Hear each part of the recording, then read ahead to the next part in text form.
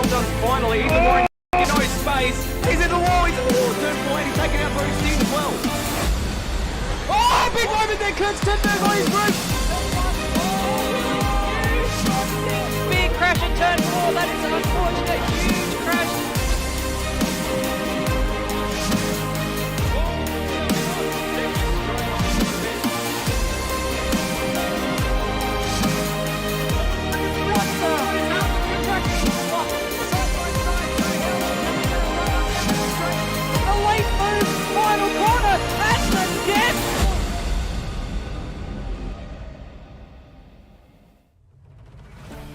A very good evening to you wherever you're watching around the country or indeed the world, and welcome to the 2022 KART FX Bathurst 1000.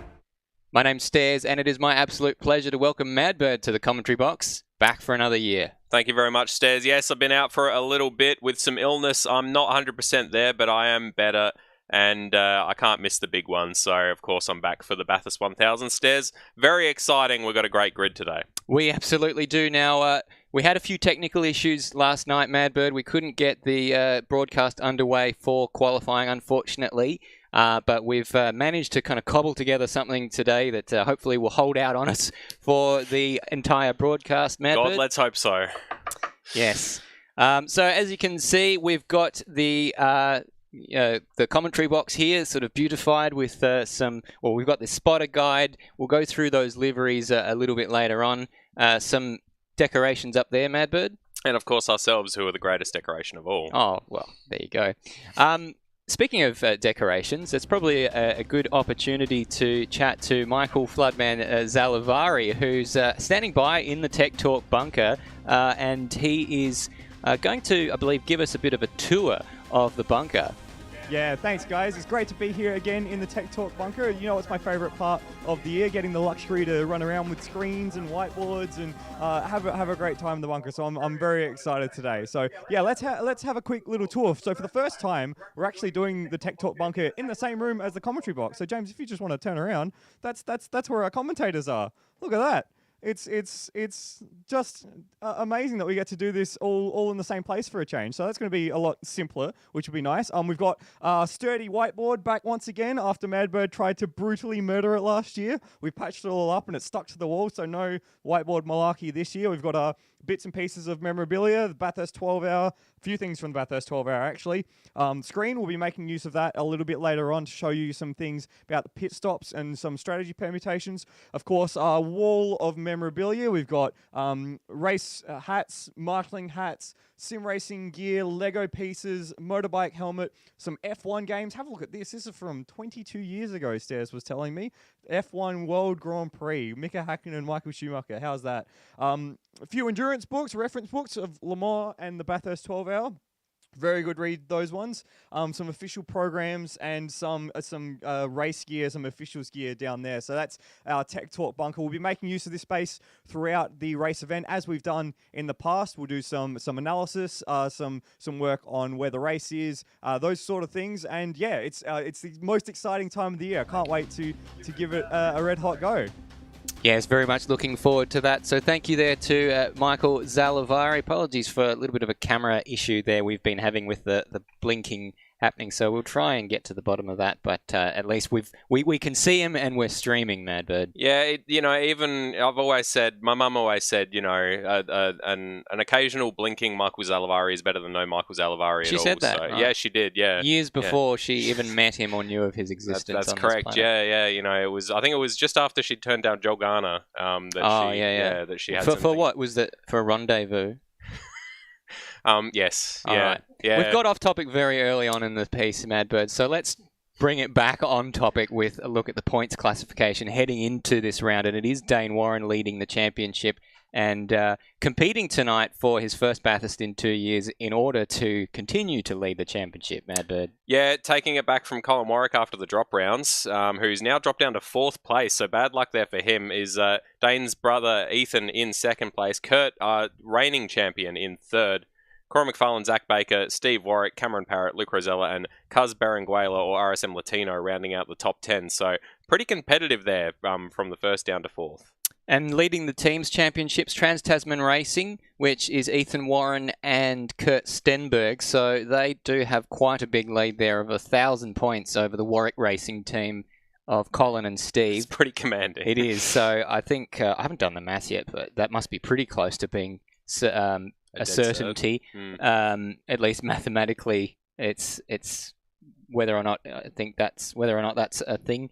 And I thought I paused that so that we could see. Let's bring that back so we can see the rest of the teams there. So AAR/WRT with 3,903 points. ZB behind them.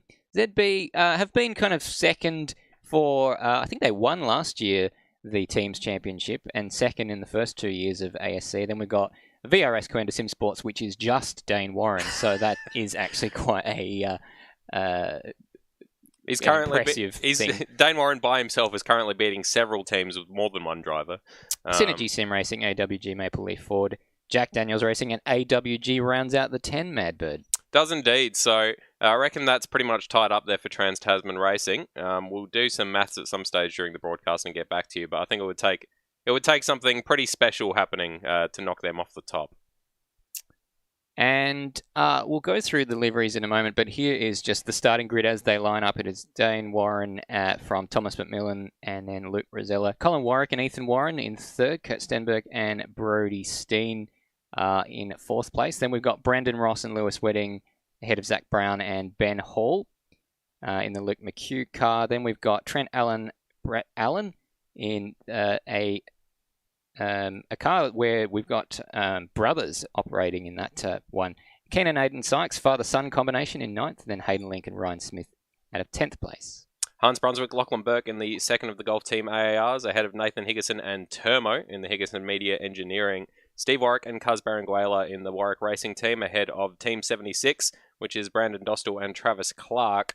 Cameron Parrott and Benjamin Rhodes in Team #Rhodium Presents Ute in 15th place, with Vivid Esports, the first of our Vivid Esports cars, in 15th place. And we had a couple of other cars that did not qualify. Hopefully they get in, but they will be obviously starting from the back of the grid. We'll have a quicker look at, we'll have a more in-depth look at the liveries in just a moment. But here is the prize pool heading into this event. So $50 for the winning team, Madbird. So this is a bit of a change from previous years. There have been prizes traditionally for the championship itself, but specifically for this event, a prize pool of $115. So $50 for the winning team, $30 for second place outright, and $20 for the third place team. Then of the highest Super 2 driver to finish the race, $10, and if those two Super 2 drivers happen to be sharing a car, that'll be split two ways, I should say. $5 for the best livery. So we do have a straw poll, Madbird, I believe, for our viewers to vote on that. We do indeed. I'm just getting the URL as we speak, so I'll make sure to give that one to you in a moment's time. It is in the, if you scroll to the bottom of this page, you should see that in the description of this video. I think we've put the link to that straw poll in there. The results we're going to keep secret till the end of the day, so that there's nothing kind of skewed as to getting behind one car and trying to catch up to the other one. So Madbird's going to announce that at the end of the broadcast. Absolutely. If you're listening along, then it's tinyurl.com/ASC livery to open the straw poll. So maybe hold off for now. Wait until we've run through them all, and we've got some more information about the liveries as well to follow, and then maybe see what you think about them on track before you make your decision. Make an informed decision on who gets that $5. All right, so we're going to have a look now at the liveries in a bit more detail. Here's the Nathan Higginson and Termo entry. This is the number 00 car. I really like that one with the auto desk and some kind of blue accents on there.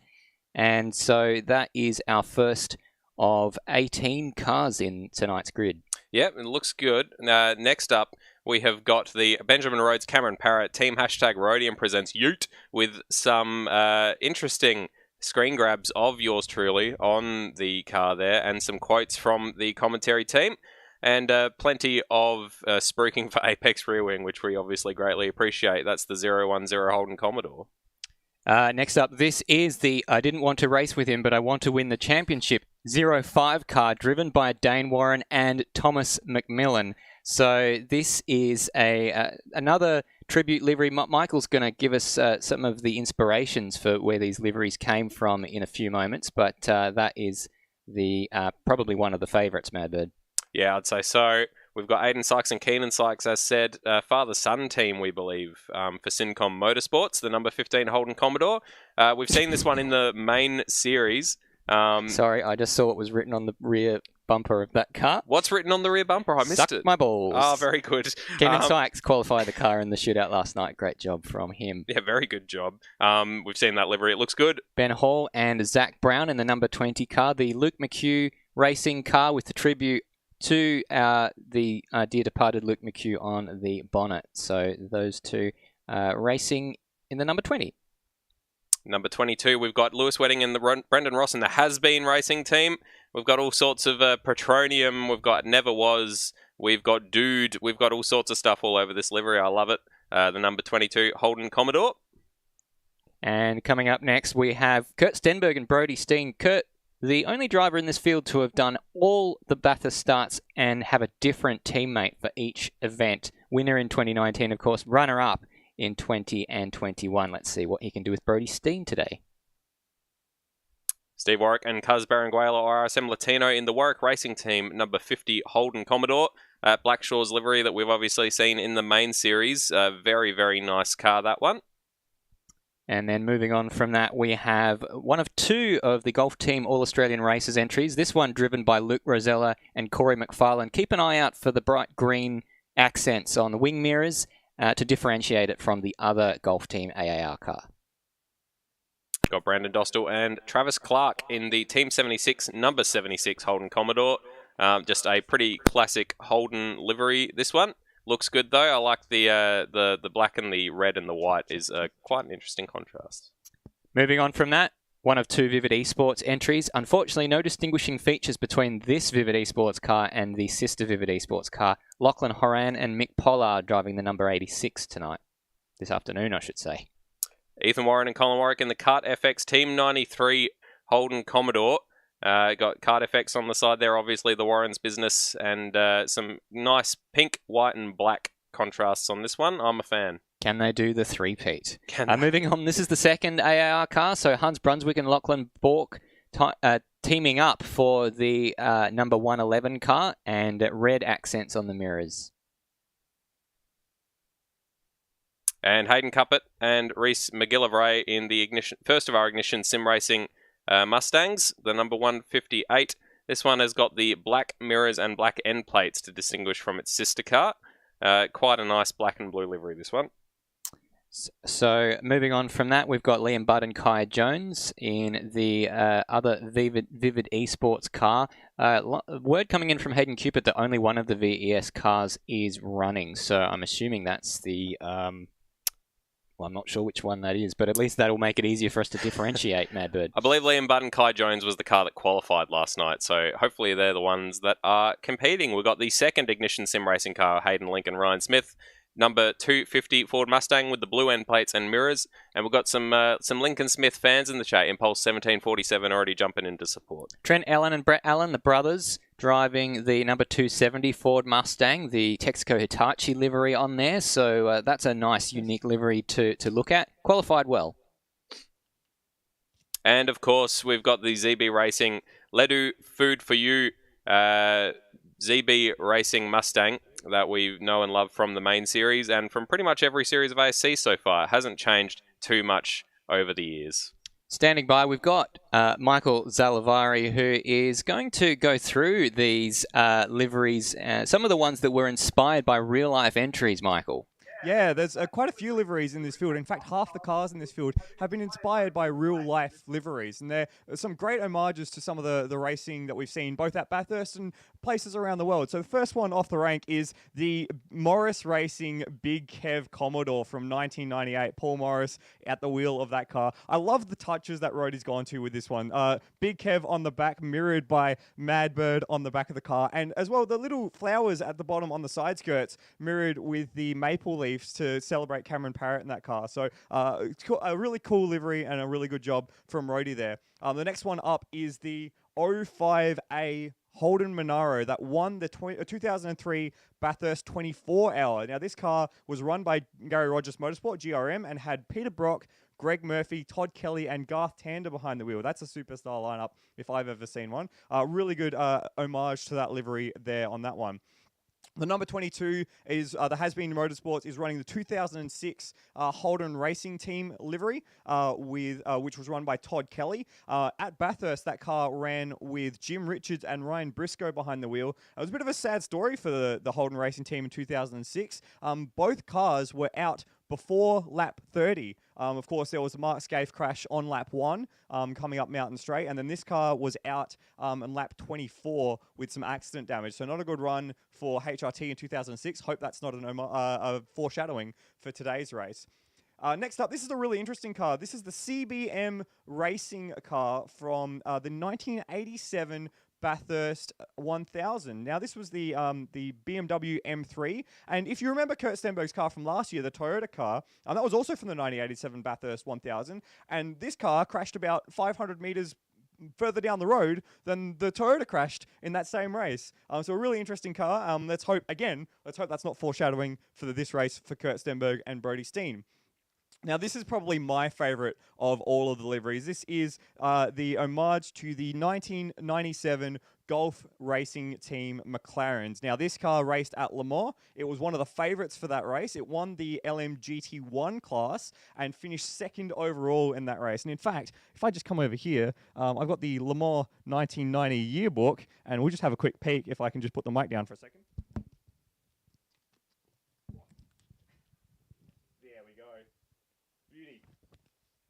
Absolute beauty of a machine. One of my favorite cars in that one. So that's a cool livery. That's I like the my bookmark favorite there, Michael. Yeah, thank you. I just picked that up from last year's magnets.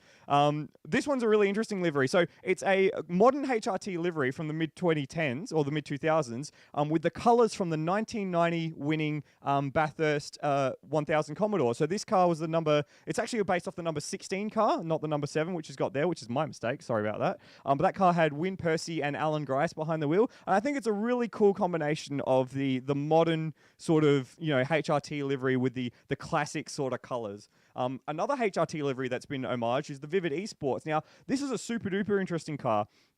This livery here was the Car of the Future test livery. So this was 2012, before the Car of the Future chassis got introduced to the V8 Supercars Championship, and this livery never actually raced on circuit, so it exists just as a test livery. So it's great that the Vivid Esports have found this and have brought it for its track debut, which is really, really cool. Also, really interesting car for the Allen brothers. This is an homage, I guess, to the 1987 Ford Sierras. Now, the Ford Sierras won the 1987 Bathurst 1000, but they were disqualified afterwards. They took a 1-2 victory, but they had been found to have modified the front skirts in the Sierra to run taller tires. It took a long time for the protest to actually go through, but they were eventually disqualified, giving Peter Brock his last race victory. And so there you are. These are the liveries, the homages of the liveries, and I really love that the designers go to this effort to pay homage to the racing that we have seen in the past with these liveries, with these tribute liveries. And I quite like the McLaren homage, the Golf Racing one, because that's the sort of racing that I've been into for a lot. But Madbird Stairs, what are the liveries that you've found the most favourite for this year?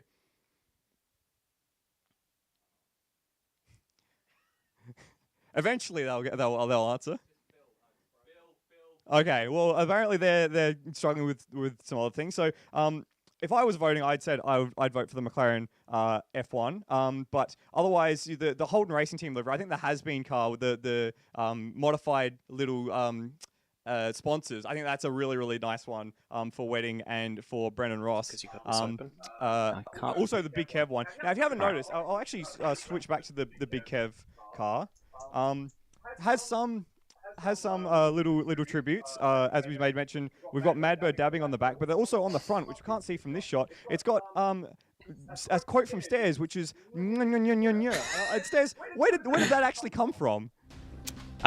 Well, where did that come from? That's from Where indeed? before the days of ASC. Actually, that started when the AMS Oz was just getting off the ground. Now known as what are they now? Australasian. Australasian Sim Racing. Not to spruik our competitors, of course, but that was a race which was at Sydney Motorsport Park in the Supercars series that they had, which kind of is the spiritual predecessor to this particular series. And we were talking about a racer there called Brenton Foley. I think it was you, Madbird, who was alluding to the fact that he was driving sideways. Yeah, just like Very right foot heavy. exactly taking chunks out of the tires. And I think you suggested that it's like there's a little guy with a cheese grater in his tires, and I just made a bit of a sound effect that went. Well, thank you very much. So if you're paying close attention, that is on the hood of Rhodey's car, or on the bonnet strap. You can't see it on that view there because we're looking at a side view, but it is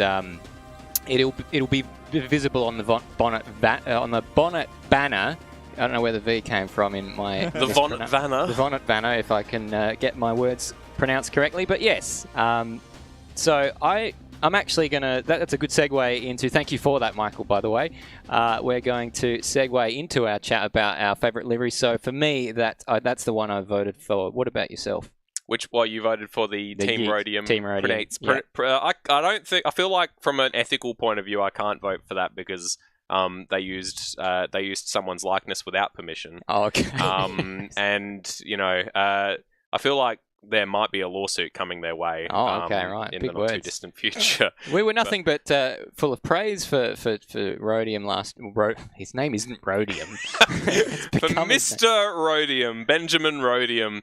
No, but I must say I'm a fan of the golf team cars. As Michael said, they're just they're a very classy design, I feel.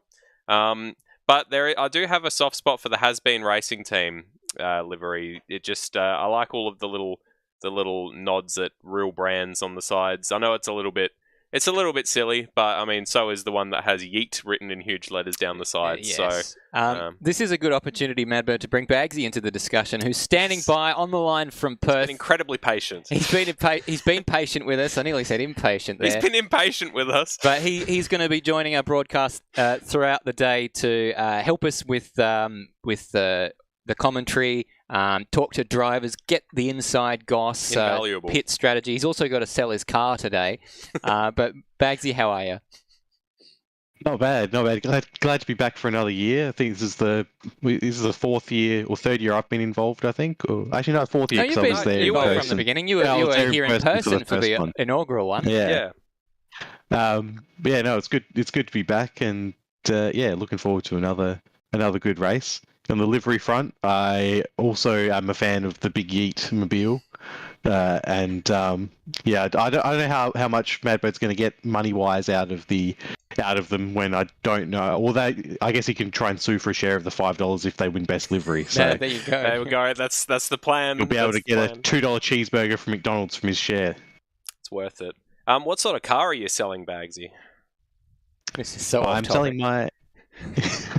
I'm selling my Mercedes, so that is going to be much like the Mercedes that we used to have in supercars. Must be nice. Mm. It's a decidedly average Mercedes. Oh, is it one of those African dictator mobiles? Certainly feels like it. Okay. Well, anyway, best of luck with that. It feels like you're driving off to commit atrocities in Rwanda. and we do not condone atrocities in Rwanda or any other African country. Or any country. Needs to be said. We don't. Yeah, atrocities are bad. So on that very awkward segue, let's start thinking about the qualifying. Bagzy, we'll just park you for a moment and come back to you in a moment. We've got the pole lap by Dayne Warren lined up, so we're just going to run through that for you. So we're looking here at the car. We did have sound, but it doesn't seem to. Oh, here we go. We've got. We have sound. So into Hell Corner we go. Nice nicely tied up at the apex, doesn't run too wide, runs over the curb, gets all of the, uses all of the real estate, and then runs up Mountain Straight. Heading into the centre of the track and just edging his way ever so slightly across to the left-hand side and into the uphill braking zone here. Keeping to the inside here so as to not to fall off the camber on the outside, using all of the curb on the outside of the track there, heading up into the cutting, Madbird. Yep, so nice, ties it up right on the apex there, out and into this tricky sequence across the top of the mountain, obviously where it can all fall apart. It just takes, oh, and it looks like he just brushed the wall there, but manages to not bleed off any speed through the grate and across the top of the mountain through McPhillamy and down towards Skyline, and dips over the top and over the curbs, down through and into the S's. Oh. And then down in towards Forest Elbow. A little bit of a wiggle there, nearly brushed the wall. Got to be careful here. This is where all those years ago our good friend Chaz Mostert got all at sea. Out of Forest Elbow. Very clean there. Just perfect lines down towards Conrod Straight and into the centre of the road, getting ready for the chase. Just thinking about that entry and that very massive braking zone that can make or break a lap. He will have seen his delta here. He would have seen that he's up, and then at the 150 board, cranking on those brakes, slamming down the gears and looking for a good exit out of the chase. Beautiful. Under the Century Batteries bridge there and down into Murray's Corner. Another place where you can easily throw your entire lap away, but no issues there for Dayne Warren. Perfectly run lap and across the line to put it on pole last night. And it was a pole position by about 5/10 of a second there, Madbird. So a fairly sizable gap that he had there. Dominant is the word, yes. So, Bagzy, that's the first time you've seen that lap, I believe. That's the first time any of us have seen that lap, given our technical issues this morning. So, looked pretty good, didn't it? Yeah, it was a pretty masterclass lap, honestly, especially considering the gap to the field. And, yeah, will it be a sign of things to come? Probably the least relevant pole of the season overall, but yeah, it's still always nice to be at the front and potentially avoiding the carnage that could happen at the back, because, yeah, it could be quite interesting into Hell Corner with all the various people. We've got I think it's the largest field in a couple of years that we've had. So it could be interesting going down there. And also a fair few rookies as well. I think there are 3 all-rookie teams that will have to be treading a bit lightly into that first corner. That's a good point you make there, Bagzy. We do have about a quarter of the field are rookies. About a quarter of the field have done all 4 Bathurst 1000s, including this one, so we're kind of including that before it's happened. But and then it's probably an even split as to the second and third time starters as well. So there's a pretty like the split between experience is quite even across the board. It is, and it must be said, Dayne Warren is teamed up with Thomas McMillan, who he didn't want to race with, but he has to win the championship. Thomas McMillan... I'm so intrigued by that teaming, by that team up, because Thomas McMillan, sorry, I've just cut across you. He set pole last year, so he's not slow. It's the consistency that is going to be the issue here. Can he keep it up for 1,000 laps with Dayne? For 1,000 laps? For 161 laps? You've made the same mistake I did all those years ago when I first watched a Bathurst 1000. I'm like, goodness, this must go for 36 hours. Yeah. But no, Thomas McMillan actually put a pretty decent record around here. 2 third places in the past at Bathurst 1000, which sort of flies in the face of our general opinion of Thomas McMillan, which is that he crashes constantly. He seems to be able to keep it on the track around here. So it'll be interesting to see how that goes. That's a very intriguing team up, as you say. It is. So we've got Michael Zalavari standing by for a bit of analysis. So we're going to just jump down there to see what it is he's got to say. Michael, what have you got for us? Thank you very much, guys. And can I just quickly say, before I get into what we're talking about today, what a committed lap from Dayne Warren. Just the full use of the rev range coming down through the S's and through the dipper. You could hear him engine braking right at the very peak. So absolute commitment. Incredible to watch Dayne do his work. But that was qualifying, and today we are talking about the race. And it is all about race strategy today. So let's look through some of the strategy points. So looking at fuel burn, it's about 4.5 litres per lap. Some drivers drivers might be a bit less, some drivers might be a bit more, depending on how fast they are, their driving style, that sort of thing. But it averages about 4.5 litres a lap with a 112 litre tank for the cars. That works out to about 24 laps of fuel range. And then the big interesting thing that we've seen in the years past is that there's 7 compulsory pit stops. So that breaks the race up into 8 stints.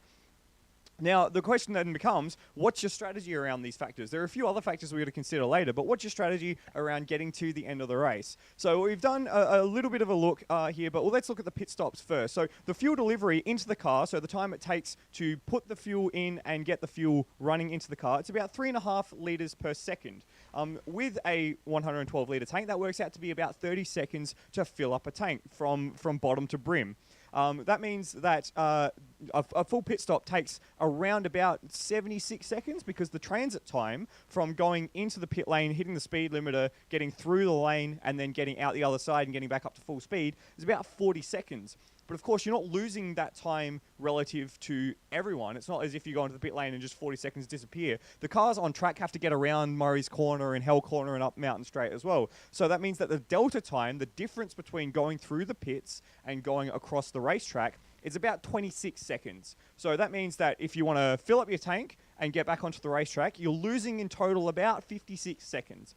Now, that'll be different, slightly different for everyone. You know, if you're a bit nervous on the cold tyres, it might take you a little longer to get up the speed. If you're a bit nervous on pit entry, if you're having difficulty with that double chicane entry, it might take you a bit longer to get into the lane. But on average, it's about 26 seconds that you're losing when you take a pit stop just from going through the lane.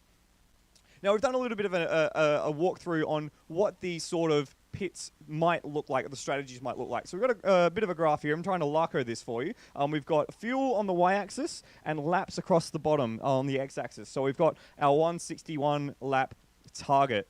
Now, what we might see is we might see drivers start with about 20 laps worth of fuel, get into lap 20, and then fill it up to lap 20 again. That takes you about 24 seconds, and then combined with the 26 seconds of the pit lane delta, that means you're losing about 50 seconds. And then, you know, do that again and again, get to half race, get through to the third quarter of the race, and then there you go. That's your 7 pit stops and then your 8 stints. That would be what I'd call the even fuel strategy, breaking your race up into 8 even-sized pieces. But I don't expect many teams, if any, to do this strategy. The reason is it doesn't leave you a lot of flexibility. You're kind of committed to doing 20-lap chunks each time. And so if there's a safety car or if there's a technical issue or if there's something, a great difference between the co-driver pace and the main driver pace, it doesn't leave you a lot of flexibility.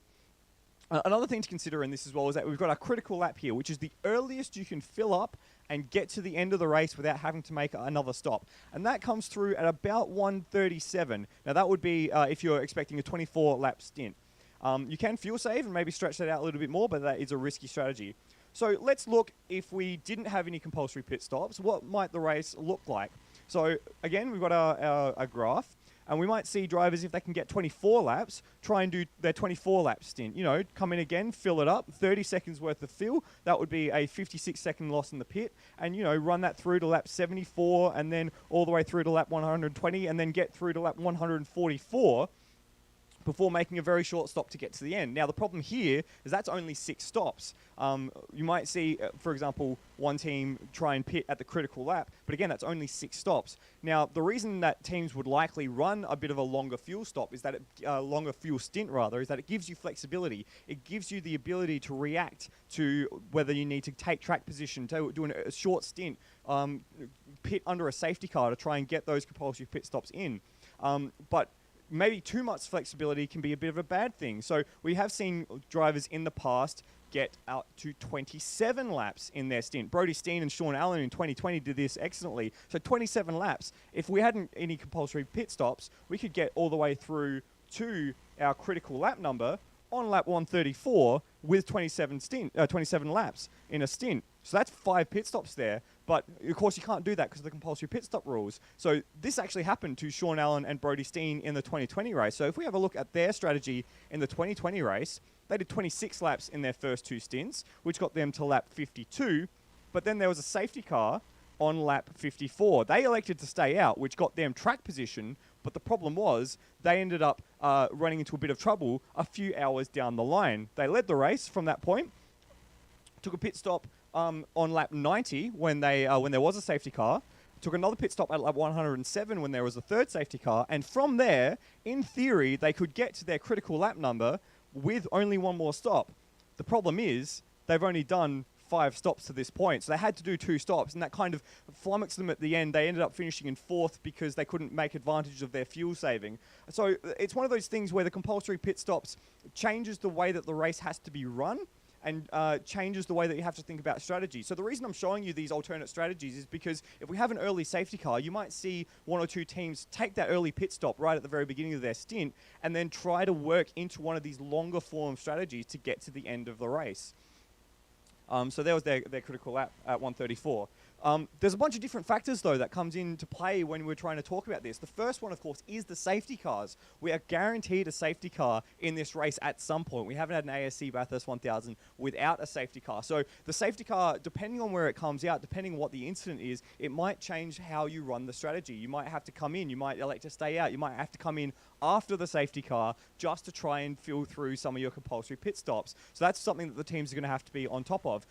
The next thing is if you try and save fuel, if you're trying to run long at the end, try and get those 27 laps, come and try and undercut people, how much time are you going to lose fuel saving trying to, compared to taking an extra stop? The delta isn't actually that much. If it's 40 seconds or 45 seconds of a pit stop and a refuel, if you're losing a second a lap, a second and a half a lap, it is just worth taking that extra pit stop and committing to that double stop strategy. So that's another thing that teams have got to think about. And finally, one of the factors in this as well is that the co-driver has to do 54 laps. Now that doesn't fit nicely into a 20-lap chunk or 24-lap chunk. The only way it actually fits nicely is if you do 2 stints of 27 laps. But then that completely builds in, removes flexibility from other parts of your race because you have to factor in these long stints. So it's a fascinating sort of thing with the fuel strategy and the pit strategy that kind of makes this Bathurst 1000 one of the most exciting and most interesting events. So we're going to be keeping you all abreast of the pit strategy from all the field. We've got a spreadsheet set up that Bagsy's going to be working on.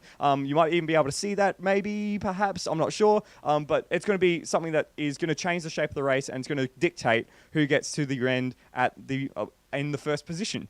Thank you very much, guys. Hope you enjoyed that little segment. Thank you very much. That was brilliant to see that analysis and all of the different permutations. So if you enjoyed that, you're in a good company. Yeah, very interesting stuff as always, Michael. Well done. If we there might be 1 or 2 bits that I didn't quite catch because I was distracted by our good friend Bagzy deep throating a burrito tortilla with no filling inside it on our other screen. Yeah, it was definitely a little bit hot here in the commentary box while that was going on one of our monitors. It's like watching a snuff film. I was going to say it's more like an Attenborough, when those anacondas just like. And Joshua Bagzy can delodge his lower jaw to fit an entire burrito in his mouth. Would you like a right of reply, Bagzy? I mean, I just need a snack before the race, and I definitely forgot to grab any snacks beforehand, so I had to make do with a plain wrap. Fair call. Unfortunate. There is a shot of the aforementioned incident. Just for those who were wondering what it looked like on our end. Yeah, goodness. Thanks for that, Bagzy. Just for a bit of a change. Sorry, Bagzy, you were going to say something? It's just it has to be one photo or image of me eating each year, doesn't there? Wow, evidently. Yes, we did stitch you up last year as you were trying to have a bit of lunch by cutting to your camera on screen. Just before we jump to track action, just a quick little change of pace here.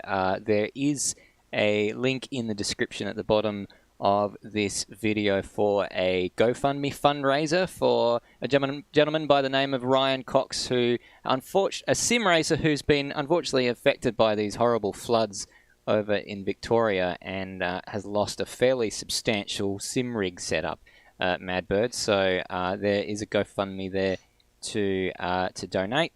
Yep. If you've got a few bucks to spare and you're feeling generous, and it's already got some sort of $390, I think, on there last time I checked, out of a I think a $2,000 goal, something like that. Anyone that's into sim racing knows how expensive all the gear can get very, very quickly once you start taking it even slightly seriously. So, yeah, it's definitely a pricey thing to lose. So, yeah, if you're feeling generous, hop over to the GoFundMe. It's in the description, and give whatever you're able to. Very good. So, I think we've got a bit of on-track action happening. So we'll see if we can jump to the practice session, and we can see there the Warren brothers leading the way so far with just about 15 minutes remaining until the beginning of the race. Yeah, absolutely. We've just got Lachlan Horan here in one of the Vivid Esports. Apparently the only Vivid Esports we had in the chat. Someone saying that it looks like the other one is having to drop out. So yeah, so we did have a message from Inceptive, and I'm not sure who Inceptive is in here, but he said me and Haran. So that is, if I can just find it on here, that must be Mick Pollard, saying that had to make a last-minute change. Liam Budd has an injury, so that's the reason, I believe, why the change. That's a shame as well, because Kai Jones and Liam Budd actually qualified, I think, last night in, I want to say 14th-ish. So I'm not sure which one of the cars they're going to be competing in if they've had to condense their team down into one car. But still unfortunate, and you know, it's still, but nevertheless, lucky we've got a little bit of wiggle in the grid, because we do have the most cars we've had so far. Yeah, any Bathurst one. 18 cars registered. We had 16 qualify with the 2 absentees, and so one of those absentees was this car, the Reese McGillivray car, the number 158, driven by himself and Hayden Cupid. So for Ignition Sim Racing, good to see that they are here. So even though they missed qualifying and will be starting from the back of the grid, they are here tonight. Yeah, it doesn't really mean much starting from the back of the grid, does it, around here? Because, you know, it's almost guaranteed to have at least one safety car, and the attrition rate, is usually quite high, but I think last year we only had 2 or 3 people DNF. Yeah, it goes in cycles. The first year that we had this in 2019, we had, I think, only 1 or 2 DNFs. And then in 2020, we ended up with only 4 cars finishing the race. It was still somehow an incredible end to the race, though. There was the 4 cars that were left seemed to be the ones that were tightest on track and on strategy. So it never fails to disappoint, the ASC Bathurst 1000. Never fails to impress. Never disappoints. Yeah. So a bit of a double neg. This is why it's risky using double negatives. Oh my goodness. So a couple of live chat messages coming through. Hayden Cupid. Now, Hayden, while you're there, Madbird says Cupid, I say Cupid. Can you just tell us which one of us is right? So we don't want to mispronounce any names, but he's confirmed that the Inceptive entry is going to be Kai Jones and Lachlan Horan. So that's a swapping of drivers, consolidating the 2 Vivid Esports entry into 1 entry. Yeah, so Mick Pollard hopping out, Kai Jones hopping in.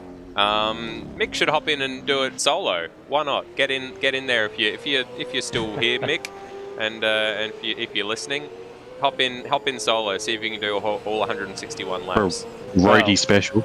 Yeah, we've never actually had a solo entry do all 161 laps. We have had solo entries do the entire race. Ben Rhodes did that last year, and RSM Latino did it in 2019, Cusber Engler, and so that was impressive. I think he did a few more laps, so he holds the record for the most laps done by a single driver in this event. It's pronounced Cupid, but spelt Cuppet. Oh, so I was right. There you go. No, you say Cuppet. I say Cupid. No, I say Cupid. Nah. You are absolutely having a laugh. Go back and replay it. Yeah, I have to go back to the tape from this one. We've distracted Reese McGillivray directly off the track at Griffin's. So just to come back to a couple of other messages. So Ryan just wants to say a massive thank you for supporting me and helping to get me racing again. Made my mum tear up earlier when I showed her the support we were getting from the racing community. So yeah, I mean that's just these things that come out of these horrific events.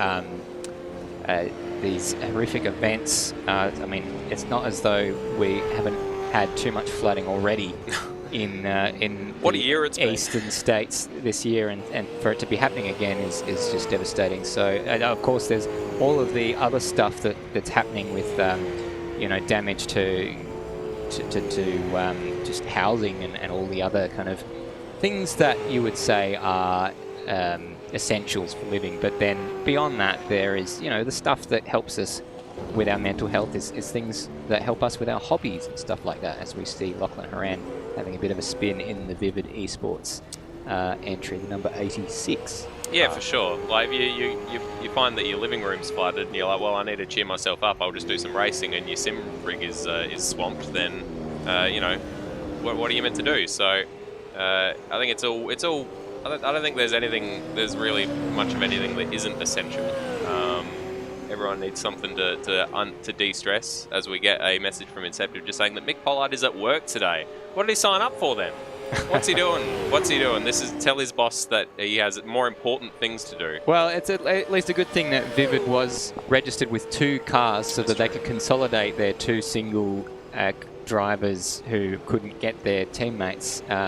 The teammates couldn't race for the various reasons mentioned. Then they could consolidate them into the 1 car, being the 86. And now we don't have to try to figure out which one is which. Yeah, that was the 1 car they hadn't actually got anything to differentiate them. So at least we can grab the 167 and just forget about it. Put some paper over that. There we go.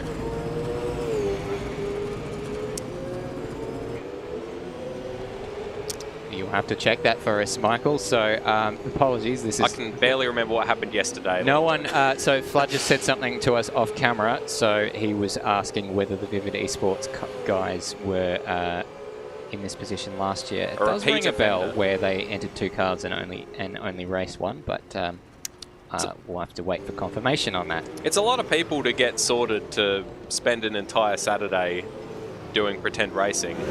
Yeah, so think about it. I mean, so we'll end up with 17 cars and all of them at 2 driver entries. So that's quite impressive there to have 34 drivers, all willing to you know. I won't say waste, but use their 6 hours of a Saturday, 7 hours, I suppose, if you're counting this time, which is getting up to speed practicing and then all the qualifying as well, as we seem to have found some spam in our live chat. So we will... Tinder Hot XYZ, best adult dating site. So we'll get rid of those very quickly. As we're seeing a little bit of on-track racing practice here between Nathan Higginson and the Luke McHugh entry, which is currently being driven by Ben Hall. Probably a good idea. Never hurts to get a little bit of practice running up someone's ass across the top of the mountain, because you can very easily be unsighted into one of the many corners if you're not anticipating it. Of course, coming down Conrod and into, say it with me now, the fastest corner in Australian motorsport. Whoa, tick off your Scaife bingo card. We didn't organise that for this year. And a bit of side-to-side contact, and if that was the real-life race, Ben Hall would be over and out in the wet mud down there, but this is not going to be the case today. We can have a little bit of side-by-side into the chase without fear of being bogged in the grass. Having said that, the gravel traps down there can be brutal in it, and if you do find yourself stuck in one of those, it can take some time to get out. Yeah, you get bogged, and it just... You know, you're like Lewis Hamilton at the entry into the pits at Shanghai that one time. That's right, yes. Cost him championship 2007. I spoke to Kurt Stenberg earlier, and he said that those gravel traps are very sticky, and it took him about 45 seconds to get out when he had an incident into there in practice. So he was struggling, and I think we'll see a few people, if they bowl a wide there, they're going to struggle on the way out, and it'll cost you a lot of time. That's a good point, well made, Bagzy. So I guess the aim is to carry a lot of momentum into the gravel if you're going to be running off track, and try to just get through it as fast as possible. Because I suppose if you stop, as we see, the sun there is black, unfortunately. Yeah, we've had that problem. Automobilista Ples. Hopefully at the time of day remains kind of during the day for most of the race, so we don't have that issue coming up, because we've got it set to morning, so that's why the sun is so low in the sky. This is the Trent Allen and Brett Allen. Brett Allen, beg your pardon. 2 debutants to the Bathurst 1000, but up on the pace pretty early doors. So good to see them in their qualifying position of 7th up into the top 10 shootout. Quite close between kind of 3rd to 10th within that group. Yeah, looked like a pretty tight shootout. It's quite annoying that we weren't able to bring it to you, but you know, it had to happen eventually, I suppose. You know, did it? We've had a pretty golden run without technical issues. Oh, but the timing was unbelievable. It was, before the qualifying session for the biggest event on the calendar. But you know, we're here for the race itself, so that's the important thing. Seems to be. We'll say Brody Steen currently sitting in 6th place. The first time in quite a long time that we haven't had Sean Allen or a Race on Oz entry. Alex Cattle, of course, was going to race it solo, but had to pull out at the with a couple of days left to go, unfortunately. So Brody Steen, the only one of that Race on Oz / I suppose that AWG this season. Yeah, the former Race on Oz camp that I believe it was only Brody who was still a part of until recently. Yeah, so he's the only one still sort of carrying that flag for the Bathurst 1000. Hopefully we get to see Sean Allen back regularly next season. I know he's been taking a bit of a break from sim racing, so hopefully he's doing good. I do miss them. They were always very competitive. As we see Colin Warwick, until recently, championship leader. Yeah, got absolutely rorted. I'm trying to think of a word that's... Nah, it was a rort. He got rorted by the drop round. Went from 1st to 4th. He got cruelled. But of course, he was well aware that was going to happen. He was tempering his responses when we were talking to him about him leading the championship, saying that, you know, he's there because of the consistency, and Dayne Warren was not leading the championship because he had missed rounds. And so Colin stood to lose more with that drop round once it was implemented. So he drops to 4th, not too far off, it must be said. And with Dayne Warren racing tonight, that goes a long way towards cementing Dayne's position in the championship if he can get a good result tonight. If they can finish with Thomas McMillan being in the other seat for that car. Well, that's the other thing. Ethan Warren is Colin Warwick's teammate, and these guys are the form drivers. They have won the last 2 ASC Bathurst 1000s, and so it would be a brave man to bet against these two. It would. Kurt Stenberg, championship, defending champion rather. I think you said earlier on, Stairs, the only one of the only driver who has competed in all 4 of the ASC Bathurst 1000s, who has had a different teammate every single time. So this year he is with Brody Steen, as we were discussing. He's taken the 2nd seat there. In previous years, I think he raced with Jake Maloney. He won with Jake Maloney in 2019. He did, of course. He won the inaugural one. With Jake Maloney, and I believe with Ethan Warren in the 2nd year? Dayne Warren in 2020. Dayne Warren in the 2nd year. That's right, and last year with Corey McFarlane, which was Corey's first Bathurst 1000. He'd only done about 8 races total in the ASC Championship before that. And look how far he's come. But he had sitting in 2nd. He'd won 2 races already in those 8 starts, so it was, you know, during that foray into... it became the Sydney Motorsport Park Championship for 4 rounds, where we had different... Oh, it was painful. Well, at least we did run different versions of that track, which was good to see, and we had some different types of formats, and some of those worked well for Corey McFarlane. He got a couple of wins on the board, which was good early doors. He's one of the youngest drivers in this championship. I think he's only 16 years old, so a long way for him potentially to get to. He was technically Super 2 to begin with, but I think it was pretty evident early on that he had the pace to be in the main series, so let's have a look at him while we're talking about him. Pretty meteoric rise for Corey McFarlane, and currently sitting 2nd fastest during the practice session, which is about to clock down to 0. And just as that's doing that, let's have a quick look at Thomas McMillan, who is the teammate we talked about teaming up with Dayne Warren. So they've got the orange numbers on the front of their windscreen, the 05, because that is the championship leading car in the hands of Dayne Warren. And so these guys racing for, I didn't want to race with him, but I want to win the championship in the Just Car entry, which is inspired, as Flood mentioned, as Michael Zalavari mentioned, by that 24-hour race-winning livery from 2005. And just a correction from us, team are brothers, not father and son, so as I said earlier. So we've got two brother teams. We've got the Allens and we've got the Sykeses. And the other thing is, I believe Aiden and Keenan Sykes are running on the same rig, so it won't reflect on your screen when Keenan is driving the car because it's on Aiden Sykes' profile, so it will remain Aiden Sykes. So I don't. Maybe Bagzy can get to the bottom of when they're doing their driver swaps for us when the race actually gets going. But I believe it was Keenan Sykes who actually qualified that car. So we've just got Zach Brown from the Luke McHugh Racing car just in the chat saying, "This is tough." I bet it is. I've never been one. I've never really mastered Bathurst. I've never felt comfortable driving around here, so I can only imagine what it's like doing a full length one. I did do a 6-hour one in Assetto Corsa Competizione with a couple of people, and we didn't do too bad. But I do believe I binned it in the chase on 2 occasions. We've also got Melon Lord Paul in the chat. Someone I know from Flight Sim group, so I'm under instructions that I need to try to work some flight terminology into the commentary today. Oh yeah, I've got yeah. So I'm sure we can manage that, Stairs. Well, we'll see. Maybe when they're doing the formation lap, if they hold short of their starting grid spot. Someone. Speak. Oh, go ahead, Bagzy. So it's similar. It's in the aviation vein.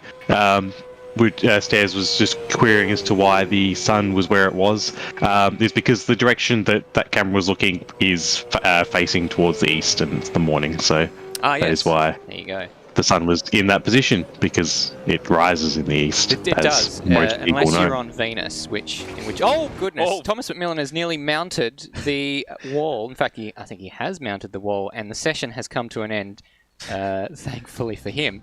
And potentially that's why he put it in the wall. If he could see there was only 1 second left to run. Zach Brown in the chat just saying this is his first time with Automobilista and driver swaps. Yeah, I think they had a practice session set up, an official practice session on Thursday where they did some practices there with driver swaps, which is good to get the drivers who hadn't done driver swaps in AMS before comfortable. Janky. Can be janky, but once you know, you know. Once you know, you know. Yes. Very good. So that's the end of the official practice session. They're setting the grid now for the race, and we're not too far away, Madbird. Yep. Get excited. We've got one of the cars is got a very interesting position on the grid. Never mind, they're all gone. It's safe now. But we have got 1 out of 161 laps on the board. So it looks like we will be racing in the not too distant future. Madbird? Here is the track. Mount Panorama Circuit, Mount Bathurst, as I affectionately incorrectly called it. Hell Corner, Mountain Straight. No corner numbers around here, which is quite satisfying. Griffin's Bend, the cutting, Reed Park into Sulman Park, and of course McPhillamy, then into one of the more famous sections of racetrack in the world, Skyline, the S is the Dipper, and then Forest's Elbow, all the way down Conrod Straight and into, say it with me now, the fastest corner in Australian motorsport, the Chase, then Murray's, and we do it all again 160 more times. You can see their previous winners, Colin, Warwick and Ethan Warren, the last 2 races, the last 2 Bathurst 1000s in a row. So very, very good form for those 2, and Kurt Stenberg and Jake Maloney previous to that. So be interesting. Hopefully we. I don't want to say hopefully Ethan Warren and Colin Warwick don't win, but it would be nice to see someone else, maybe someone new, on the top of the podium. But I suppose it all remains to be seen. I think Dayne Warren's pace is immense. So if him and Thomas McMillan can keep it tidy, then I reckon they're in a pretty good spot. We're just waiting here for the warm-up laps to begin. We're just it looks like we've gone into a pre-race warm-up session here, just as they try to sort the grid out, I imagine. Obviously, the qualifying happened last night, so they have to import the or rearrange the grid manually once they are in the race sessions. So looks like they've done that now. I can hear the sirens signifying that it is the race session. Time on the clock still showing as 0. So it's 1:41 AEDT, so we are running a little bit behind schedule, but that's quite all right. Better a delay than a disaster. Better a delay than no start at all, hey? There's some terminology, some aviation terminology. Well, I suppose it's something people use as a bit of a saying in aviation, is better a delay than a disaster. Oh, very good. You know, it's if there's an issue on the formation lap and they need to restart it, that will be a rejected takeoff. Exactly, but you got to make sure that you do that prior to V1. Yes. Have you calculated? I'll be honest. I don't think you're meshing these as well as I think was intended. No, I think. I feel like that's. I feel like that we're cognizant of that. I liked my hold short one. He's held short of the pit lane. Test. Probably the gold standard so far. That's right. And if someone ducks out for a dive into Murray's, they had a very late go around. All right, we'll see if we can squeeze in a quick Tech Talk segment from Michael Floodman Zalavari. Michael, what have you got for us? So just before the race, of course, we want to talk race facts. We will talk about the big factors heading into today's race. So first off, 161 laps, 1,000 kilometres. It's Bathurst. We know this. 7 compulsory pit stops required. That means 8 stints between the 2 drivers. A safety car chance, 100%. We will see a safety car at some point. It is inevitable. Whether or not we see more is a question that we've got to determine through the race. Co-driver minimum laps, we talked about this, 54 laps. That's 1/3 of the race. There's also a limit that no driver can do more than 75 laps in a row or 3 hours, whichever comes first.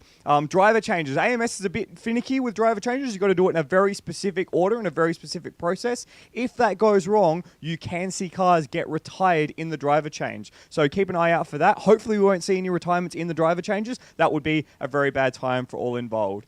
Important thing that we've got to remember is staying cool. It is 161 laps. It is a long race. We've got to think not just in the car, staying cool, but getting out of the car, making sure that you're taking breaks, making sure that you're getting water, enough food, making sure that you're keeping a cool head, because when the red mist descends, it can all go pear-shaped very quickly. And finally, as we say every time it comes to Bathurst, you've got to buy your ticket to the last hour. You've got to be in the position to make use of what advantage you've got in that last stint of the race, because that's where this race will be run and won. Back to you guys. Back to me, apparently, because Bagzy just got up and Madbird stepped out of the commentary box for a moment as we're setting the grid there. So as I'm feverishly pressing 70 buttons at once. So yeah, everyone's here and present and accounted for. Madbird is actually has gained the power of invisibility, but it also silences his voice. He's just a bit of a drawback. Exactly. Oh, here's Michael Floodman Zalavari jumping in. Michael, how are you going? Welcome to the commentary box. Thank you very much. It's an absolute pleasure. You've lost beard. It is an absolute pleasure to have you here, and Liam Madbird has just stepped back into the box. So just quickly, what are your predictions for race winner? Oh, this is a difficult one. So Colin, Warwick and Ethan Warren, of course, have the form in terms of Bathurst, but Dayne Warren has been the fastest driver all year. So I think Dayne and Thomas might be able to spring a surprise if Dayne gets in at the right time. Would you call that a surprise if Dayne was to become the race winner? I'd call it a surprise for Thomas to be the race winner. Okay, I think to be fair, it is a surprise that Dayne has never won this event. This is true. This is only his second start, having said that. But yeah, the fact that they didn't win in 2020 was, I think, maybe a little bit of a surprise in 2020. It was his brother, Ethan Warren, who won that race. So, you know, it's that wasn't as surprising. Yeah. And there has been a trend as well of the pole sitter going on to win the race. Of the 3 events we've had so far, we've had two winners from pole, yeah. never the full story at all. So we're still in the process of gridding up. So the server is just in a practice session at the moment, a holding pattern, if you like. We had Madbird shout that from the other side of the room as well. Yeah, we share a brain cell, I believe. Brilliant. We have a term for that. We call it ninja brethren strokings, and I have no idea why. It's when we think of the same thing at exactly the same time. You guys did not hear the honk that Madbird just had from the other side of the room. Exactly. There was a honk. It emanated from the other side of the room. So I think Madbird is just readying himself for this race start, as are we and the admins, who are probably feverishly setting the grid at the moment. Okay, I'm going to hand this back to Madbird. I've done enough of keeping his seat warm through the last few months, and so I'll give you guys the pleasure of commentating an ASC race together again. Thank you very much, Michael Zalavari. While we're waiting for Madbird to jump into his seat, Bagzy, what do you reckon predictions for the victory, for the winner of tonight's race? I keep saying tonight. Today.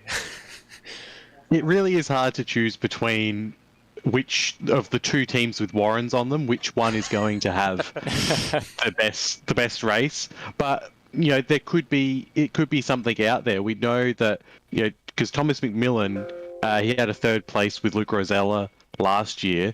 Luke Rosella with Corey McFarland, who had second last year. You could argue that it was because they had drivers that were maybe a little bit stronger, but I think that combination there of McFarland Rosella could be a bit of a dark horse. So that's interesting. We've got you going for a more conventional prediction this year. I went back and watched your prediction from last year, Bagzy, and you picked Dane Liccardo. And I can't remember who Dane Liccardo was teamed up with, but it was a surprising prediction, to be sure, but a welcome one. Well, in that case, I'll go with Brado. Who would be an out there one? It's hard because there's a lot of talent in all these. I guess if we go with someone like the Allen duo, a rookie start. I haven't seen any of their racing, so I don't know what that. So maybe that can be my out there prediction. Actually, that's not a bad prediction. They've been there or thereabouts pace wise. Trent and Brett Allen. But what about Ben Rhodes and Cameron Barrett for an out there prediction? Rosella McFarland will be able to overcome the Warren grip on the race. We can only hope. I reckon we're doing them a disservice by not including ZB Racing in the possibilities. They were very close to winning. I think either the first or second year.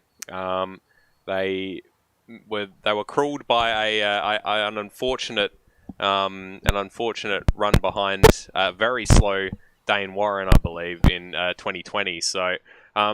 The rest of the competition has sort of risen above them over the last year, which is unfortunate, but it's a lot more about consistency around here than it is outright pace. So I reckon they're a dark horse for a podium position, if not the win. Minardi Fan 95, which is Brody Steen's I love that username. Name. F1 World Grand Prix 2000 Water game. I remember being obsessed with it as a young kid on the PS1. Someone who, you get me, Brody Steen. Oh, me too. Brody Steen and his vintage Formula 1 games, and also his MasterCard Lola t-shirts and merchandise. Still need to buy one of those. The original stick says we heard something, which I think was in reference to Michael saying that you wouldn't have heard Madbird's honk off screen, but I suppose the dynamic mics, which are supposed to not pick up much from a distance, they picked that up. That's just how loud my honk is. Yeah, it's clearly a dynamic honk. A dynamic honk. Thank right. you. It's a very nice. That's a very nice way to put it. I appreciate that. And it looks as if we're still having some camera tests going on. So. I think this is the first year that we've had cabled everything and no wireless receivers, isn't it? Yeah. I was trying to do that while you kept talking to. It sort of defeats the illusion when people can see you standing up and gesturing. And... Yes, but then anyway. It's just gone black, or you turned it off. Yep. Yeah. We're good. It's not You the see, best. provide distractions over here while Stairs is doing things. It's like Quickly, look at this side Bagzy, of the deep throat screen another and- burrito. So I do not have one in hand, unfortunately. Don't you? Oh, there you go. So it looks like we've rolled over into a session. So In the race session now. yeah, so the grid has been set. We will hopefully be able to bring you some action very, very shortly indeed. Thank you, Paul. Just saying that I've got an epic beard. We all know it, but it's nice to hear it regardless. 6.21 kilometers, obviously, is the length of Bathurst. Mount Bathurst. Mount Bassist. Race lap record. Still Zach Baker from 2019. Obviously, after we did a bit of fiddling with the tyre regs. Previous pole sitters, Luke Rosella last year, Dayne Warren in 2020, and Kurt Stenberg, obviously, the perennial, inaugural pole sitter, rather. And the Warwick Warren pairing, the winners the last 2 years. Minardi Fan 95. I've got a different F1 Reject team shirt on this year. Ooh. Give us a hint then. And Coke saying, go Lachlan and Hans as we get underway on the formation lap. So it's Thomas McMillan starting the number 05 car. He will be your pole sitter after Dayne Warren set the fastest time in the shootout. So that is your pole sitting car leading the way. That'll be very interesting to see how it is that he goes up against the likes of Corey McFarlane, who is the opening stint driver for the number 55, qualified last night by Luke Rosella. Behind him, Colin Warwick is driving the Team 93, number 93 car. This is the team going for its 3rd victory in a row. Can they do the three-peat? Colin Warren and Ethan Warren. Behind him, Kurt Stenberg is the first main driver to be starting the car out of the top 2 rows. So he's driving the CBM Sport Retro number 47, teamed up with Brody Steen today. Behind him, Brendan Ross for Has Been Racing, the number 22, qualified in 5th place with Lewis Wedding.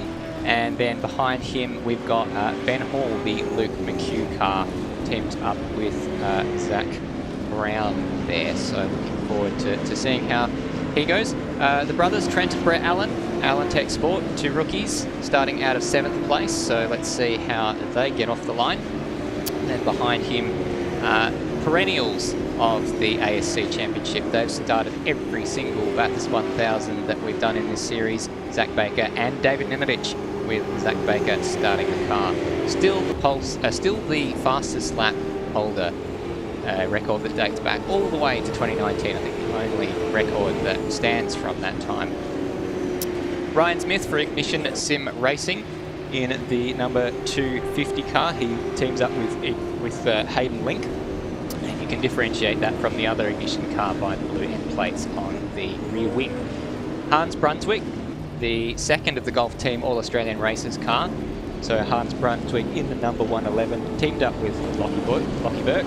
Tonight, I keep saying tonight, it's just a force of habit because we normally race at night.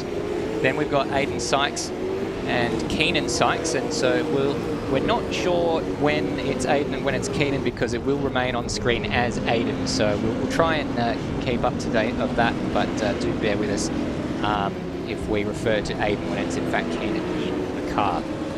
Nathan Higginson in the Autodesk car. Do love that livery. It's one of the ones that's actually an original livery, not based off a real-life livery. Teamed up with Termo, and that's the Higginson Media Engineering car in 12th place. Brandon Dostal for Team 76, teamed up with Travis Clark tonight, starts out of 13th place ahead of Ben Rhodes for Team Rhodium Presents Yeet, teamed up with Cameron Parrott, normally driving the ever-present, today not ever-present, Tim Horton's car.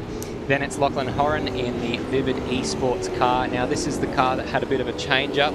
Lachlan Horan driving the car, and remind me, was it Kai Jones who... Kai Jones has jumped... No, Liam Budd had an issue. And Liam Budd had an injury, and Mike Pollard had work. So 2 cars there consolidated into one for Vivid Esports. RSM Latino, or Cuz Marangula, for Warwick Team Racing, drives the car with Steve Warwick out of 16th place. Hayden Cupid for Ignition Sim Racing is our final card. They didn't qualify last night. That's the number 158 with the black end plates on the rear wing. Teamed up with Reese McGillivray, and that rounds out our grid. Quick Stairs, prediction for the first lap. Who's bidding it? Thomas McMillan. Bagzy. Brody. And yourself, Madbird. Oh, Hayden Cupid, just because that's the name that's in the back of my head from having just said it. All right, the lights are off and we are racing for 161 laps of the Bathurst 1000, and someone hasn't got away in the back of that shot. It is the Team 76 car, I think, as they go side by side. Dayne Warren, well, Thomas McMillan, I should say, holds on to the lead out of the first corner, but in his wheel tracks is Luke Rosella in the number 55 car. Yeah, that was very, very close there for Luke Rosella. Nearly got the job done through the first corner, and Kurt Stenberg trying to nose his way up in between them on the way into Griffin's Bend. He's going to try to drive her over on the outside. Luke Rosella Corey McFarlane around the outside takes the lead through Griffin's Bend. Thomas McMillan down into second place with Kurt Stenberg all over the back of him. The 16-year-old Corey McFarlane leads the race. Dayne Warren struggling in early doors for traction, and he's coming under pressure here from Kurt Stenberg, who nearly went down the inside there as they come over the top of the mountain for the first time. Look at the lead that Corey McFarlane has all of a sudden. Yeah, there was a little bit of a tap there coming out of... Sorry, we've been calling it Dayne Warren. It's Thomas McMillan. Thomas McMillan. Oh, it is Thomas McMillan. This is a bad start. Don't worry, boys. We need to get our eye in as they come through Skyline for the first time of 161 laps, and Corey McFarlane trying to make while the making's good. All right, we've got live timing on the screen now, so we should be able to refer to the same drivers. We only got word of who was actually driving the cars a few moments ago when we went through the formation lap, but it's a big lead Corey holds already, 1.3 seconds over Thomas McMillan. So not sure how much practice Thomas has got. They look like they're going for a strategy of getting Thomas's laps out of the way so Dayne can finish the car. And bump drafting down the main straight is Colin Warwick and Kurt Stenberg, the two admins, the two friends, great mates for many, many years, and trying their best to catch up to Thomas McMillan by pushing down towards the chase. And that was a huge moment there for Kurt Stenberg, trying to get it stopped. And that's going to put him under pressure here from Colin Warwick, who doesn't want to lose too much time early doors, goes down the inside, and that's a change for position. It is. Colin Warwick, very well done, up into third place, putting Kurt Stenberg back into the grips of Ben Hall in the Lick McHugh Racing. Very good start for them. We do have confirmation that it's Aidan Sykes starting the Slincom Motorsports car. They actually also were bumped down in the order. They qualified in 9th but started from 11th, so that's unfortunate for them. Not sure if that was just an error or what the case may be. 1.6 seconds now, as you can see, the lead out the front. Corey McFarlane just stretching that advantage with Thomas McMillan having to chase after him. Colin Warwick next down the road, but he's going to be a little bit distracted by this enormous train that you can see directly behind him. There's really not too much in the way of space. All 17 cars got off the line. No one binned on the first lap, so I'm glad that none of our predictions came to fruition there. And so it's a good start for Corey McFarlane, who's gone up one spot. Colin Warwick and Kurt Stenberg are now in the places that they qualified in after Colin Warwick got that spot back on the previous lap. Ben Hall got ahead of Brendan Ross at the start. Zach Baker is up one spot. Hans Brunswick up 2 spots from where he started, so he's doing a good job. Didn't qualify inside the top 10, so he didn't do the shootout, although with that little switcheroo that you mentioned before, might have been up a bit further than normal. So then we've got Nathan Higginson, who's up in 9th, 3 spots up from where he started. And then it's the Trent Allen car of the Allen Tech Sport car of Trent Allen that has been one of the big losers off the start. Lost 3 spots, so they're down in 10th place, so that's a bit unfortunate for them. Ryan Smith lost 2 spots, and he's currently side by side here with Aidan Sykes. And so let's see how that one resolves itself. It looked like he was in two minds there about pulling out of that through the chase, but Aidan Sykes has managed to put it back up into 11th where they started the race. So the road to recovery begins for the Slincom Motorsports car. Ryan Smith down 3 spots from where he started, and an RSM Latino up 3 spots from where he started. Brandon Dostal, Ben Rhodes, Lachlan Horan each lost a spot off the start, and Hayden Cupid is the only car, or is still just in last place in 17th. So that's the way that it stands at the moment. Corey McFarlane enjoys a 2.5 second lead over Thomas McMillan, who is starting to come under some pressure from Colin Warwick, who's broken away from Kurt Stenberg. Yeah, so has managed to break the grip that Kurt Stenberg had on his rear bumper. We're only on lap 3, it feels like we've been talking for longer than that. And Thomas McMillan maybe hasn't been racing. Has he raced the last couple of rounds? I obviously haven't been not to see. So yeah, maybe he doesn't have the sort of match fitness, I suppose, compared to Colin Warwick, who's been racing for the entire year. So I'm sure he does racing of other kinds. In fact, I know he does, but AMS is a bit of a different beast and can be a little bit funny in the way it controls. So if you're not used to it, it can be hard to adapt to it coming over from iRacing or whatever. So just down through the Pizza Hut Forest Elbow, and it looks like Colin Warwick's going to have a decent slipstream on Thomas McMillan all the way down and into the chase. Looking good, made easy, says the Armorall Bridge. Speaking of people that look good. Oop. Never mind. My segue was a failure. What was that, Bagzy? Oh, you were talking about people who look good. Yes, yeah, of course. I assumed you were referring to me. Of course, I was. Unfortunately, we didn't have you on screen at the time, but we already showed you deep throating that burrito, and I mean, how much better could you look, possibly? Like, let's be honest. That probably peaked. As Corey McFarlane's at his fastest lap, he is absolutely rinsing away out front at the moment. He is, yeah.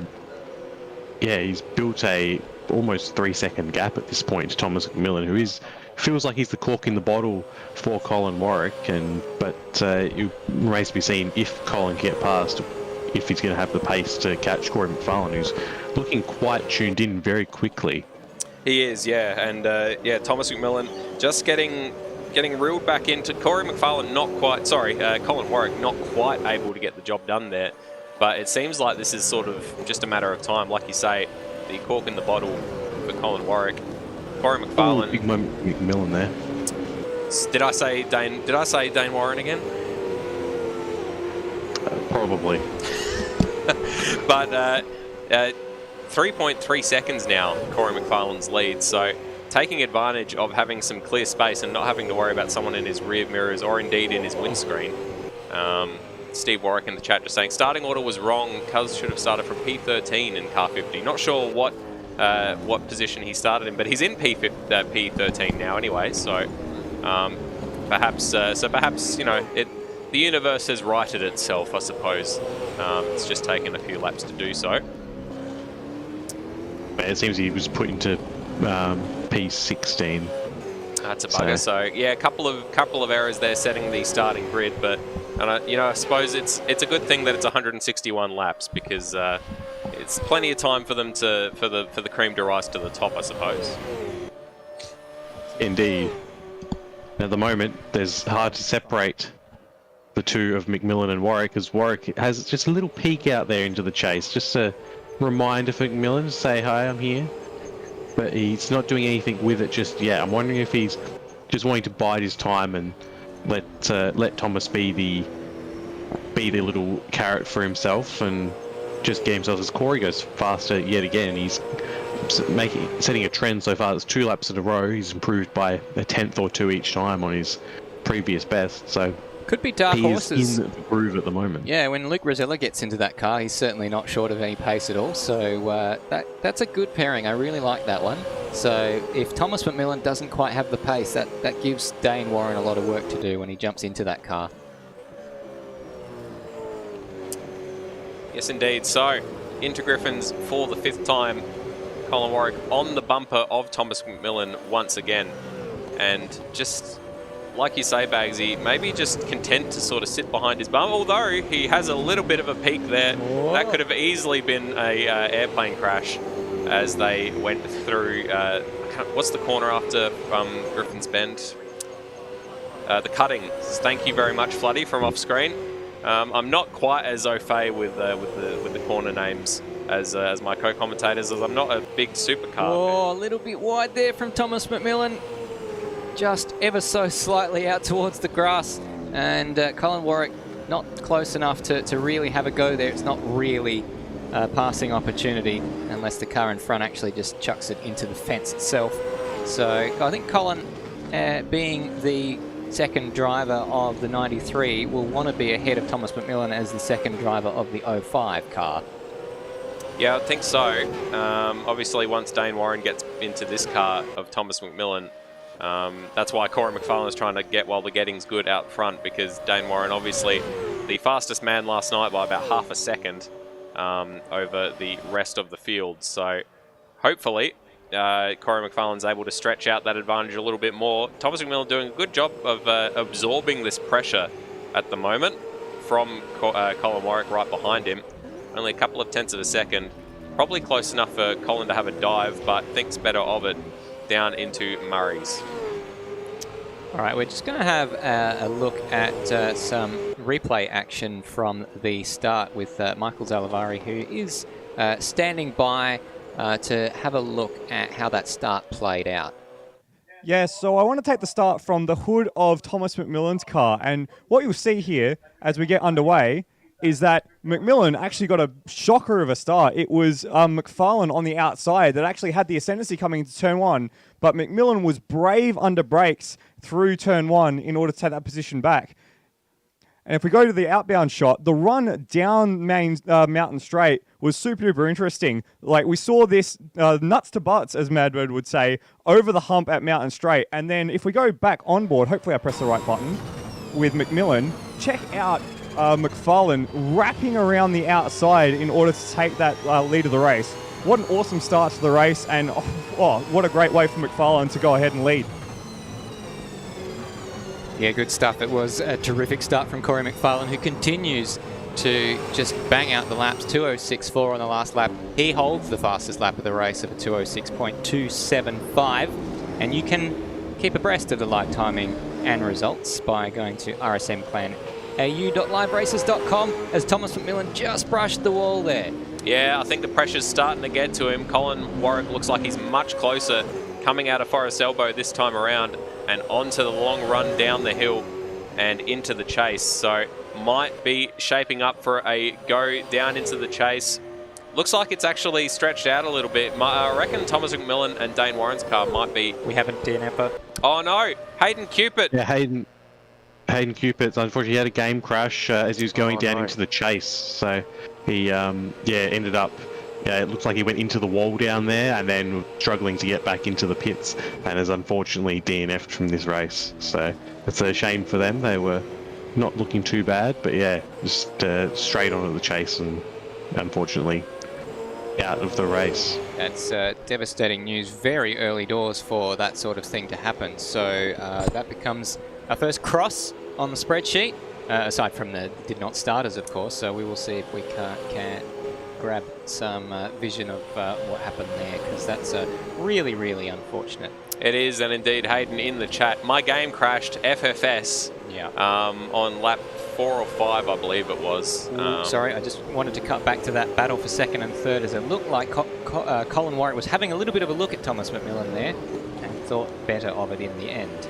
Yeah, it's... I think Thomas McMillan, I reckon their car might be geared towards straight line speed. They're all obligated to use the same gearing, same gear ratios. So whatever it is, maybe it's aero based or something like that. Is that a real life Supercars thing? The gear ratios need to be the same? That's a Flood question, and he seems to be nodding his head. He's nodding. I don't know if that's in relation to what we were talking about or as something else. But just be thinking of Will Smith's song. So the 158, that just leaves the one Ignition Sim Racing car in the race, and that is Hayden Link and Ryan Smith in the number 250. So Cupid, Ryan McGillivray, I feel for, who didn't even get a chance to jump into the car. At least they're making life a little bit easier for us by removing the duplicate liveries from our view. Obviously, the Ignition Sim Racing guys were nice enough to have different coloured end plates to make it a little bit easier on us, but still, knowing that there's only one left running will be a little bit useful, but still bad luck there for Hayden Cupid. Yeah, screen freezes led to a crash, which led to a game crash, he says in the chat. So drives through penalty for Kai Jones, so I'm not sure what's happened there. It's interesting. We're going to catch. He's a minute and 40 seconds behind, so I feel like he must have done a pit stop or something similar. So that's pretty close, isn't it? We're hearing noises in the back of the commentary box reacting to this battle. Yeah. Sorry, Bagzy, go ahead. Yeah, Kai has gone through the pits there. So it will be a drive-through penalty for speeding. Yes, so that's unfortunate. Still plenty of time to recover that.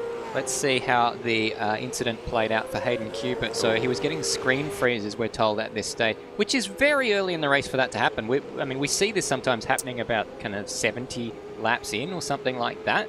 But in this case, it's happened on lap 7. Prior to the race of the start of the race, the delay was because Hayden Cupid's AMS was freezing up and he didn't load in, and then he apologised for his computer being a potato. So it sounds as if it might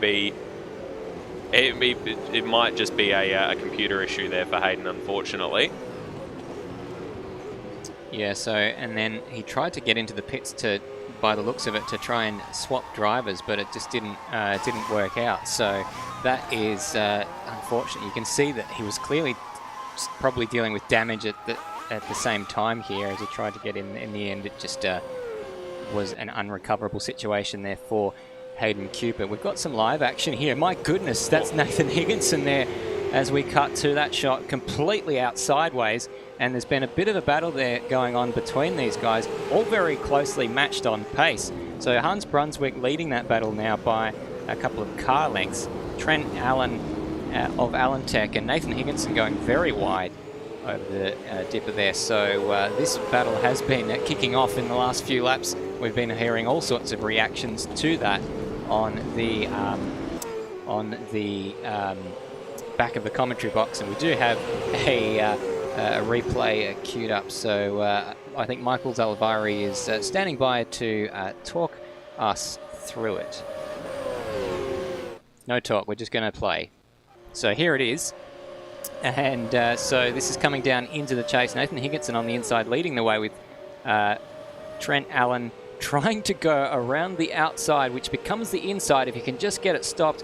Good job there with Higginson giving him the room and driving around the outside, getting a good exit there. So, and then we're just going to fast forward this forward to see what happens next. And there is Trent Allen coming under fire from Hans Brunswick, who's, as we saw, now got to the head of this queue. So benefiting from those two guys battling, running up Mountain Straight with Hans Brunswick on the outside. And Nathan Higginson, at this point, you would have thought he would back out of it, but he's got the Trent Allen car on the inside, a huge lockup, and tyre smoke everywhere. They all kind of file back into single file to go around that notoriously difficult corner. And so that was how that battle played out, Madbird. Yeah, and cutting back to live action, it looks as if the Allen Tech car has fallen behind the Nathan Higginson car once again. Yeah, we've also had a swap for second place. Colin Warwick has made a move up into Griffin's Bend. He's now in second place. All right, so it's all happening pretty early on in this race. It's sometimes hard to keep up with it when it's all so closely fought, and the cars are all still quite close. Apologies, this is not a replay. I'm just getting mixed up with my buttons. However, Colin Warwick has gotten up into second place, so we'll see if we can find footage of that. Trent Allen is still behind the Nathan Higginson media car there, with Syncom Motorsports breathing down his neck. And we can see there a Vivid Esports car going very slowly. It's going very slowly. I believe that's Kai Jones, who already is a lap down. I think he was just getting out of the way there. I think we're okay. He was, yeah. Because he does, of course, have that drive-through penalty. Thought he'd hit a wall. Not the case. So that's, thank goodness for that. Possibly has hit a wall as well. So that replay I didn't quite cue from early enough, but this was the move for Colin Warwick on Thomas McMillan to get up into second place a few moments ago. So, or was it? I thought that was. Maybe this replay is too old. Looks like that's the replay was is next lap. out to 80 seconds, not 20 seconds. So I'm not sure what happened there. Bagzy, what have you got for us? No, it happened on the next lap, that one. So it was same spot, next lap. Okay. That We'll get there. They made it up. Yes. So this is just us fast forwarding to get to the point where Colin Warwick did in fact get past Thomas McMillan. So I'm not sure why that replay ended up a lap behind us. But here is the move up inside. So he had a bit of a rehearsal on this the previous lap. No, he didn't do it. Oh. I don't know what's going on there. Well, I'm not sure what lap you guys, but it definitely happens. All right, we'll in see if that we can spot. cue that up while we go back to live action. There is RSM Latino.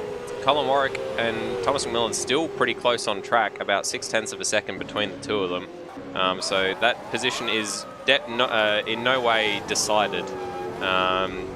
I'm surprised that Kurt Stenberg has fallen back so quickly. He's now about 7 seconds behind Thomas McMillan in third place, with Zach Baker not too far behind him as well. So it's not all going the reigning champion's way. But it never does early doors. It doesn't seem to, no.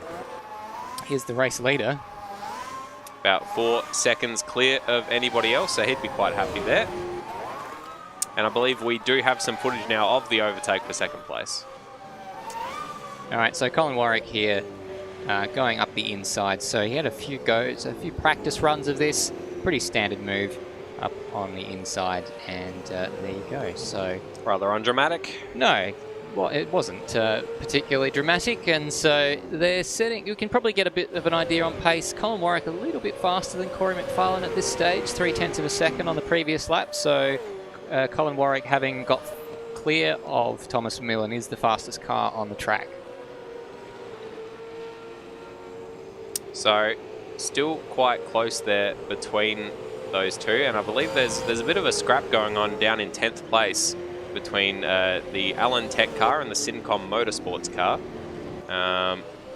as they scrap over that 10th place position, with the Nathan Higginson car really not too far ahead of them, as Syncom looks to dive out but is not close enough into Hell Corner.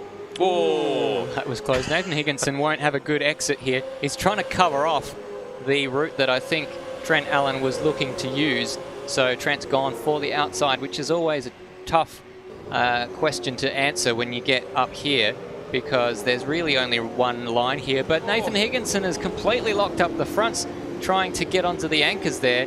And so that makes it very, very tricky for Trent, who's, I think, backed out of that one, looking like he was trying to go around the outside of the cutting, which is always a bit of a tough ask. But Higginson has bowled it completely wide and still manages to hang on to the position. It's side by side here. Higginson wiggling nearly into the wall. Somehow, I think he's being kept in this by Trent Allen's circumspectness, if that can be used as a term. Yeah, Trent being a little bit cautious, which I don't really blame him, because Nathan Higginson appears to be all over the bloody shop. So it's very easy to get to tag the rear corner of a car and get pitched into the wall. So hopefully he manages to keep it on the track for a little bit longer. So Trent still chasing after Higginson. Maybe he's going to be able to set it up down Conrod Straight here, and into the chase. He's definitely close enough. If Higginson behaves in a predictable enough manner, let's say, and is able to be overtaken. Madbird, I'm going to jump out of commentary and leave you with Michael Floodman Zalavari and this fantastic battle. Yeah, very good. So Trent Allen trying to stay on the inside into the chase, but is not able to do so, as I squinch myself up as much as I possibly can. It's hard to fit this big body in a tiny commentary booth, you know.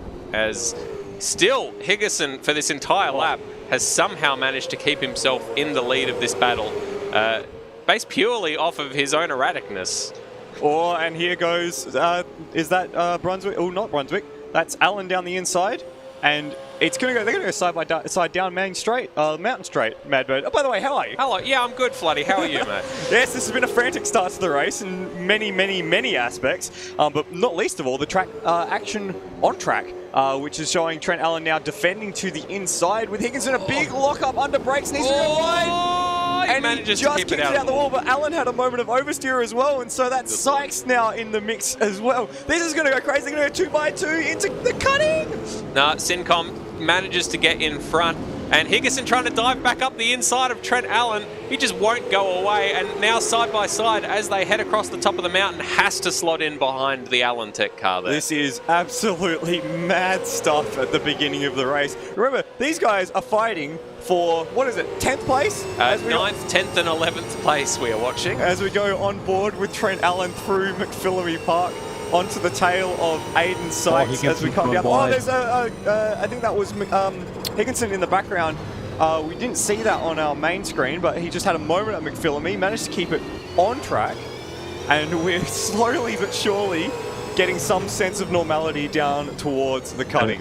Sorry, we cut across you, Bagzy. What did you say? While this battle was going on, McMillan has got back past Warwick into Hell Corner. So it's McMillan has found a little bit of pace now. He's getting back into that groove, and he's managed to get ahead of Warwick, but they are both holding each other up significantly. The gap at the front's out to 5 seconds. So here is that battle. Thank you, Bagzy. And it is, as you made mention, Warwick behind McMillan. So we'll see if we can find a replay of that move, and we will see whether or not we can get a bit of an idea of how that happened. It looks like Colin's shaping up to try to undo that retake from Thomas McMillan, but does not quite have the pace up Mountain Straight and into Griffin. So Thomas McMillan holds on to that second place position for now, as they, as you say, holding one another up. 5.2 seconds now the lead. Music to Corey McFarlane's ears.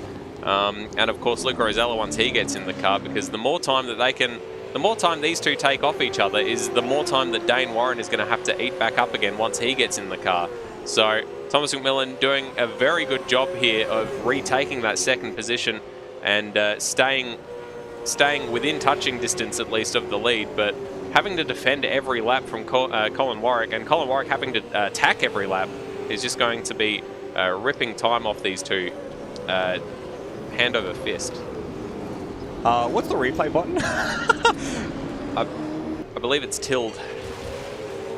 Tilde and keypad 0. Cool. Okay, Yeah, so hearing. we've got that here. Here is the pass. So it was actually a run up Mountain Straight for Colin Warwick. He moved to defend to the inside and actually had a moment under brakes and ran wide. So McMillan did a great job to sort of sneak his nose in there and for it to affect the pass. So well done, McMillan. And well done, Warwick, for, I guess, making sure he didn't crash into the side of the race. Sort of an unforced run wide there for Colin Warwick, which is a shame for him. Definitely not a shame for Thomas McMillan. That gap now down under 5 seconds. So Corey McFarlane maybe having used up a bit of his tyres. Just that gap equalising out the front. We just saw on our second screen a moment for Brandon Dostal coming through the dipper. We'll just see if we can get a replay of that in just a moment, as we're just waiting for these guys to get through. So here's the moment for Dostal. We just caught this on our other screen, and he had a big tank slapper coming through the S's and just tagged the wall at the dipper. That's not a place where you want to be tagging the wall. No, you get slightly offline across the top of the mountain anywhere, and it basically ruins your entire run, because it is such a groove section of track. You need to be in a rhythm to get through it unscathed. And any little mistake, it's very easy to get off that rhythm. I'll say we've also had Aiden Sykes had a moment. He's lost the positions to Higginson and Allen. He had a spin coming out of the cutting a lap or so ago, and ended up in a driveway. Oh no. So it looks like about a 10-second gap now between Higginson and Sykes, so that's a shame for Aiden after all that hard work. But, you know, I guess we are still only on lap 1-4, I was going to say. There's some more flight sim coming out. You say the numbers separately. We're on lap 1-4 of 161. And there's plenty of time still to make those positions back up again. Looks like Zach Baker.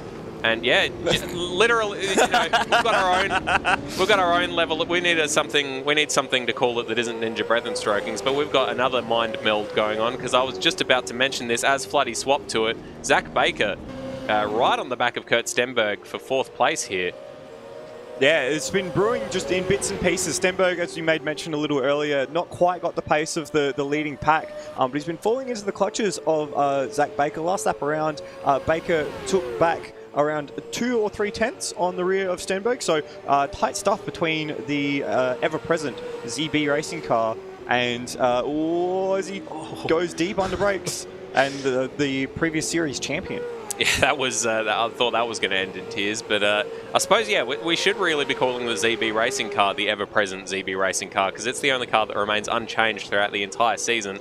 Looks like he bowled it a little bit deep there at Murray's, and he's lost a bit of time. But based off the relative pace of these two, he should be back on the bumper of Kurt Stenberg in the not too distant future. Another thing that we should just keep a little bit of a track on is our race leader, and you can see already coming up to lap a bit of traffic in the form of Rhodey in the Team Rhodium Presents Yeet Racing. So that's going to complicate things pretty soon for Corey McFarlane. As you made mention, Madbird, losing a little bit of time to the chasing pack.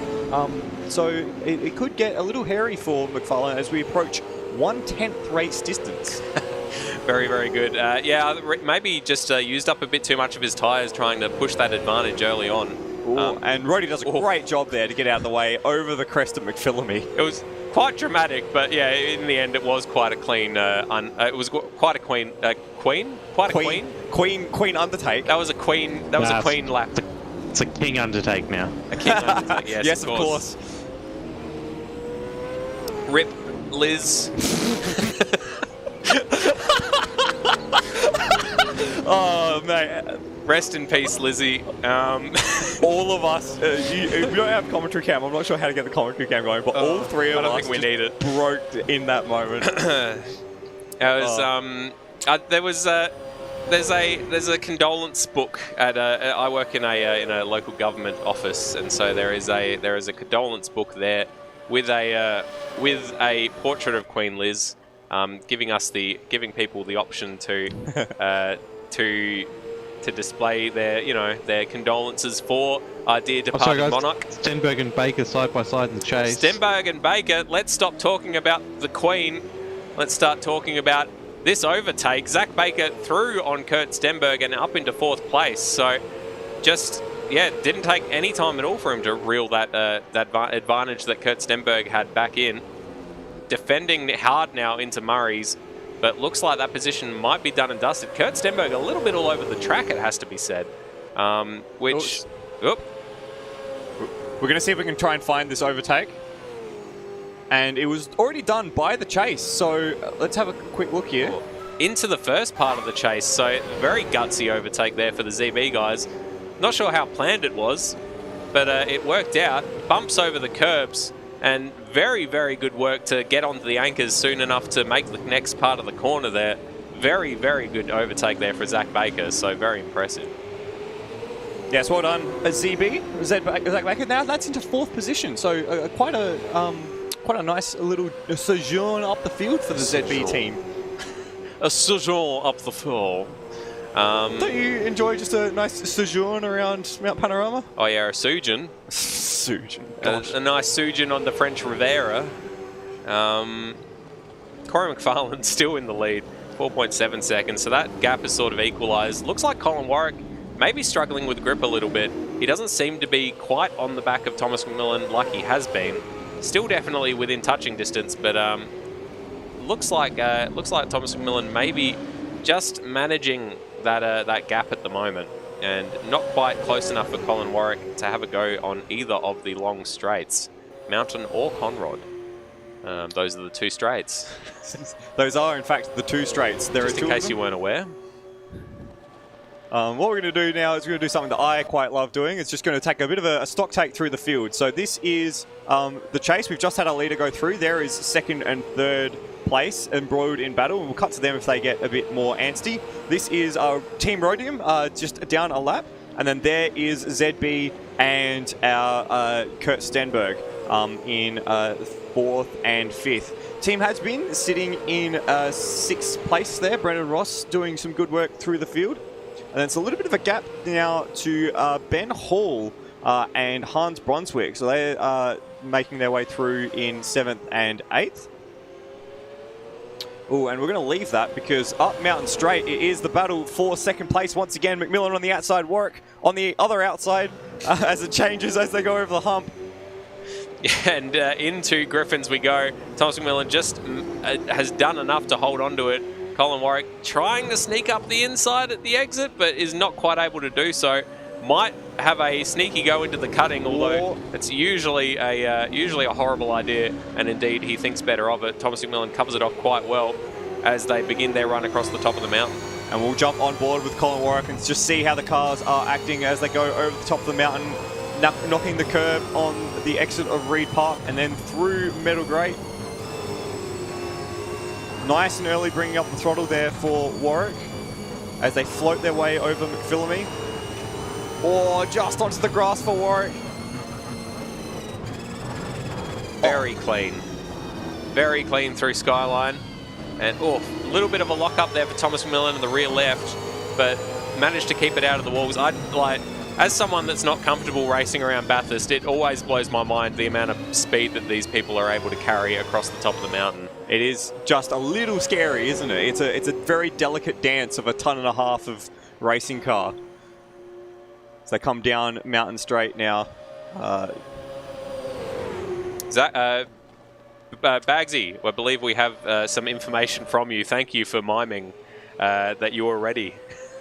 Okay, I was trying to subtly do that, and then it cut to me while I was still waving. So Stitched up. I've been stitched up again. We've had our first person blink on pit stops. Aiden Sykes has gone into the pits and has just departed, and he is going. Lap 17 he's gone to there. So a bit of a shorter stint, perhaps to try and balance things out towards the end. They have gone in. Yep, taking that early, that short pit stop very early on to try and change their strategy around. Well done, Bagzy. Thank you very much. No worries. We've still got eyes on this battle between Colin Warwick and Thomas McMillan. Well done. Thank you. Eyes on McMillan. Eyes on McMillan. Say the President's security detail as they're up into Griffin's Bend, and looks like Colin Warwick, not just not quite close enough to have a go, but just keeping himself ever present in the rearview mirror of Thomas McMillan. Must be slightly unnerving seeing a car right up your chuff at all points of the track. Hans Brunswick. And as these guys go up the mountain, there's another little battle that we've started. We just saw on the other screen Hans Brunswick a few car lengths back from Ben Hall, but that gap has closed dramatically in the past lap.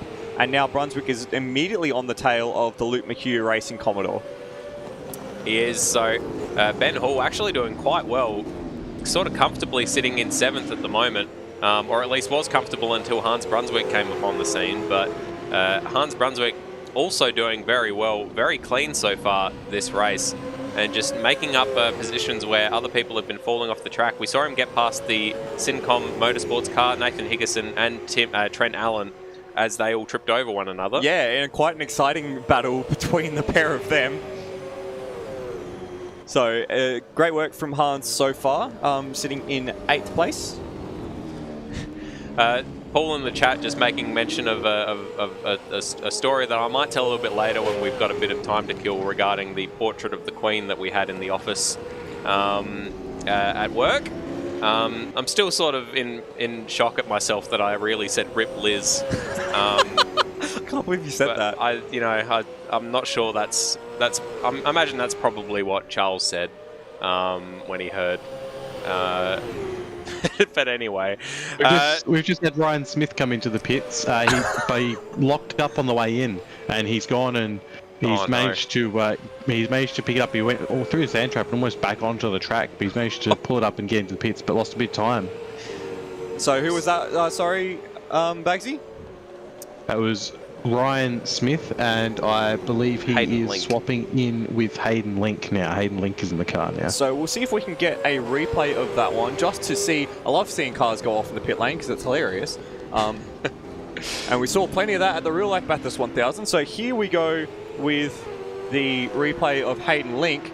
So Ryan Smith, rather. Big lock up as we came into the lane and just sat in the gravel trap there. He did do a 3-point turn and spin it around, but we're going to leave that because this is happening down Mountain Straight. Brunswick now around the outside going into Griffin's Bend. Ben Hall with great defensive action there. Oh, big use of curb from Brunswick, and he doesn't quite manage to get it up the inside, so not ideal. Well done from both of them, truth be told. Yeah, no, very well done to both of them to keep it out of the wall there. It looked like it was a little bit dicey, but they've managed to keep it on the black stuff. Whoa! Oh! Incredible four-wheel drift there from Zach Baker through the S's. Let's take a look at that. We just caught that as it was happening. So we're coming over McPhillamy now and into Skyline. He's behind Kurt Stenberg at this point as well, so that's a change of position. But check this out. We saw it here.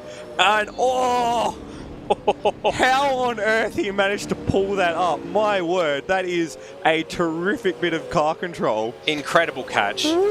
And he's somewhat unsurprisingly lost that position to Kurt Stenberg throughout all of that. And so he's going to have to get that job done once again. But very well done to keep it out of the wall there for the ZB Racing guys, as we see Colin Warwick, the first of our front runners to blink into the pits on lap 20. And this is even fuel strategy. So this is going straight through with 20 lap chunks for Colin Warwick.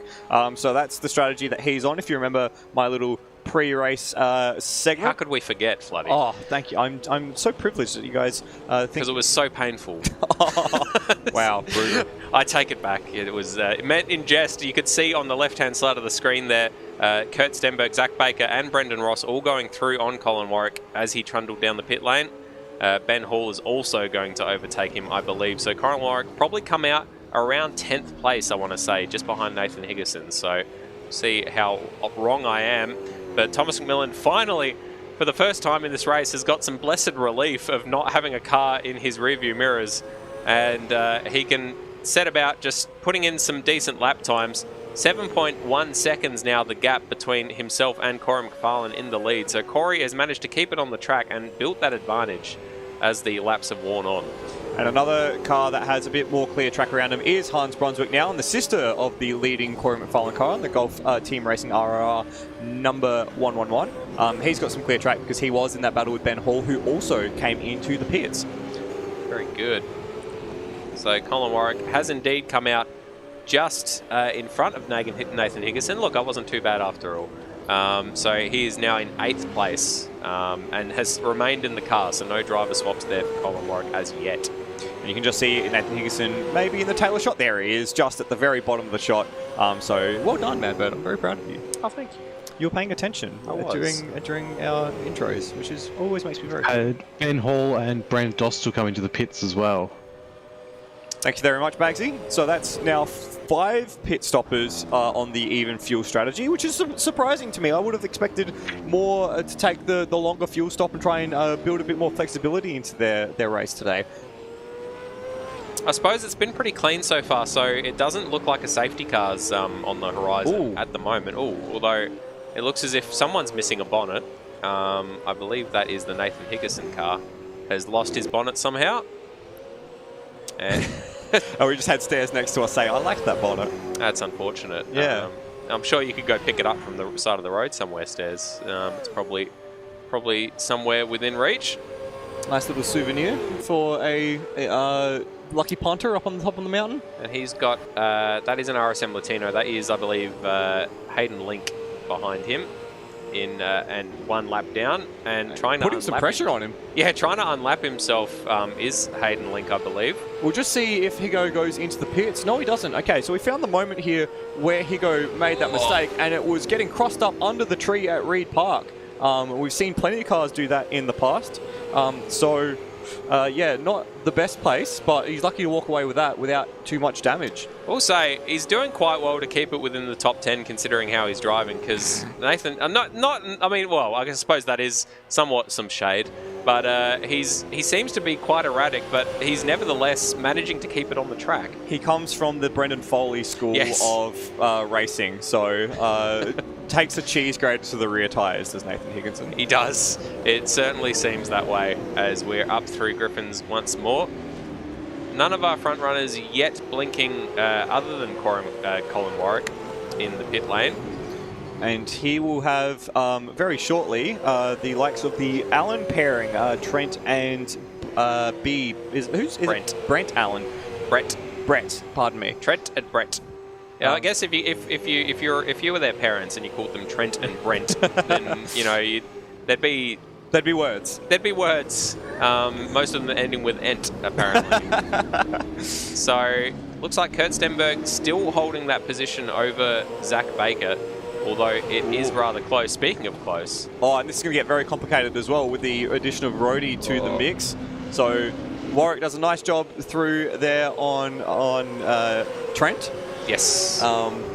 And we'll see, it gets through before they encounter Rhodey as well, so that makes it a little easier for them to process the traffic. The red Allen Tech car obviously has not pit yet, so maybe just sort of a bit of realism, realising that isn't his battle with Colin Warwick, so it didn't make it too difficult for him. Speaking of Warwicks, we have Steve, father of Colin Warwick. Grandfather of Colin Warwick's son, or daughter, I kept up on... Daughter, my bad. Can't remember her name. That's my goodness. That was a female sign that Stairs was trying to make. Sorry, go ahead, Bagzy. Trent Allen in the wall down at the chase. Oh, no.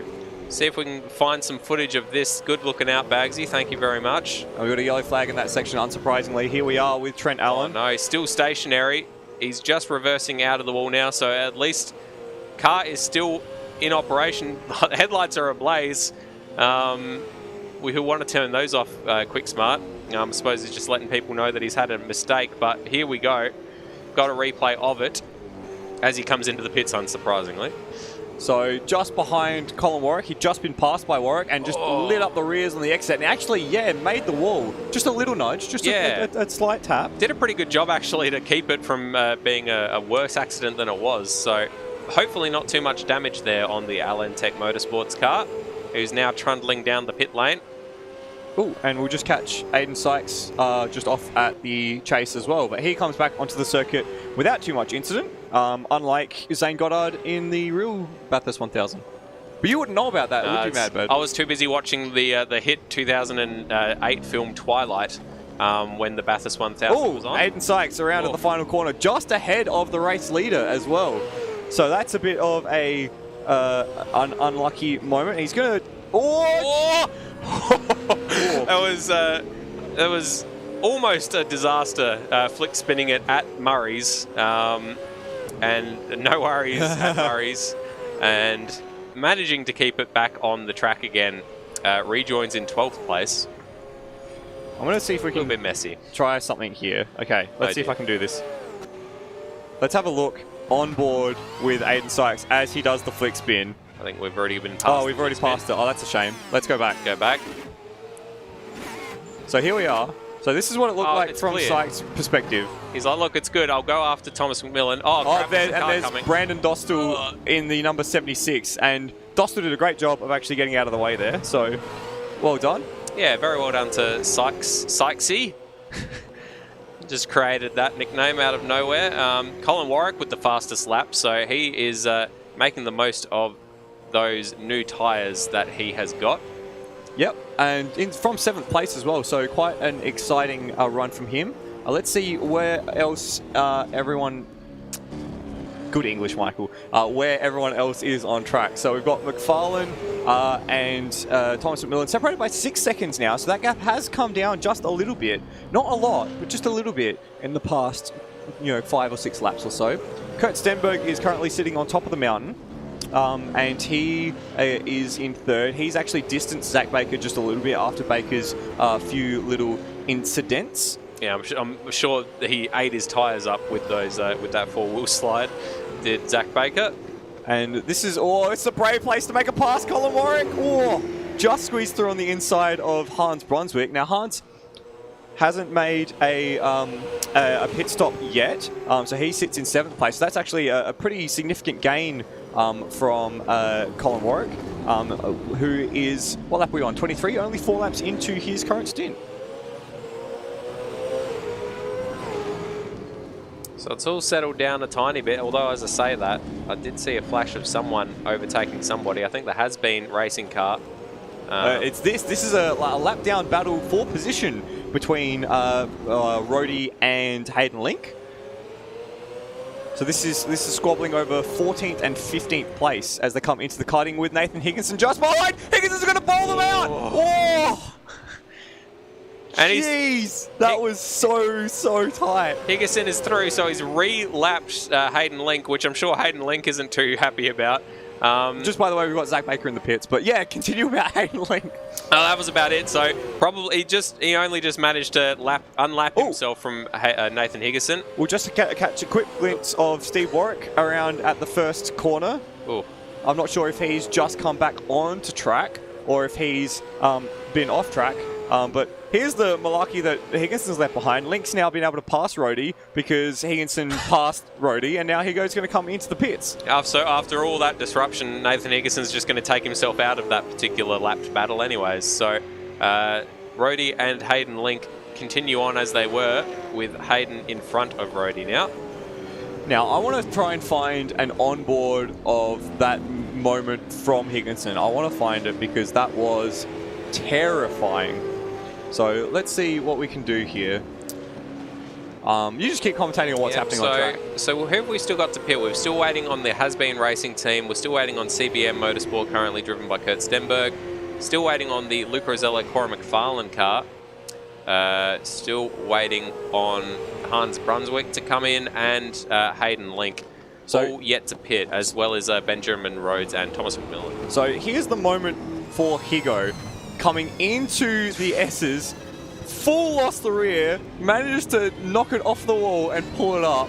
Hayden Link must have had his eyes on stalks there as he came through to see a Commodore sideways just next to him. Just mad Race leader stuff. in the pits, guys. Oh, what's that? Sorry, mate. Race leader in the pits. And we'll see if we can bring that up. There we are. In fact, both are top two in the pits. Race leader and Corey McFarlane and Thomas McMillan. So Kurt Stenberg remains out by the looks of it. So he's going to continue on and assume the lead of this race. Thomas McMillan, I wonder where his pit box is. I think it might be right next front to them, of yeah. Corey McFarlane. And you can just see in the background of shot, maybe just behind the timing tower, that we've got the Has-Been Racing car in the pits as well. So we have our new leader out on track. It is Kurt Stenberg, who starts his 24th lap. So long, well, not quite long, but longer than what I expected on this this stint of fuel. Also looks like the ZB guys made their driver swap, so David Nadadich into the car with their pit stop a couple of laps ago. So that's a very early driver stop to get out of the way. So things happening here. We are in flux in the commentary, or not, sorry, we're in flux on track, and we'll soon be in flux on the commentary box as well. So, Madbird, I believe it's time to bid you adieu. Yeah, bid me adieu, and I will. I'll go have a sojourn, and I'll be back later on. Can you come back with lunch? Oh yeah, that's something I could do. I'll see if I can figure something out. Brilliant. So we'll soon have Stairs stepping in just a moment, as we got Kurt Stenberg on track. It is a little bit of a dance in the commentary box here.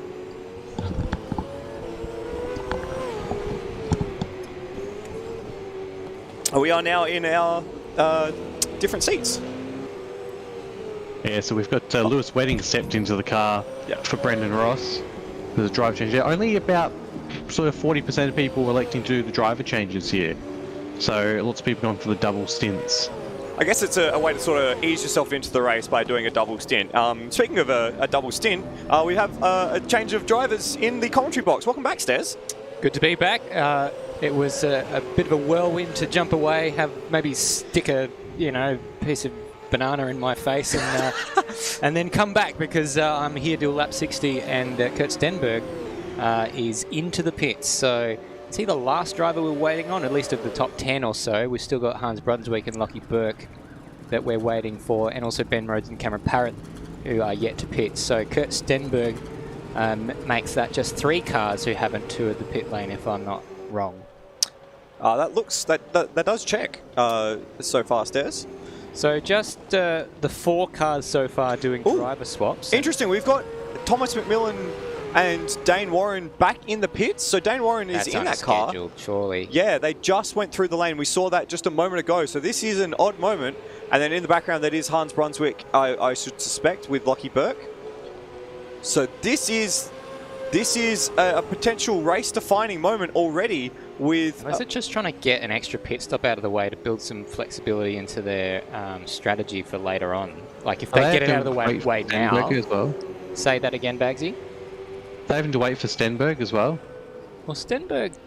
Oh, he's got to do a 3-point turn because Brunswick's box is exactly behind his. Yeah, wow, that is a bit of a comedy of errors there. Wait, did he move forward? How are they sharing a box? There's no way they should be sharing a box. They are not polyamorous. There's no sharing boxes going on in the Bathurst 1000. At least there shouldn't be. That could be a race-defining moment itself if every time they come into the pits, they've got to use the same pit box as the number 47. Wow, that's very curious. Indeed, Stairs. This is already we're only what 50 minutes in, 55 minutes in, almost an hour down. We're already getting into possible things that could change the face of the race later on. It's to our detriment to try and predict anything, but has there been an issue here that is just going to hamstring them for the rest of the race? Especially if we have the teams bunched up when they come into the pits based on safety car periods and all that sort of stuff that's yet to play out. But it's sent Dayne Warren down to 8th. Dayne Warren has got into that car during that pit stop, by the way. Maybe they meant to do a driver swap. Dayne Warren before that. Yeah, Bagzy. What's that, sorry? So Dayne Warren got into that car at the first pit stop. Oh, he did, okay, beg your pardon. So, did he have a setting wrong that he had to jump into the pits to do? So this is what it looked like from Dayne Warren. He's in a box there, isn't he? No, he's in between the two. He's in between the two. I don't know why some of my keys aren't working. Oh, there it is. Yeah, so you can see there Hans Brunswick is in the box behind there. So that was lucky for Hans Brunswick that kind of didn't happen a few seconds later, because then he would have been blocked from being able to get out of his box. So how much was that? Like a 10 seconds or something that might have cost Dayne. And that's on top of coming through the pit stop again and doing another pit. So that's another... Well, what's the gap now between Dayne and the front of the field? That is... where are we? He's 28 seconds behind...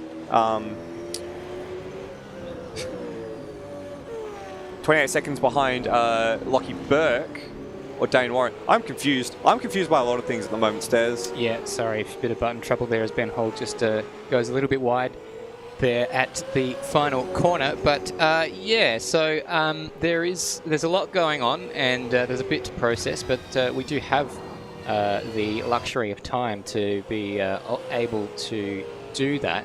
Colin Warwick, in the midst of all of this chaos, is probably the happiest of all fellas, because he has gone to the lead and enjoys quite a sizable advantage over Corey McFarlane. 10 seconds now, and just looking at the lap times, not the fastest on the track because Corey's still banging out some decent times, but that is quite a big advantage. So they've made their move going to the front, and these are the defending champions. So that's with Ethan yet to get into the car.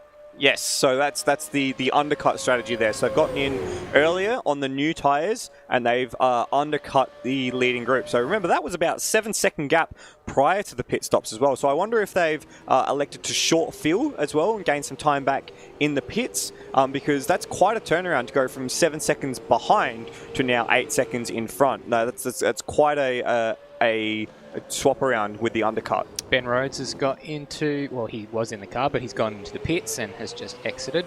So that just, that's our entire field now having toured the pits at least once. And for Dayne Warren and Thomas McMillan, twice. So visiting on lap 25 and coming back in 26. So what could that have been?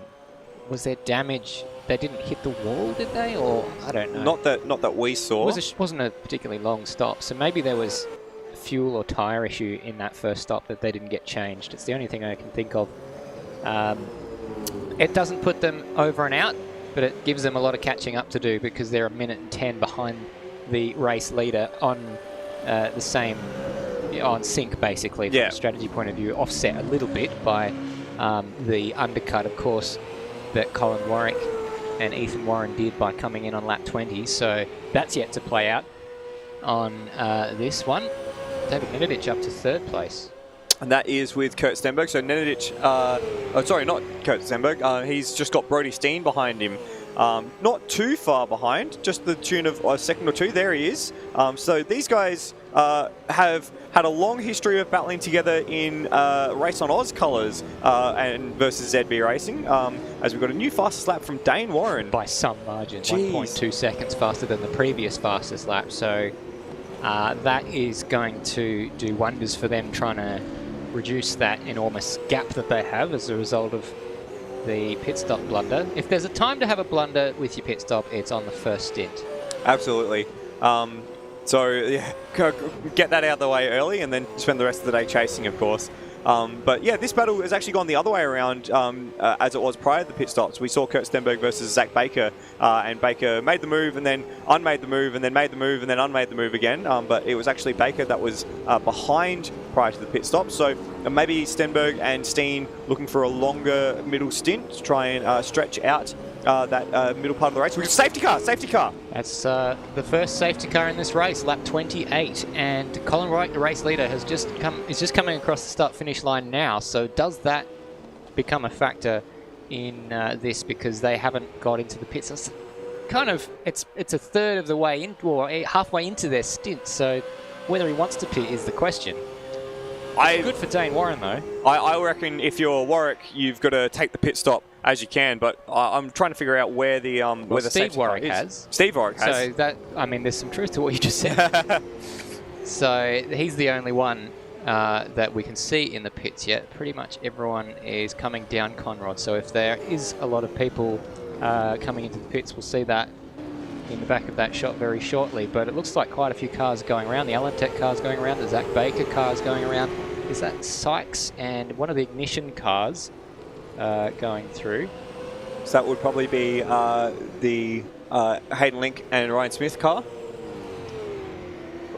Yes, it is Hayden Link currently in the box there. So that is also Lewis Wedding and Brendan Ross. So Team Lewis has Wedding, been, and the CBM car of Stenberg and Brody Steen as well. Ooh, the Vivid car in the background just nearly hit the pit wall on the entry. One of the Golf Team AAR cars as well, also in as well. So I think that is Lockie Burke in that car just coming into the pits. So bit of action. Did we see what caused that safety car, or was it just one of those random safety cars? I think it might actually be the spam in our live chat that's caused that safety car stairs. Oh, it's back. Adult dating. Well, if you've ever wanted some adult dating, then quickly get on that before. There's no link to this spam, so I don't know what they're trying to achieve there, but we'll do our best to get rid of that. Before that spam eventuated, we had some comments there. Hans Brunswick says, the times I'm doing, I'd be able to win the 2001 Bathurst 1000. Yes, but it is the 2022 Bathurst 1000. And then Rossi96 saying, fingers crossed, the car wasn't as fast as it was last year. Hopefully the car comes to us rather than drops away as significantly as it did last year. And that is a good point. You know, the way that you handle the car throughout the course of the race, you know, it's buying that ticket to use an overplayed cliche to the last stint of the race. I mean, it's a little bit like in AFL. Whoever comes good in September ends up winning the premiership. Of course, you've just brought up AFL because your beloved Geelong Cats came good in September, didn't they? Well, they came good in June and then just managed to continue being good throughout most of the year. So, but yes, I mean, I like to use the Bulldogs from 2016 example when they were 8th and ended up winning the premiership off the back of a fantastic final series. But we're seeing Zach Baker and Ben Hall come in as well. So that is 2 more cars coming in to get another pit stop out the way. They're allowed 1 pit stop that counts towards their compulsory 7 for each safety car. So you can't just, like, you know, pit and then pit and then pit and then pit under the same safety car.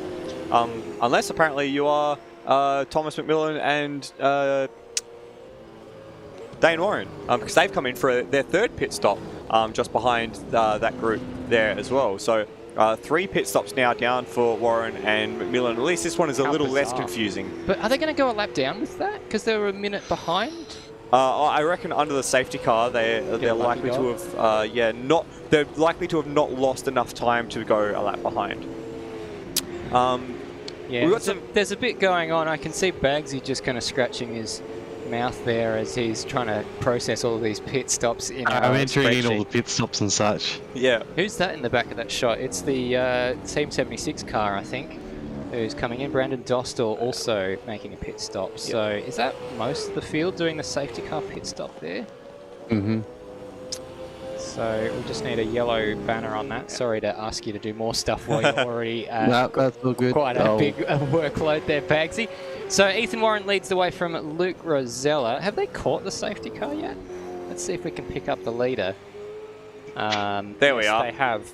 So that's the race-leading car of Ethan Warren, who's jumped into that car in the previous pit stop after Colin Warwick did the opening 2 stints. A shorter stint for his second, just 9 laps, I believe. Yeah, but that will play nicely into his hands because it means that now they can run longer stints towards the end of the race. We've got a little bit more of some wisdom and insight from the live chat. James Donovan, our cameraman, thank you, James, saying the fastest car will win the race. And then LJ, I'm not sure who LJ is, saying that whoever crosses the line first will win the race. I've always thought that it would spice up racing if you said that that wasn't the case, where if you just decided on the last lap, the car that crosses the line third will win the race. Everyone just has a mad dash to try and finish in 3rd place. Exactly. So, What's the worst that could happen? What is the worst that could happen? So, Rossi96 saying, I'm nervous with the Higginson car behind us, and that is probably... that's probably something that is, good. Oh God, I'm having a mad today. I can't. My mind is like mush. It's okay. You've had a very big. Considering what some of the action we saw from Higginson early on, that's probably a good point. Higginson has been a little bit out of control at times, but he has gathered it up more often than not. He did lose his bonnet early doors, so he has been probably going at 10 tenths a little bit too much and needs to. But he's still got his doors. There'll be early doors and there'll be late doors. Well, there was early bonnet departure for him at least. And speaking of departures, it seems that we've had Bagzy depart us. So yes, so he did mention he has to go sell his car, so that would be perfectly timed if he does that after he's added all the pit stops. So we might just need to double check that we haven't missed any. But it looks like that crocodile is just forming up behind the safety car now. A few people just coming through. I think it's the Aiden Sykes car is currently exiting the pits at the moment in 10th place. And so this is always a factor. We have random safety cars, and the number of safety cars that we tend to get is just completely at random. Bagzy looks like he has rejoined us after what was potentially a bit of an internet issue, but welcome back, Bagzy. I was just going into a different channel just to confirm when people pick in driver swaps and such. And what can you tell us?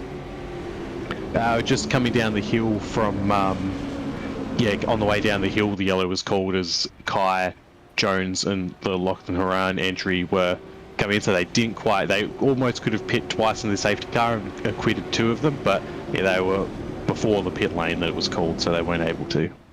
Yeah, well, you can only one of them counts towards your mandatory 7 if you do pit twice under a safety car, which is to stop people from doing 7 under one safety car, as we mentioned earlier. I'd almost got the pit before the safety car, though. That's all they were. So they would be able to come in on the next lap and do another one. Gotcha. Yeah. An interesting point. Sorry, Keenan Sykes saying that was a spin, not a pit stop. So that was... They did get 1 done, though. That was right, because they spun... We caught them spinning on the exit. Sorry, Bagzy. We caught them spinning on the exit of the final corner, and they had that very interesting rejoin. So we'll see if we get a restart on this lap, but the big person to watch out for is Dayne Warren, who's out of position with that extra pit stop. and he's in 8th place. So this is a free kick for Dayne Warren. Yeah, I mean, absolutely. They're 31 laps in. They've had 3 pit stops already. Yeah. And the track position shouldn't be an issue because I don't think it'll take him long to process his way to the front of the field. And it's a very interesting sort of factor here. What we saw at the Bathurst 12 Hour earlier this year, which had similar rules regarding compulsory timed pit stops, was that one team decided to take their pit stops under a safety car and then immediately after to get basically 2 of their timed pit stops out of the way each time that they came into the pits, or each time there was a safety car. And that worked out brilliantly for them because that was the Craft Bamboo Racing team. They ended up finishing 2nd. So Ethan Warren leads the way. Luke Rosella in tow. Brodie Steen in 3rd. Good job from Lewis Wedding and Brendan Ross, I want to say. Brendan Ross saying they weren't too happy with the pace of their car early on. And is that the Alan Tech car coming in as well? Yes, it is. So It's interesting because they would have got the wave around, I believe, if they'd not come in. So maybe a. but they're not a lap down. Well, they're a lap down now. Yeah, they were a lap down. That's right. Yeah. Oh, it was only showing as unlapped. No, they were already a lap down. Yeah. So that might be a bit of an error in judgment there from Alan Tech. And what's going on there? A little bit slow there. A little bit of silly buggers going on here from Ethan Warren, I think, and Luke Rosella as he kind of slows down. It's like try and get the car to overtake you and do a bit of a safety car infringement or something from Ethan Warren. But yeah, so not sure what Trent Allen was thinking, but that puts them to the back of the queue, 16th place, and behind all of the other lapped runners. Very peculiar decision there for the Allens. Yeah, so that might mean Steve Warwick gets a lucky dog if that happens. Which would be good for the Warwicks. We don't know if that happens. So if that will happen. Be all the cars that are a lap down, I believe, apart from Allen, will get the wave around on Conrod Straight. Well, that's screwed them, hasn't it, Trent Allen? If all of the other lap cars get the wave around and he doesn't, then that's a severe misjudgment. Oh! Although, that being said, they are... Sorry, they have Luke caught Rosella back just went onto off the screen train. there. Beg your pardon. Bagzy, go ahead. They have caught actually back onto the train, so they might be eligible for the wave around. Okay. It was a Fair short enough. stop. Yeah, it'll very much depend on whether or not they can get given their position. We've got the eligible drivers are Steve Warwick, Caden Link, Rhodey, Lachlan Horan, and Trent Allen. Okay. So they will get the wave around. All right. Now, let's have a look at that. That was they hadn't actually stopped before that, so they were getting their pit stop out of the way. So I'm just going to reset my opinion on this because it would have been a mistake for them to not pit at all because they had only one pit stop before that on lap 22. So it did lose them track position, but they stood to lose more by not doing that pit stop then because it gets one of their compulsory pit stops out of the way. They're up to 2, and Dayne Warren and Thomas McMillan are up to 3. Everyone else is on 2 except for Kurt Stenberg and Brodie Steen. Did we see them coming in? I believe they may have pit. If they did, I didn't see it. All right, I need to double check on that one. And same with I believe Steve Warwick pit, because Steve Warwick's in the car now, isn't he? Yes, so they definitely pit. Steve Warwick did pit under safety car. He was the first one that we saw. No worries. It's probably around there. All right, so number 47 came in on lap 28. Which So that was their second stop under safety car as well. And then there's the Aidan Sykes and Keenan Sykes car. Oh, we've got Colin saying in the live chat that they've just hit the safety car and destroyed the front end. Destroyed it? Yeah, so they're expecting a pit stop at the end of this lap. So It really looks fine. unfortunate. Did we see that? I was looking at the timing screen. We were both looking at timing screens. We'll see if we'll just see if we get a replay here. But so they're in a good spot from a strategy point of view. But if they've damaged the car, that is going to hurt their pace, no doubt. Colin's saying steering arms are broken, so we should see them come into the pits here, and they're going to track behind the safety car. And the safety car. Is this going to ruin the restart? So this is huge news and a drive through a stop-go penalty. That will probably get cleared. Sorry, go ahead, Bagzy. Yeah, they've got a batch file. All the penalties have been cleared that result from this. Yeah. All right, so we are underway with Luke Rosella leading the race in the number 55 car. So behind him, it's Brody Steen. Ethan Warren is currently touring the pit lane, and does that count as a green flag stop because he came in on the restart? Oh, that would have to go. I believe so. What was that? Sorry, Bagzy? I believe so because they've come in on lap 33 is what it's technically counted as, and that is a green flag lap. There we go. So they're running the craft bamboo strategy from the Bathurst 12 hour. That's crafty work, and I'm sure they're really intentionally doing that as well as the field streams through the cutting for the first lap on the restart. Dayne Warren already up to sixth rather, with Ethan coming into the pits and hassling the rear of David Nenadic through Reed Park stairs. I just realised I confused Dayne and Ethan's cars. Oh! Bit of a touch with the ZB car. Muscled him out the way. Zach Baker's struggling to, or David Nenadic, struggling to get back under control there as he was kind of ushered out the way by Dayne Warren there, who's already up to 5th from, what was he, 8th earlier? That was... So this is looking very good for the combination here of Dayne Warren and Thomas McMillan with one of their biggest rivals, Ethan Warren and Colin Warwick, sent to the back with that bit of damage. Yeah, very bullish on the restart there, kind of pushing and prodding and probing and poking David Nenadic out of the way through the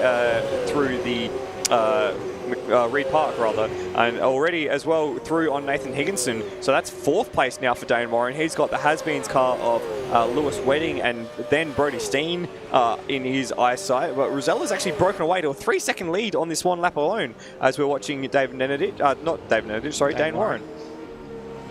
Yeah, so Dayne Warren, they're looking good. And he's on the rear of Lewis Wedding as well, going into the final corner. We've got a yellow flag in the final corner. Not sure why that is. The only car ahead of this group would be Luke Rosella, but it's cleared now and it's green flag, so back to normal racing. But is that a pass under yellow flag stairs? That might be something to have a look at. It looked like it was the Vivid Esports car that came into the pits. I'm not sure why that would have triggered a yellow flag, but either way, Dayne Warren is now into 3rd and hot on the tail of Brody Steen for 2nd place as they come up Mountain Straight. The gap at the front is 3.8 seconds to Luke Rosella, and Warren is already carving through the field like a hot knife through butter at the moment. Yeah, I can't imagine it's going to take him too long to get in front of Brody Steen as well. So that is, he's going to find himself and he's pretty much at the front here as he goes down the inside there. I don't think Brody Steen wanted to fight that one, so he let Dayne Warren go through. Bloody, I've just found the replay. We're going to cut to it. This was what happened to Ethan Warren. Oh, just the safety car was really slow on that first corner, and that was a heavy hit. And there was probably a few extra hits that lap when they went around the top of the mountain because they were trying to steer and the car was just ploughing forwards, and so they hit the car against the side of the wall a few more times just for good measure. Thankfully it was a reasonably quick pit stop and they were back out reasonably quickly, but with it being a green flag pit stop, they did lose a lot of time with that. Yeah, so not ideal for the Warwicks. Oh, sorry, for Colin Warwick and Ethan Warren. They're down in 12th place as the, well, not the last car on the lead lap, but they're not certainly up with the pointy end of things. They're 40 seconds behind Luke Rosella at the moment. And they're having to burn some Ethan Warren laps to get back to a race sort of competing position. They'll be eager for a safety car very shortly to get them back in contention. How far off they are? 40 seconds, so they're not in danger of going a lap down anytime soon. What with Dayne? Well, Dayne Warren's now in 2nd place, so it's not going to be long before he gets up to Luke Rosella. 3.3 seconds, and I can see you looking at the timing screens there, Floody, to see how long it'll take him to catch up to Luke Rosella. Yeah, Luke Rosella set his fastest lap of the race last lap, a 5.87, and Dayne Warren in clear air set a 5.4, so that's 4 tenths already under his belt. So at that rate, it should take maybe 7 or 8 laps before Warren is within striking distance of Rosella. So not as quick as we've seen Warren reel some cars in the past, but that's still... Well, Luke Rosella's no wobbler. He's pretty. He's, I don't know. At Pukekohe, he was certainly a bit of a wobbler. no, but he's definitely looking pretty solid today in comparison to that last race in Pukekohe, where it looks like he'd gone into it without any practice at all. So, yes. Another driver change there for Steve Warwick and RSM Latino on that previous stop on lap 34. So they also are up to 3 stops. So that makes 4 cars who have done 3 pit stops, which is the number 50, the number 86 of Lachlan Horan and Kai Jones, Ethan Warren and Colin Warwick in the number 93, and Dayne Warren and Thomas McMillan in the 05. Hard to believe that we're already 80 minutes into this 1,000 kilometre journey, Stairs. It's been a little bit of a weird one, not a huge amount of side-by-side, a little bit in the kind of midfield with some of that 3-wide action going on. But as far as the front guys, they've been, I was going to say they've been keeping their powder dry, but the safety car incident with Ethan Warren put paid to that being true. Yeah, it's one of those little issues that happens in an endurance race. You can't plan for everything at the Bathurst 1000. Something that Larry Perkins says is that the Bathurst 1000 is an easy race to win, but it's also an easy race to lose. And that's the thing. And you know, these little issues that pop up are the things that can lose you the race if they happen at an inopportune time. Well, they did have that issue at the beginning of last year's race where they got caught up with Ben Rhodes, who you're just seeing being lapped by the leader at the moment. Pertinent time to bring that up, but Colin Warwick and Ben Rhodes had a collision, I think, on lap 16 of last year's race, which caused a safety car. They came in, fixed that, and then went on to win the race. I was just umming in the background because last lap around, Luke Rosella set a 5.9, which is, you know, a pretty respectable lap. It's fastest, almost fastest of the field, except for Dayne Warren, who set the fastest lap of the race, a 4.8. So a huge amount of time gained back by Dayne Warren on that lap. The gap at the front now is just on 2 seconds between Warren and Rosella. I think, sorry guys, something to cut in, something quick to note. Trent Allen looks like he's now on the lead lap, so I believe that they've adjusted the laps, so he has gained that lap back. Did they not do that on track? Because I thought someone said they caught up to the train, and then while I was scanning back to see the replay of Ethan Warren crashing into the safety car, I did see at the end Oh, he had gone past? I didn't think they'd gone past. I saw a lot of cars going past. I didn't note which ones they all are, and it's probably a bit late to go back and scan through the replay, but... Oh, good. Maybe, yeah. I don't know. Is that an issue, though, if they've just like given them the lap back? I don't know. It's probably not. I believe they had to adjust a few of them because of the penalties, so yeah. They are now only just behind Ethan Warren. Lachlan Horan's showing us 2 laps down now, so... they've taken another pit stop, which is probably the cause. Yes. We did see that in the background, or when they took their pit stop, when that was the yellow flag in the final sector, when we noticed that Dayne Warren made a pass underneath that yellow flag. So very confusing things happening all the way around in that respect. Correct. It has already been quite a day, and we are but only almost a fifth of the way through the Bathurst 1000. We are so far at approximately the Bathurst 190-ish, 180-ish. So things have been moving fairly quickly up here in the commentary box and, of course, out on track. By the way, if you do want to follow along the live timing link is rsmclanau.liveracers.com. That's live racers with an R, R-A-C-E-R-S. And you can see the same live timing data that we see, so you can get ahead of us and get your information straight from the source. As well, Apex Rear Wing, which is Stairs and Madbird, and the crew that do all of the racing, the commentary for the ASC rounds, they have Patreon, and you can find that at Patreon. There's a link in the description. There's a link in the description. Yes, so if you are feeling generous, then there you go. There is a way to support us and help us pay for all the equipment that goes into making one of these happen. So, I mean, I don't know if you mentioned in your tour of just how much equipment we have and the expense of all of those,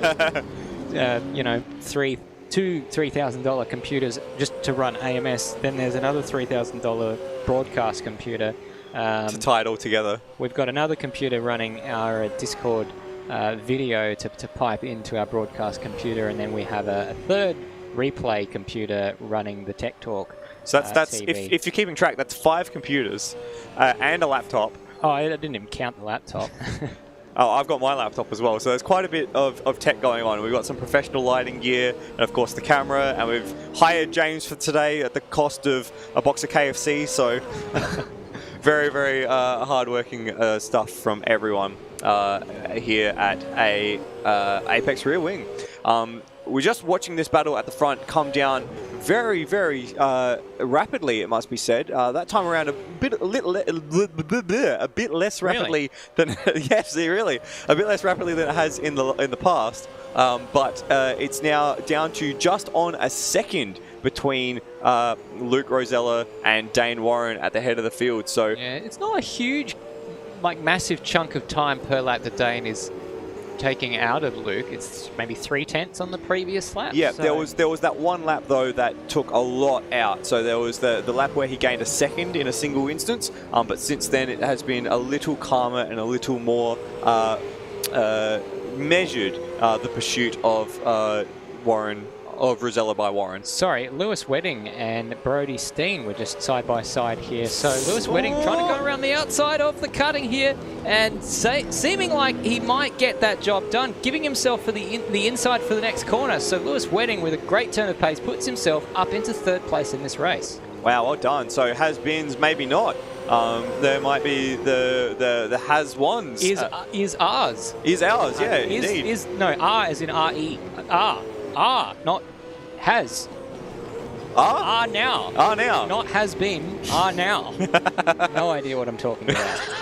Absolutely no idea. That makes 2 of us as Wedding starts to stretch out a little bit of an advantage over Brody Steen in the number 47 car.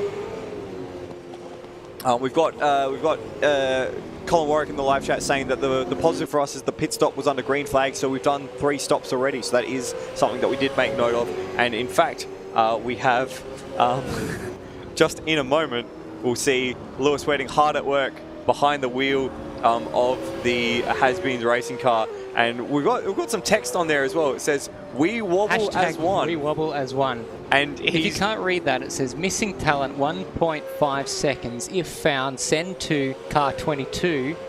Hashtag bringing the Bathurst. Send help." Hashtag go Hans. Hashtag go. I'm struggling with that one on the bottom. Yeah, I can't read that one either. But he's certainly putting a little bit of entertainment our way as he's got Brody Steen still on the back of his clacker, just keeping him honest as they go through the chase. Yeah, so good pace from the number 22 car early doors, and let's hope that they can maintain that sort of pace and remain a competitive force throughout. I think he's just seen that he's on the broadcast, so good to see that they've gone to the effort of putting that on their webcam. So let's just go to Luke Rosella and Dayne Warren for the lead of the race here, because Dayne has closed right up to the race leader. Yeah, it's very tight now. That's only a few car lengths as they go over the top of the mountain. Both of them making the slightest of brushes with the wall at McPhillamy Park. Not enough to make some damage happen in AMS, thankfully. Otherwise, both of them would be off in the gravel trap at McPhillamy. But as they come down the mountain, it is Warren only millimetres from the rear of Luke Rosella.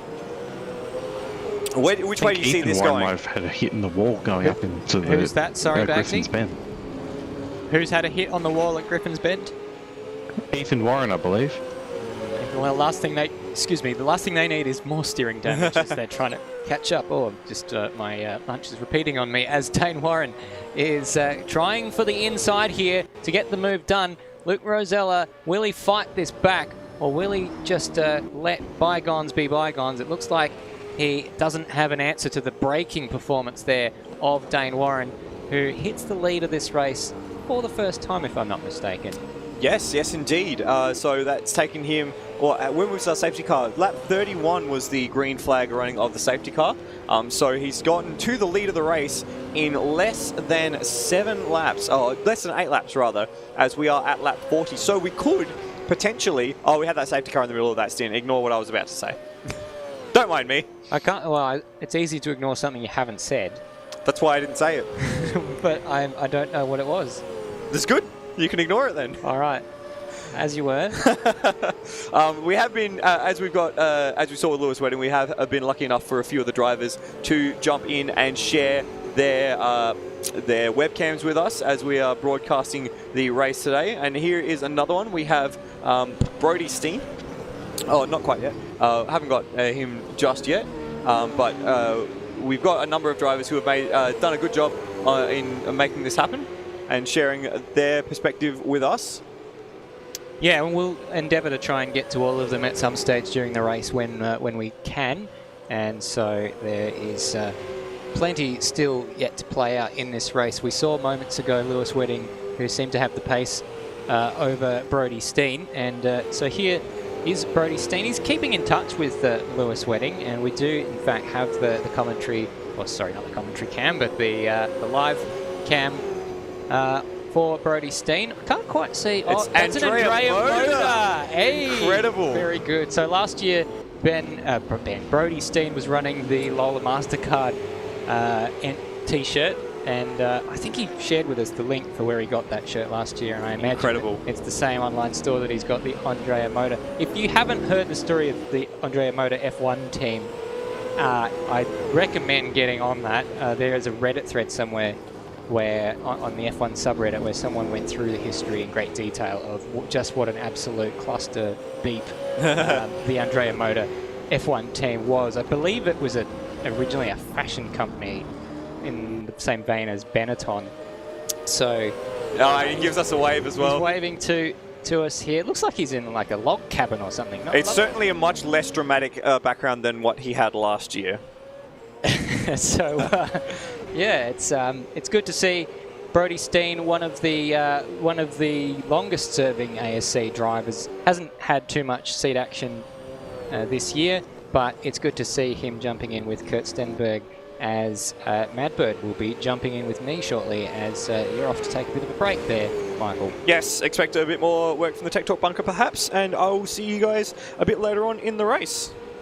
So while Michael hands over to Madbird, we'll see what else we can pick up in this race. Bagzy, have you found out anything in the recent moments?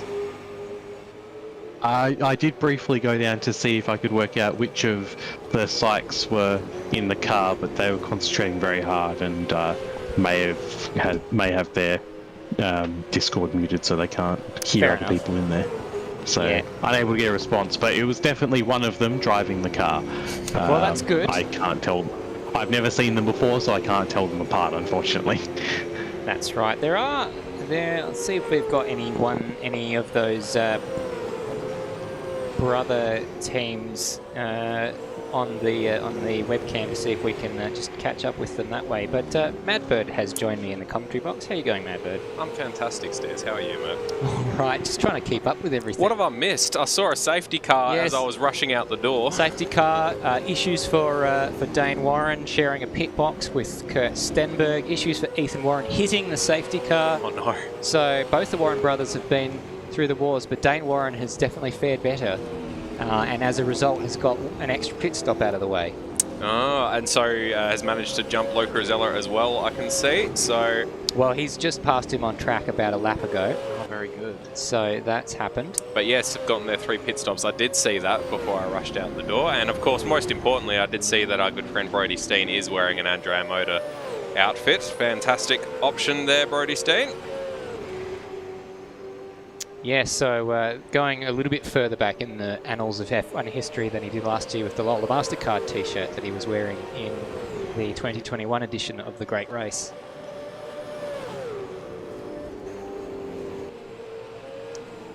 So a bit further back here, we've got this going on. Brandon Dostal going side by side here with Ben Holb. Zach Brown in the car now. So this is over 8th and 7th place.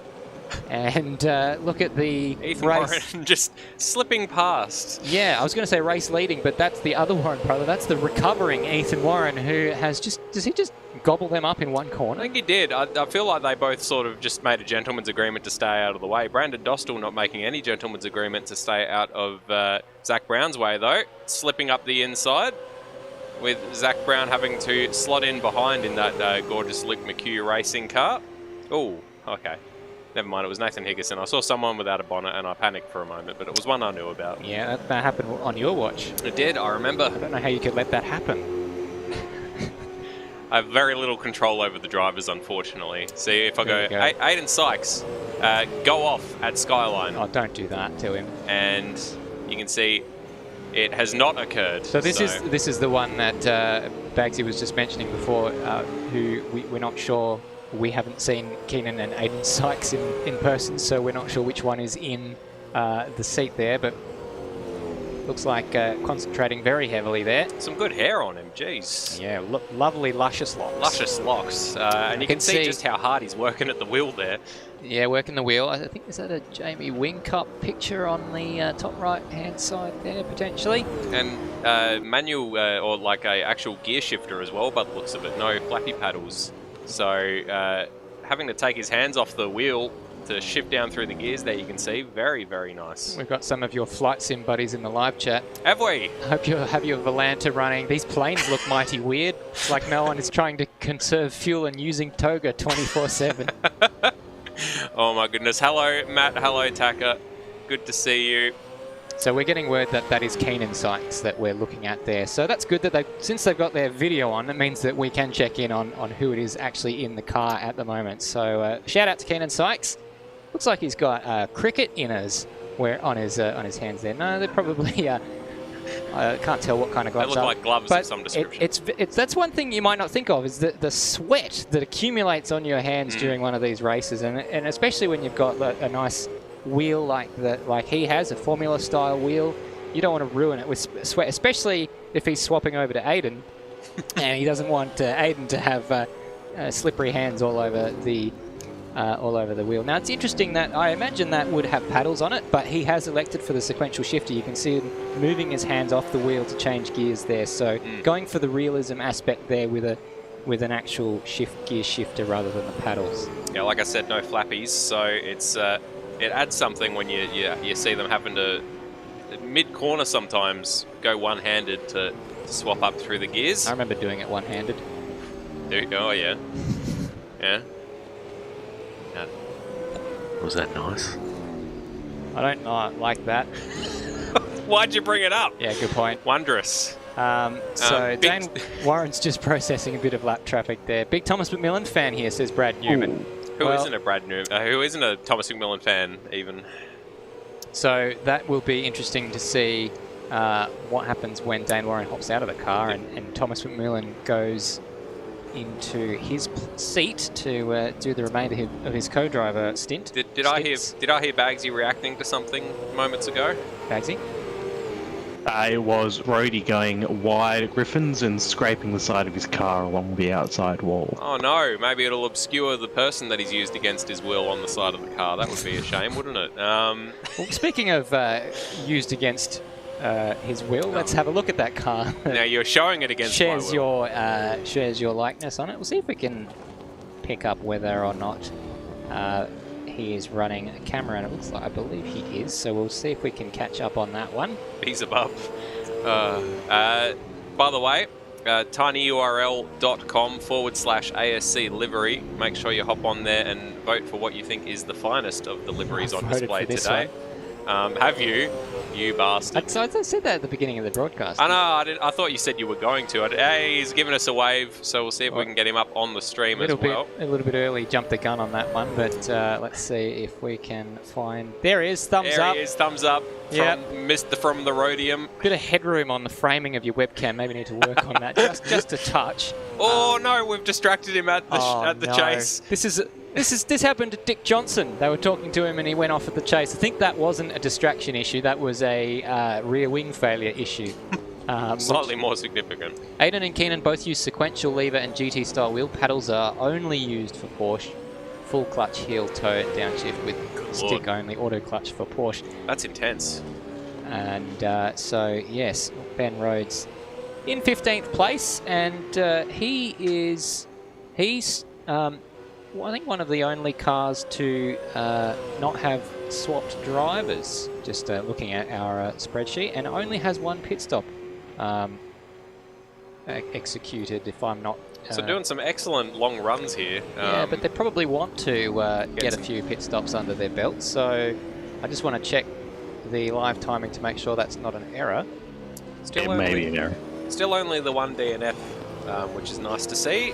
Hayden Cooper, obviously, unfortunately, on lap 3. Hayden? Hayden Cupid?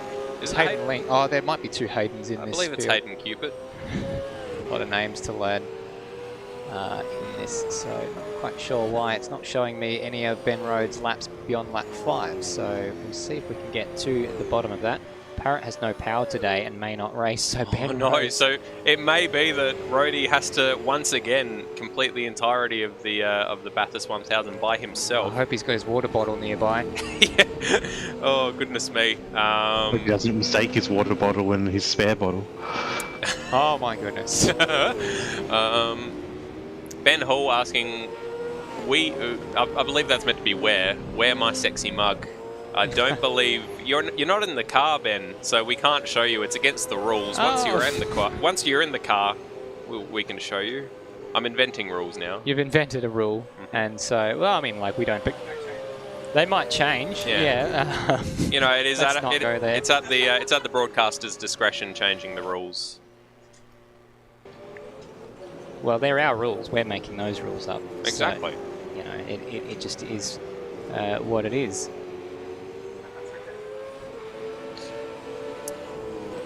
Yes, that's certainly a livery. Some decisions have been made with that livery, as you can tell. How do I feel about the decisions? Probably best not to say, really. I think it's pretty clear. We've had another car lose a bonnet at some stage there, so that's the one that we knew had lost its bonnet, Nathan Higginson. And then in behind, is that one of the ignition cars? It's a bit tricky to see because I think that's the Warwick racing team. Yeah, so we have 2 bonnetless cars circulating as we speak. And this is a good camera to bring into this. This is a foot cam here for Nathan Higginson that we're looking at. So running the racing shoes here, and you can see on the inset on the bottom left-hand side there is Nathan Higginson. So that's a... Oh, is it frozen? No, got it. There it goes. Oh, I want to stick on this one, Madbird. This is terrific. So it's fantastic. Coming under a little bit of pressure, it has to be said. Bit of heel toe, love that. There you go, down the gears, heel toe. Oh. Now this is... With Higo, we've seen him. He was a bit wide there. We've seen him in the wall once or twice. Bit flamboyant on the exit there, but doing a good job there with the footwork. Fancy footwork. I've never mastered the heel toe. I did try for a little while when I had pedals that worked, but it's not something that I don't think my brain's capable of making my feet make those motions the way that they need to. Practice makes perfect, Madbird. I suppose, but you know, and then my pedals broke, so it sort of took the decision out of my hands. Down the inside. Oh, bump, and that's way off the track there for Steve Warwick. Oh dear. He's been served off and into the wall.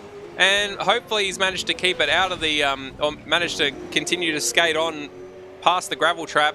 He's gotten to the grass. He's got to the grass here on the exit. So should be safe, and he indeed has exit. Whoa, dear. He loops it. So it's slippery. That was an unfortunate run through the chase there for Steve Warwick. There's Aris Simlatino in the car, beg your pardon. I do apologise. So Casper and Guayla. Is he gonna? No, he's decided not to pit. The trouble with going off there is that you're never quite sure if you need to pit until you actually hit a proper braking zone and try and turn it in. And once you get there, it's too late to come into the pits.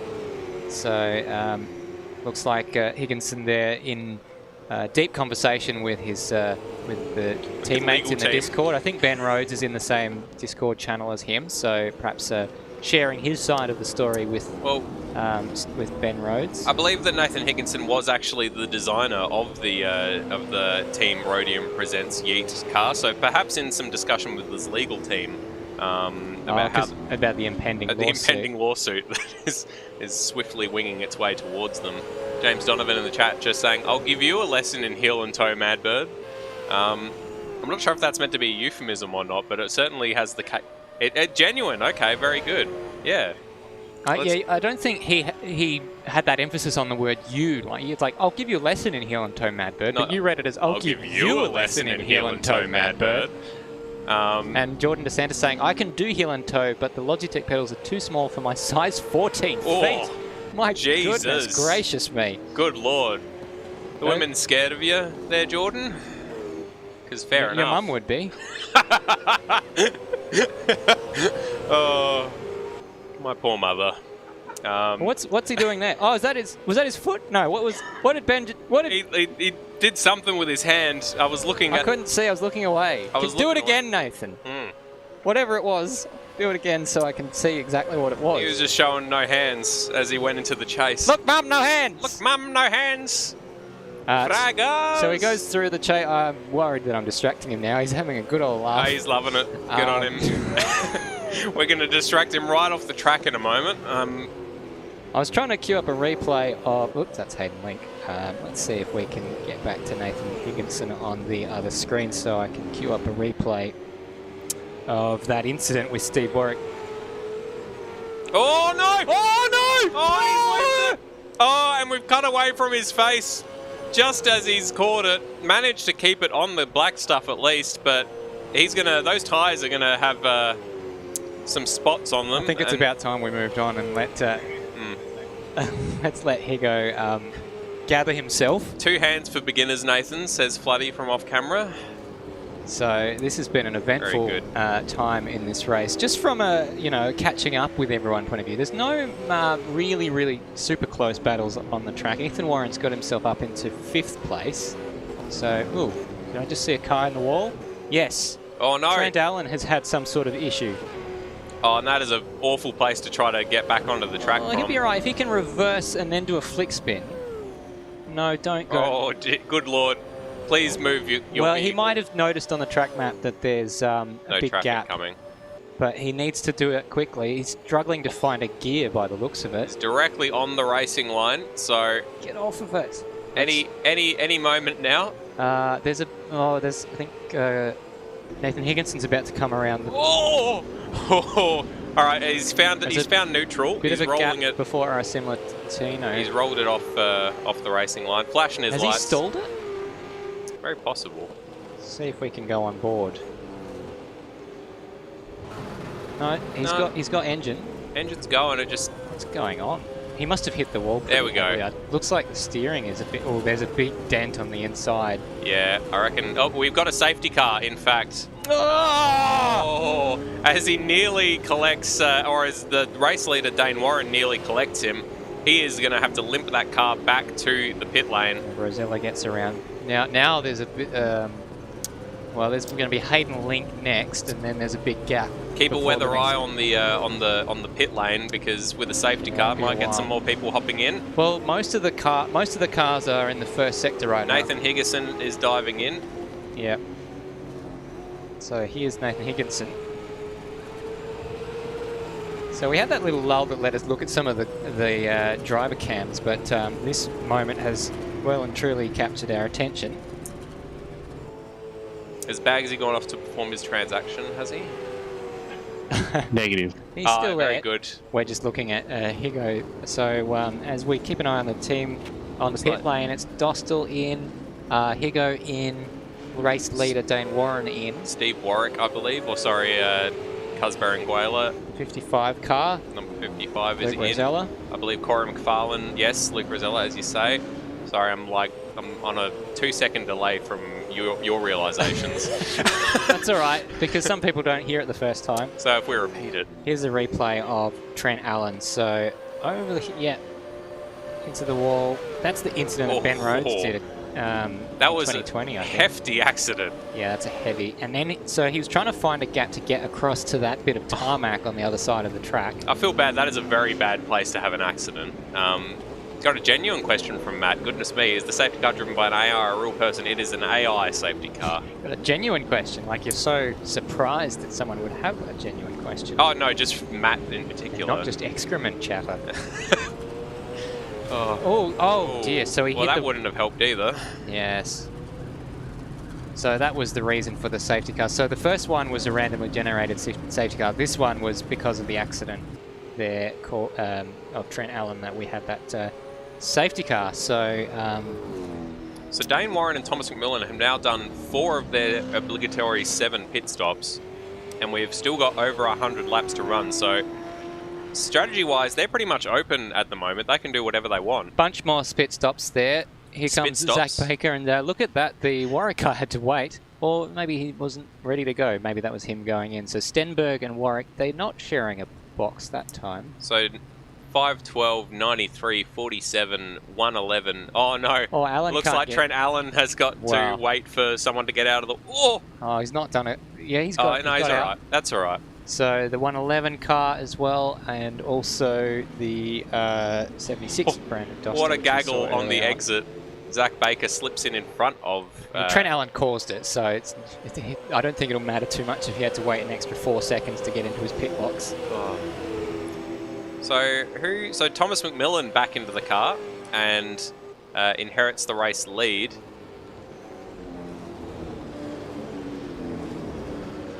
Goodness me! So 2 safety cars and not quite at half distance. through for Oh Zach Brown. no! So must have been a bit of speeding in the pit lane there. Pit lane speeding penalty.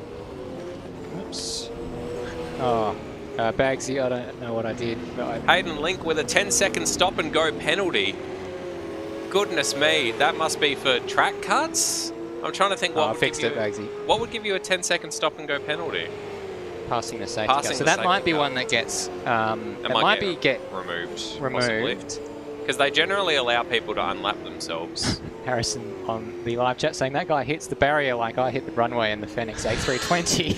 You can't half tell the people that are here from my Flight Sim Discords, can you? We've probably doubled our viewer base by getting in on the Flight Sim fans. Oh, yep. So what? Thomas McMillan currently on downwind for Mountain Straight.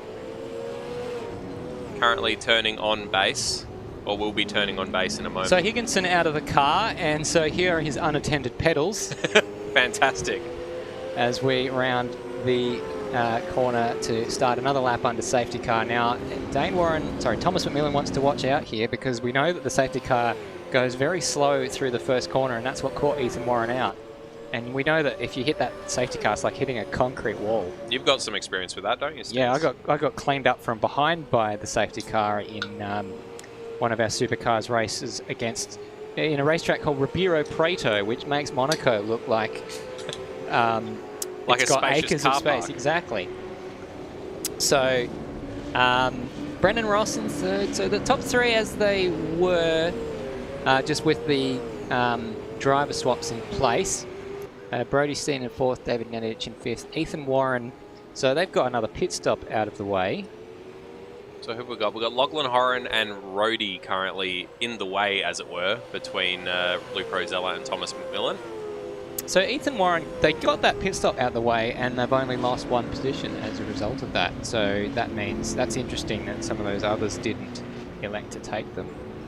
So we've kind of, at the moment, we've had a lot of kind of 10-lap stints. We're getting close to them clearing their 7 mandatory stops, and then from there, then it can become the fuel-saving race if That we all dream if of. people want to do that. It's of course dependent on how many more safety cars we have, of course. So I feel like in previous Bathurst 1000s, the lapped runners have been sort of released to get out of the way, but I could be misremembering that entirely. Turning final for runway pit straight, says Matt. Absolutely. So the train compressing up here. Looks like we've pretty much almost everyone's caught it. We've just got about 5 cars that are still off the back of it. So Hans Brunswick, I believe that is the... Oh, God. Now watching on there is Kai Jones. He's not in the car by the looks of it, so he's just enjoying the show as we are. And speaking of enjoying the show, we've had more of the best adult dating in the live chat. Tinder Hot XYZ, best adult dating site. So we might come back to Kai Jones once he jumps into the car. But g'day Kai, if you're watching along. Good to have you with us in the live stream. So, train forming for sure. So it looks like Brendan Ross, that is for position right behind Corey McFarlane. So the Has-Been Racing team, they've only used 3 of their pit stops. But they do have some track position right behind Luke Rosella. And Brody Steen also in 4th there. There we go. So the lap runners have been allowed to go. So Dayne Warren is going to have Luke Rosella right on his rear bumper. He is not giving him any space whatsoever. Making sure that he knows he's there for this safety car restart. There is Rossi. Oh, there will be Rossi in a moment. So Brendan Ross in 3rd place, and so here he is. So he's been doing well. Ooh. Oh, that was close with heart in mouth moment. The Sykes car there, Syncom Motorsport, and so Trent Allen going on the inside. Car looks like it's performing a lot better now. Must have had some repairs done. Running repairs there. So hand on face there for Brendan Ross. Bit of nose to tail action between Luke Rosella and Thomas McMillan. Safety car is in. We're going to get a restart this time around Madbird. So we are going to be green flag racing once again with a lot of these runners now onto their 4th pit stop. That will be cleared, that drive-through penalty, because we believe that is for safety car infringements, which are just basically unavoidable sometimes. Same for that one. So 2 drive-throughs to be cleared there. Oh. A little bit slow on the exit of turn 1 was Thomas McMillan. And so Luke Rosella setting about trying to get in front, as we've had changes for drivers for the Thomas McMillan and Dayne Warren car and the Brendan Ross and Lewis Wedding car. So going on the defensive early doors, Thomas McMillan. Yeah, Luke Rosella having a go on the exit, trying to get the swap on, and looks like he's got a better run, but it's always going to be suicide going side by side into the cutting.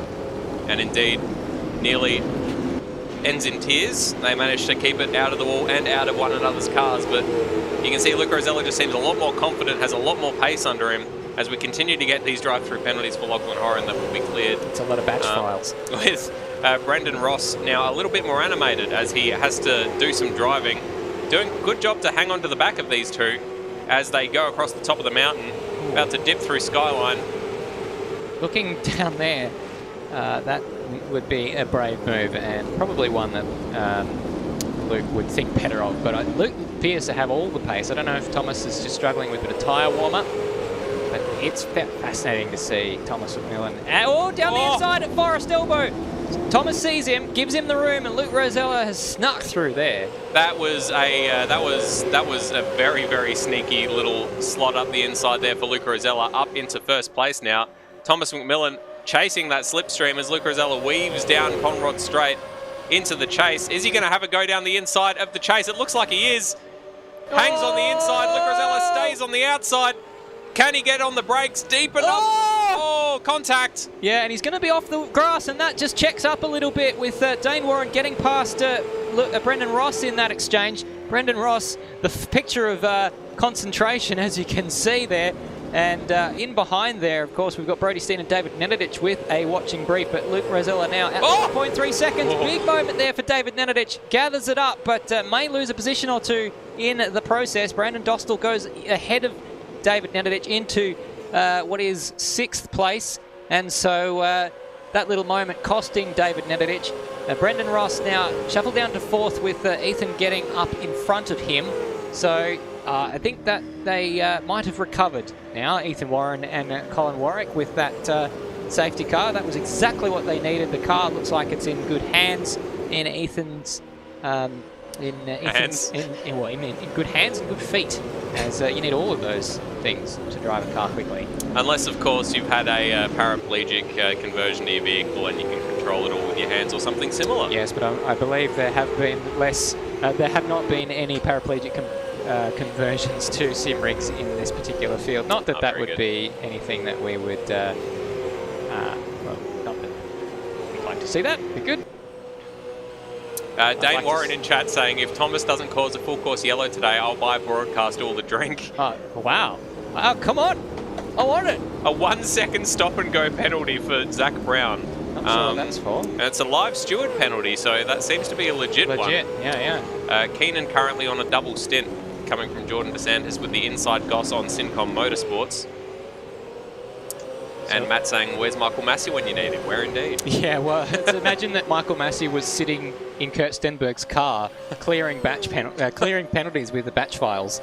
Because that is, you know, the kind of workload that Kurt has to deal with. And that's something that he had to do last year, as well as doing over 100 laps of the race, because they were only able to do one driver swap last year with Corey McFarlane. Looks like they've got to the bottom of that this year, because Corey McFarlane this year sharing with Luke Rosella. And they have in fact swapped a couple of times without incident, so it's always good to see. And Luke Rosella currently enjoys a 1.3 second lead. So once he got out in front of Thomas and got the lead out to about 1.3, it just kind of stayed around that level, with Thomas much more concerned with the fact that he's got a Warren brother in his rear vision mirror at the moment. Seems to be. Behind them, Brendan Ross enjoys a little bit of clear space between these two and Brody Steen. You can see they're just dipping over the hump on the run-up Mountain Straight. A little bit of clear space for himself and for Brody Steen behind, which I'm sure must be nice. A little bit of time to think, which is something that Ethan Warren doesn't have in abundance, as he's trying to look for any opening on Thomas McMillan that he can possibly find. We just had some pit callers. I can see 15 to Ryan Smith, perhaps in the car, and who's that in 16th place? Trent Allen.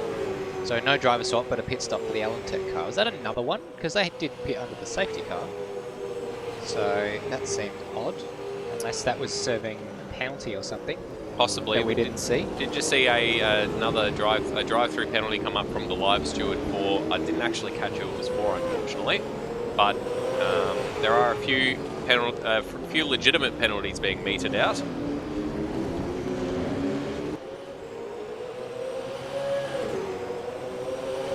Maybe if Bagzy, are you still with us? Yes. Sorry, just got my lunch. Oh, you absolutely. What's for lunch, good sir? Taco Bell. Oh, very nice. Oh. We don't have that in South Australia. Is Perth in America? Yeah, I was about to say. All these like fast food joints that I've heard of only in television programs. Bagzy, I have a quest for you. If you could go looking for Kurt Stenberg and maybe see if you can get the inside goss on some of these live steward penalties that are being put through. Sure, I will endeavour. I'm sure you will. Very good. Quite like having someone to order around. Let's go off and do that. Yes. Zach Brown's in the pits to do his drive-through penalty. So, his 1 second stop go, I should say. What an odd penalty. I suppose it's just so that he has to come to a stop. It's not like a drive-through, it's just a little bit more... It's a little bit more painful than a drive-through. Yeah, so here's a bit of a battle going on track between Brandon Dostal and Hans Brunswick. Brandon Dostal up into 6th place there. The Brunswick team, the second of the Golf AAR. Yeah, they're the 111. Doing quite well. Keeping in the top 10. Now, another battle going on here over 10th place. We've got Ryan Smith, and he's got Zach Brown, Ben Rhodes behind him. We also are able to bring in his camera as well. So tickling testes, tickling your mum. Don't do that, Michael. I can hear you. Oh, okay, your mic's off now. Oh, goodness me. There's a lot of buttons in here, folks. All right, so Ryan Smith on there he is. Camera there. So holding on after that safety car restart in 10th place from Zach Brown. Hey, there he is, wave. waving on. Looks like he's inside a tent or something. Maybe he's got something that he doesn't want us to see behind there, so he's just erected that. Is I was going to say something quite bad.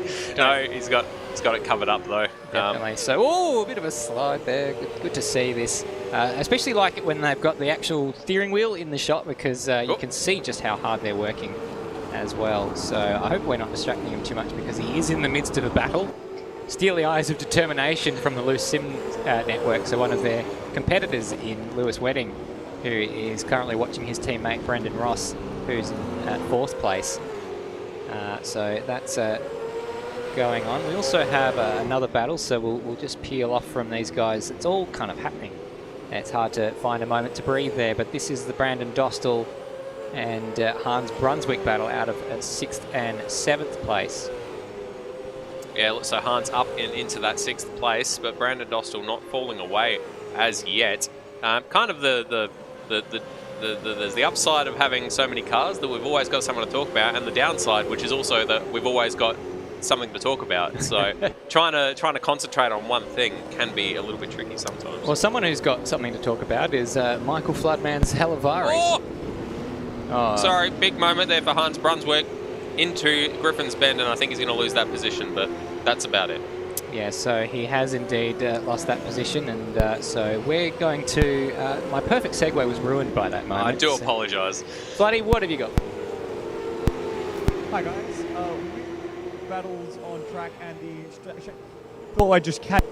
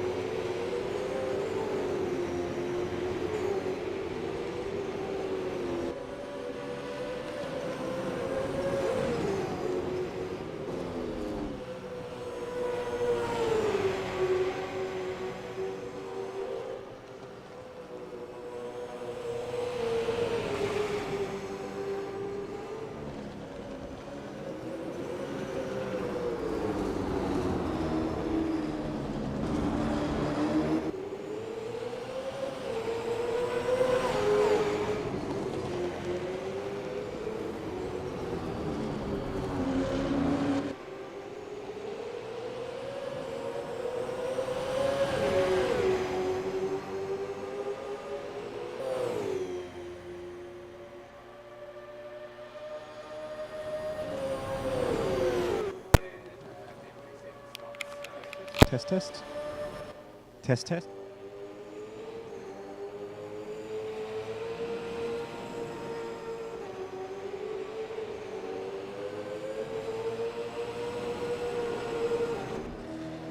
Hello everybody, sorry about that, just some audio issues in the box. Having an absolute mare, I can tell you. We're across it. Thank you Matt and Harrison for letting us know, but we are getting there. You didn't really miss too much in the way of commentary. just talking about how Luke Rosella's managed to stretch his advantage while these two have been battling on.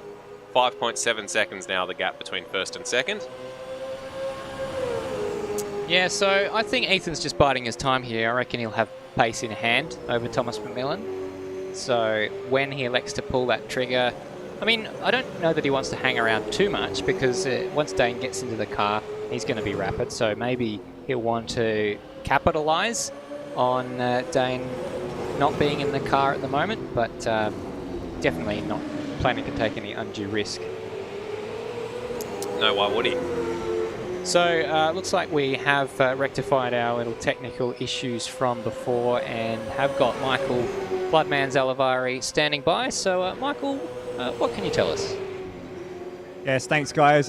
Just bringing everyone up to speed with the strategy now that we've gone through those pair of safety car periods. As you guys did say while we were just off commentary for the moment, we have 2 cars who have done 4 of their 7 mandatory pit stops and 2 cars that have done 3 of their mandatory pit stops out at the front of the field. So we've got the 05A, the number 93 KART FX car, the Golf Racing car of Rosella and McFarlane, and the Kurt Stenberg and Brody Steen car. These are the ones I'm going to focus on just for this brief little bit.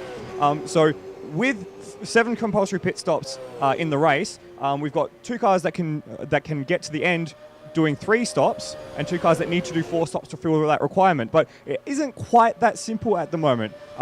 Looking at the last 111 laps of the race, taking the end of the safety car from lap 50, I don't think anyone can get to the end on only 3 more stops. Because if we extrapolate that out, if we do the maximum stint for either of these 2 cars, the cars that have done those 4 stops, it's only been 25 laps. So we'll say a 1 lap under safety car.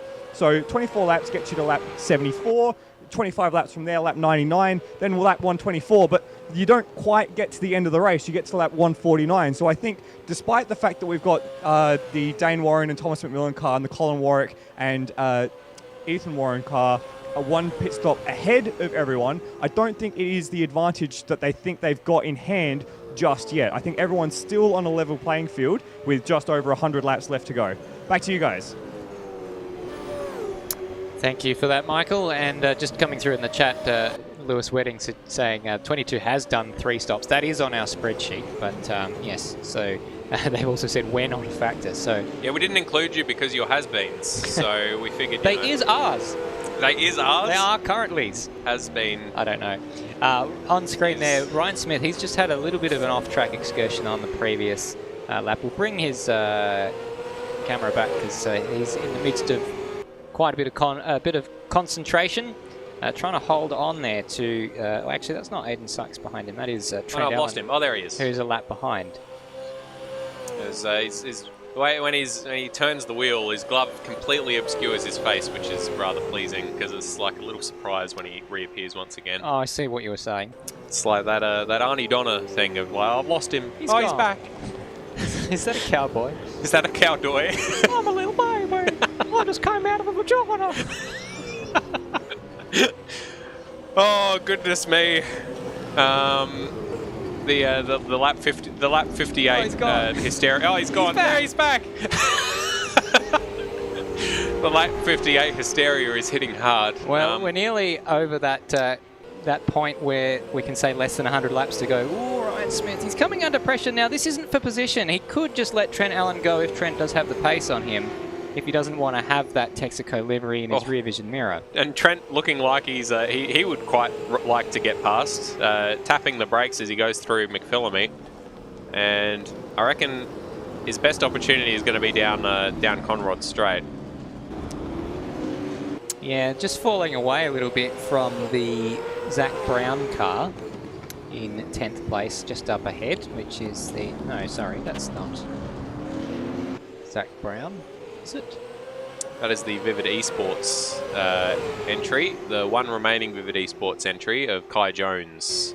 Yeah, it looks like he is actually letting Trent Allen go so that he can kind of run his own race. So that's probably a good idea. This battle here between Brandon Dostal is now between himself and... Actually, that's not for position. That's Colin Warwick.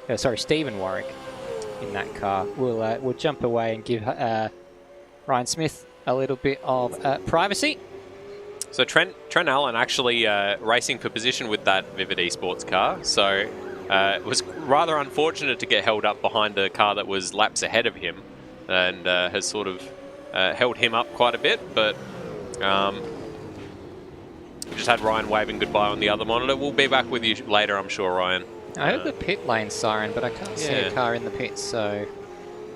Oh, that was probably coming from our other computer, which was on a replay. Oh, goodness me, it's confusing. Yeah, I should probably pack in the commentary and just do the direction. There's so much stuff to do, I can barely follow anything. 16 cars still running, very good to see. And we are now on lap 59. Here is your race leader, Luke Rosella, now with a 6-second lead over Thomas McMillan. And about 0.6 back to Ethan Warren after Thomas. So this seems to have been sort of the story of the race so far, is that as the Golf Team AAR B car seems to sort of stretch out while the McMillan and Warren teams and the Warwick team, I suppose, sort of take strips off each other. Here are those teams. Yeah, rejoin that battle, because Thomas McMillan continues to hold on to that second place under pressure from Ethan Warren, but not heavy blowtorch pressure, just, you know, ever so slightly. Guys, we just had a spin at the top of the mountain with Ryan Smith. He's spun across the sky, but managed to keep going in the right direction. Oh. So, good effort to Ryan. I did think I saw... We jumped off board from him so as to not distract him, but he's done this on his own, and that replay button isn't working. I thought I saw a mad lashing at the wheel out of my peripheral vision, but...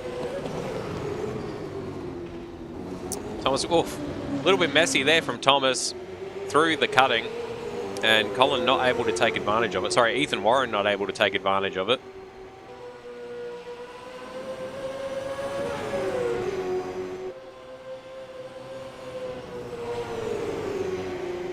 All right, we're working on getting a replay of that Ryan Smith incident. Meanwhile, looks like Ethan's just dropped a couple of car lengths back from Thomas McMillan. Here we go. Yeah, just hit the grass, and it immediately swapped ends on him there. Not sure how much damage you would have gotten from that. He just tagged his rear end against the wall.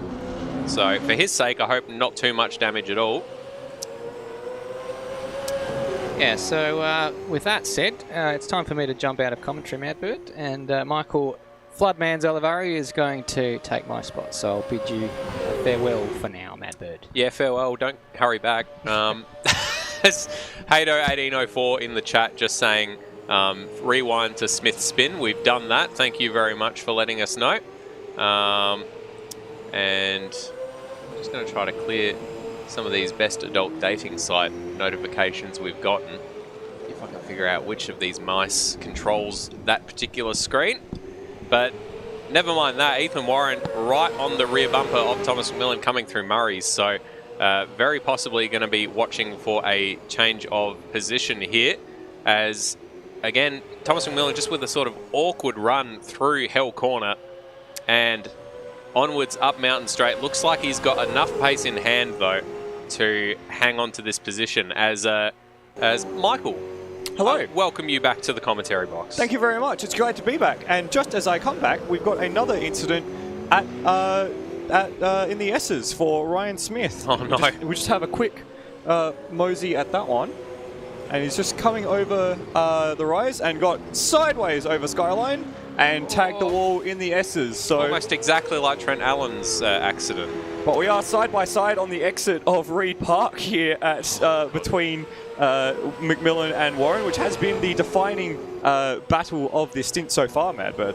Yeah, these two teams have just been joined at the hip for the entire race that I've been privy to thus far.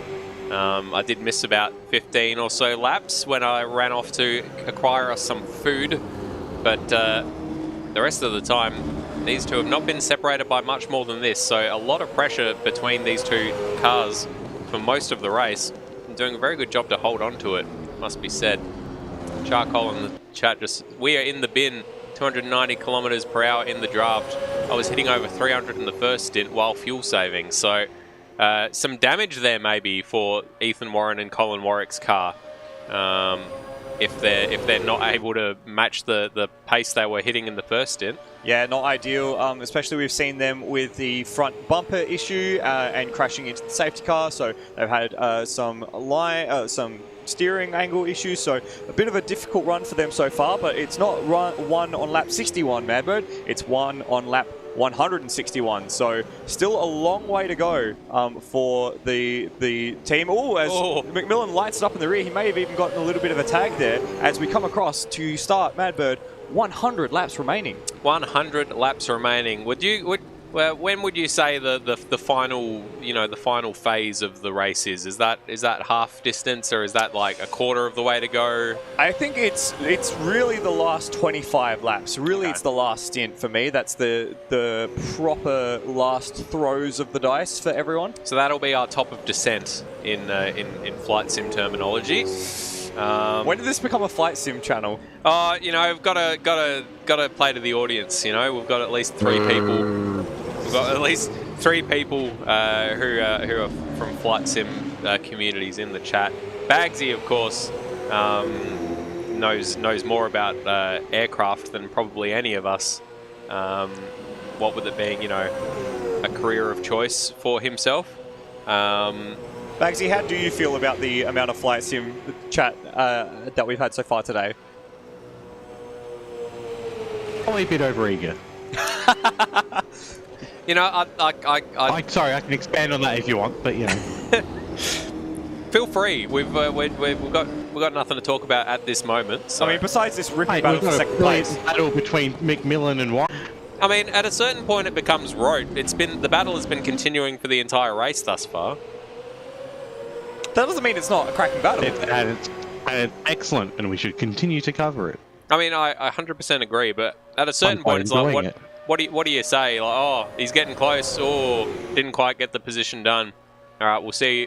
Oh, he's getting close. Oh, didn't quite get the position done. And then we just repeat that for 161 laps. Well, why don't we take a lap on board and see what it looks like from the helmet cam of Ethan Warren. Thank you, Bagzy. So we're on board with Ethan Warren now, coming into Hell Corner. And Murray's Corner, rather. You can see how bloody close he is. It shows the difference between a decent sim racer and probably subpar sim racer. I would be far too scared to be running this close behind someone. Oh, this is all right. As soon as you can see the whole car over your bonnet, I'm sort of okay. But anything closer than that, I tend to struggle. So we're still riding on board. In fact, why don't we just have a bit of a quiet moment and just ride on board with Ethan and just watch this lap as it unfolds. It'll give me an excellent opportunity to inhale some popcorn chicken, although we might need to talk because Ethan Warren looking like he wants to make the overtake into the cutting. They're side by side. This looks like an airplane crash waiting to happen. They managed to keep out of each other. Dual slides on the exit, and Ethan Warren prevails. Look at that. Goodness me. So this is what happens when we try to have a moment just to listen to some engines. They decide that that's not good enough. We need to give you something to talk about. And goodness me. Excellent move there from Ethan Warren. Did they give us something to talk about? Blimey, yes they did. So we'll watch from onboard McMillan this time as we come down the mountain.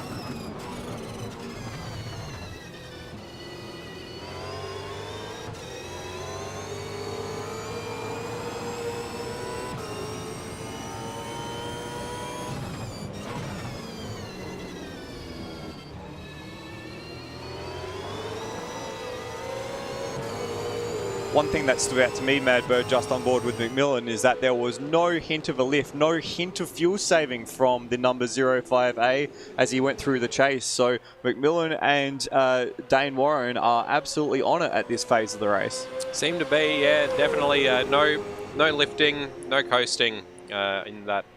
I don't want to race with him, but I want to win the championship car. That is now back into second place with a dive on the inside of Griffin's Bend. So once again, we have the change in position between McMillan and between Ethan Warren. So this is cracking stuff between the two of these. So apparently the gearing is that everyone has to use the same gearing, but I swear to God, this red car seems to just have more pace down the straights, because that seemed almost effortless for Thomas McMillan. I wonder if there's been a change in setup or a different aero package on the pair of them, just to sort of differentiate the two of them in a straight line, because if you are able to get away with a bit less aero and still manage to flow it across the top quite nicely, you do get a significant straight line improvement. It's very true. The boss at the wheel, says Kurt Stenberg in the chat, referring to Thomas McMillan, who is of course a boss. Now we've got Bestie Vids saying go Kai as well. So Kai Jones currently sitting in 16th place, but still running, which is a feat in and of itself. So very well done to all of our runners, still circulating this excellent racetrack.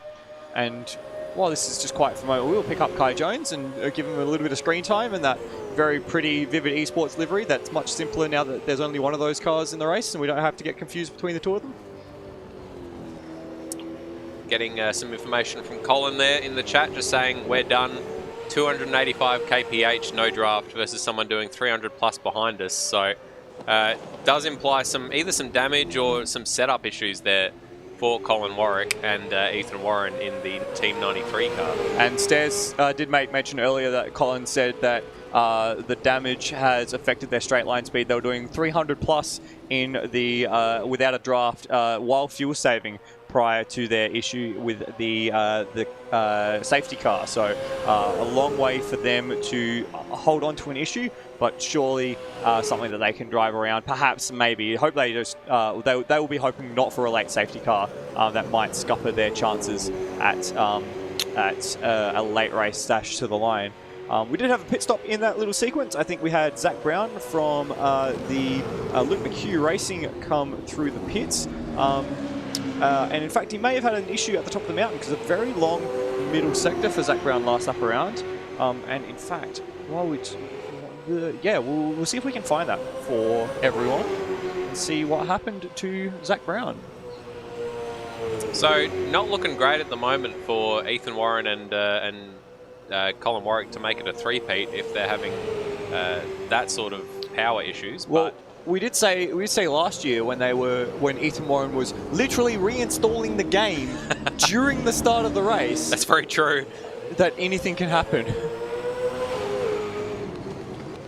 And yep, just under 100 laps left to run, so definitely plenty of time for, you never know, DNFs, more safety cars, who knows, all sorts of stuff can happen and shake up the result. But at the moment, Luke Rosella with a 10-second lead over Thomas McMillan. He would be laughing at the moment. That is an excellent advantage to have, although they are one pit stop behind Dayne Warren and Thomas McMillan, which may end up being very important when we reach towards the end of this race with the 7 compulsory pit stops required for all the runners. So I've had a little bit of a look and I've figured out what's happened to Zach Brown and his driving partner, which is Ben Hall. Ben Hall. And we'll just have a quick look here. So we're riding here with Kai Jones in the Vivid Esports car, and what you'll see as they come out of the dipper is all of a sudden, bam, there is a Ben Hall car. My goodness. So I have seen that in AMS before, where your car basically freezes on track for you and for everybody else, although it disappears for everyone else, and then you just suddenly blink back into existence. So yeah, a bit of a weird one there. I wonder if that's why they've had the trouble with the long middle sector. I wonder if that's the reason that they've had to come in for that driver change. I wonder if they've had the difficulty with the game, which has forced them onto an alternate strategy. We saw this last year with Thomas McMillan and Luke Rosella, that they had to make a strategy call to get McMillan out of the car earlier than they required because of an issue McMillan was having with the game. Yeah, it's just one of those things, you know, when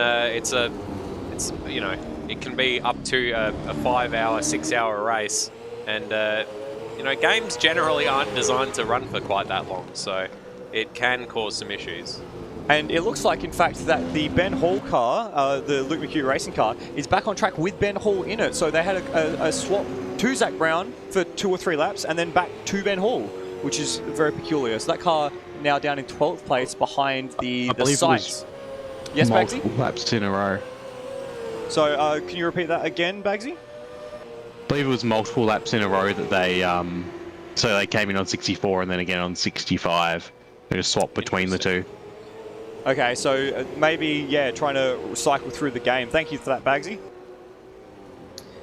So interesting permutations there in the Luke McHugh Racing garage. It's so unfortunate for them that they're down into 11th place. Fortunate for them though, they only have one compulsory pit stop left, so they can basically do whatever they like in terms of strategy from here on out, as long as they make one more pit stop, which obviously they'll have to do. The Thomas McMillan off at Hell Corner. He got his wheels rather, up on the curb, and that spilled him wide.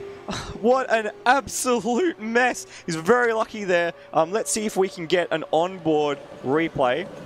That was a dicey moment. Oh, we had it. There he goes. An exit stage left for McMillan. So very well done to Ethan Warren there, keeping his head and staying out of the way as Thomas recovered back to the track. So that gap now has been the largest it's been all stint, Madbird. It's a whopping 1 second. Whoa, insane. Getting information saying, Kurt Stenberg saying, I'm not well. I don't know how I'm going to finish this race. Oh no. What sort of unwell, Kurt, if it's not too graphic for you to tell us? He's feeling poorly. And yes, Bagzy. I've just been down speaking to a couple of the drivers. So Lockie Burke, Hans Brunswick, apparently Lockie Burke only turned 2 or 3 laps in practice basically before this, and has jumped in and the steering settings were not to his liking, so he's got a very twitchy steering wheel, so he's been doing quite well considering. And that's this car on screen, the Team AAR 111 machine. So Hans Brunswick at the wheel at the moment. So difficulty for Lockie Burke in that one. And our current leaders, of Rosella and I keep forgetting who he's with, Corey McFarlane, who was my prediction at the start, so looking good. Looking good for you, yeah. The team car, if you do say so yourself. They've seemed quite relaxed, honestly. They were saying they wish the race was ending in 20 laps, not 90 laps, but you know, what can you do? Well, it wouldn't be a Bathurst 1000 if it was ending in 20 laps. It would only be a Bathurst 500, and we're not here for some half-assed bull poop. Bull pucky. Thanks for that, Bagzy. Sorry. Kurt Stenberg, I have a cold or something. I have no idea. Woke up with it. He was saying that he's been given whatever his mum's sickness was from when they were at Bathurst. So his mum has brought home some germs, and now Kurt's got it. So difficult for Kurt.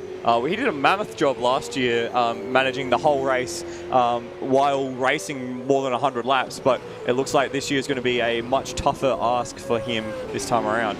Seems like. Damien Jones just saying this is more exciting than the real Bathurst. I wouldn't know. I was watching Twilight. And we've got Misha J saying I never knew how addicting these were to watch. Yeah, they can be pretty cracking races. Definitely recommend Misha J and anyone else in the chat. Make sure you hit subscribe so that you don't miss out on any future races. Just by the way, everyone. Everyone needs to pile on Madbird here. Who in their right mind would elect to watch Twilight, the movie Twilight, instead of the Bathurst 1000? Like, honestly, how can you live with yourself? pretty easily. You're an awful human being. You deserve all the vilification you get. Not a Supercars person. I don't know what I missed, so I don't really feel any one way or the other about it. I will say I didn't actually finish watching Twilight, even though I had several hours to do it in. Because it's a piece of shit, as my co-commentator Stez says off camera. We've just got Steve Warwick bringing us back to the racing in for the pits for his 4th pit stop of the day, as we're looking at our race leader. Yeah, I'm still shook by that revelation. Good call in the chat, James Donovan. Who is everyone's favourite Twilight character? I'm rather partial to Bella. She's actually a surprisingly charismatic lead, I found when reading the books. No, get out. Get out. Get out of the commentary But it's box. not my turn to get out yet. It's not, unfortunately. The hot ginger one. Is there The hot ginger one? I think there was. There's like an evil vampire who's a ginger, I think. Isn't Anna Kendrick? It worked for me. Isn't Anna Kendrick in Twilight? Anna Kendrick is in Twilight, yeah. Yeah. It blew my mind. See, it's such a forgettable movie that we forgot that Anna Kendrick was in Twilight. Anyway, back to the racing. Oh, goodness me. Moving right along. Mr. Walshy73, I'm watching WEC replays. Well, why are you doing that instead of watching this, Mr. Walsh? I mean, of all the things you could be watching instead, WEC is a good substitute. It's not. Yes, it is. Nah, goodness me. This is far and away superior to any WEC race you'll ever watch. That is a bold-faced lie. Not that anyone would watch a WEC race. So. Wow. We're gonna actually start a fight in the commentary box here. Oh, goodness me.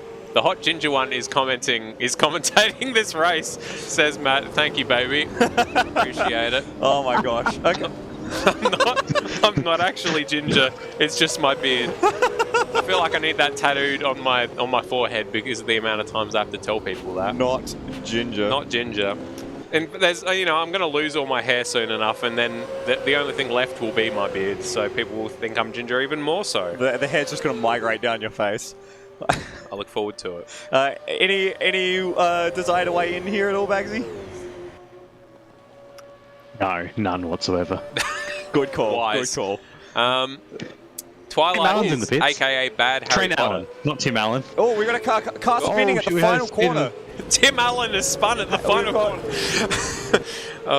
That was the Vivid Esports car of Kai Jones that has spun at the final corner. So that was right in front of our race leader as well. So let's see if we can get a replay coming up in just a moment. Good work dragging us back to the race. So went wide at Murray's corner, got on the grass and spun it. And that is our leader just right behind him. So very lucky that he didn't end up tagging our race leader. Nice flick spin to get back on track. To say, very nicely done there from Kai Jones. And Trent Allen through the pits, I believe, Bagzy, you were saying.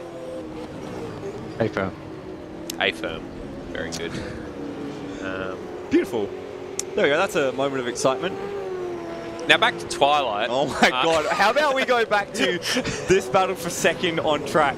Because it is not too far away for them to catch up a little bit of traffic in the form of Benjamin Rhodey Rhodes and the just returned to the track, Kai Jones. So this is going to be very difficult as they're coming through McPhillamy for the pass. Oh, this is difficult. Through the middle, great. Rhodey tries to get out of the way. There's no getting out of the way there. This is terrible for Ethan Warren. And look at that. The gap is evaporated in an instant. McMillan is right on his tail as they come down towards Skyline. I feel bad for Rhodey there. That's a very awkward place to get caught and have to try to get offline on a sequence of corners where really there is only one racing line.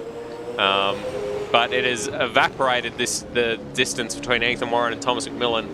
And if the speed differential is as big as Cole was letting us know in the chat, then I expect we'll see Thomas McMillan retaking that second position in the not too distant future.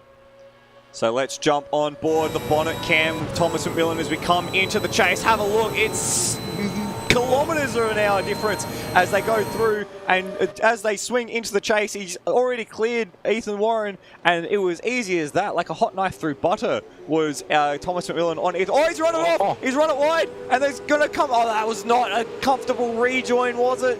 That was a little bit unsafe, a little bit rude there from Thomas McMillan.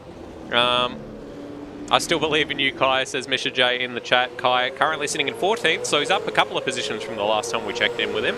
So let's have a look at that from Ethan Warren's perspective. So coming out of the chase, and look at that, just straight across the bumper of Ethan Warren. Not very kind at all was Thomas McMillan. Not very kind at all. I feel like it was probably inevitable, so I feel like there won't be too many harsh words said, but still a little bit close for comfort there. But remember, if McMillan calls the safety car, we all get drinks. That's true. That's a good point. We do need to get some drinks. I look forward. If he doesn't cause a full course yellow. Oh, okay. So I take that back. Yes. My apologies. No, good point. Thank you for reminding me, Stairs. Keep it on track, please, McMillan. Kurt Stenberg saying, in the chat. A little bit ominous there from the group admin. Kai drives like his mother. That flick spin was her leaving the local IGA, says Damien Jones in the chat. That's incredible. And Damien Jones, I'm assuming that's related to Kai Jones and hopefully Mother Jones as well. That's brilliant. I love that. That's Mother quality Jones.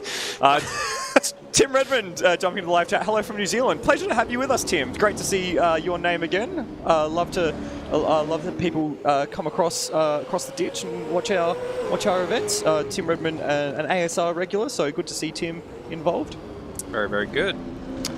And we did catch just on the way down the mountain this a little bit of a slide for Thomas McMillan. So let's see this time around if Ethan Warren can get any sort of pace on McMillan, but you can see he's just driving away. There's absolutely no recourse that Ethan Warren has in that 93 car in order to chase Thomas McMillan, like at all. The only way they seem to be getting past is if Thomas McMillan makes a mistake.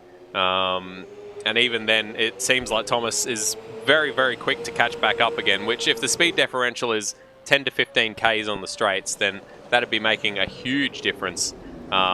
Obviously, but it would be making it very easy for Thomas McMillan to manage this gap. Although, speaking of gaps, it is now 16 seconds between Thomas McMillan and Luke Rosella out in the lead. So this is all working out for Luke Rosella and Corey McFarlane at the moment. And we've got Warren right on the wheel tracks of McMillan coming back up the mountain once again. It's not quite... He doesn't quite have the pace. He just straight up does not have the pace. Like it's a fundamental issue in that car that Ethan Warren just doesn't have the pace. He had the perfect exit from Hell Corner, perfect slipstream the entire way up the mountain, and still was not enough to be able to get a crossover. And has to sit behind him through the cutting and across the entire top of the mountain. But we are seeing at the moment the little gear icon in the bottom left, so indicating that Ethan Warren may be coming in for a pit stop this lap around. Bagzy, is that on schedule for the Warwick car?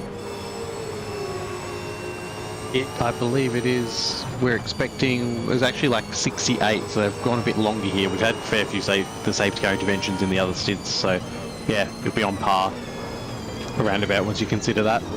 Cool, thank you very much, Bagzy, as we're watching McMillan and Warren dance down the mountain. A lot more confident through Skyline was Ethan Warren all over the curb, whereas Thomas McMillan was very, very wary of touching the curb. And you can see how close they are. They're basically bump drafting through Forest Elbow and onto Conrod Straight. Can Ethan get enough of a slipstream? It looked like a better exit from Ethan Warren in the Team 93 car, but Thomas McMillan just staying exactly the same distance the entire way down the straight, which is usually not what happens. Usually the slipstream will help drag you past, but there's that damage or that setup issue, whatever it is, that's causing the dramas for the Team 93 car. Just seem unable to make any dent in that lead from Thomas McMillan. It was a lot closer that time around. He's diving into the pit, so there he goes. Into the pit lane comes Ethan Warren, and we'll get out of that and maybe try and affect the undercut for the number 93 team. Pardon me. Goodness me, are you okay? No, I'm not. Do you need me to burp you? Put you on my shoulder and have you throw up down my back? Why do people think having babies is a good idea? I'm made incredibly uncomfortable by this discussion. Fair enough. Anyway, what are we looking at? What are we looking at? Ethan Warren circulating. We've got someone else in the pits. I believe that was Nathan Higginson, I believe. Nathan Higginson in the pits. Nathan Higginson / Termo. Currently Termo, but might be doing a driver swap. And Here his is your race leader. Turmo has just gotten into that car. No, I believe Turmo has been in the car, so might be changing over to Nathan Higginson. No, still Turmo in the car. Still Turmo in the car. So Luke Rosella, your race leader, now 18 seconds ahead of Thomas McMillan. Ooh. And he's throwing it down the skyline, isn't he? He's not taking it easy out there. He's wringing the neck of that Team Golf AARB 55 machine with the green trim.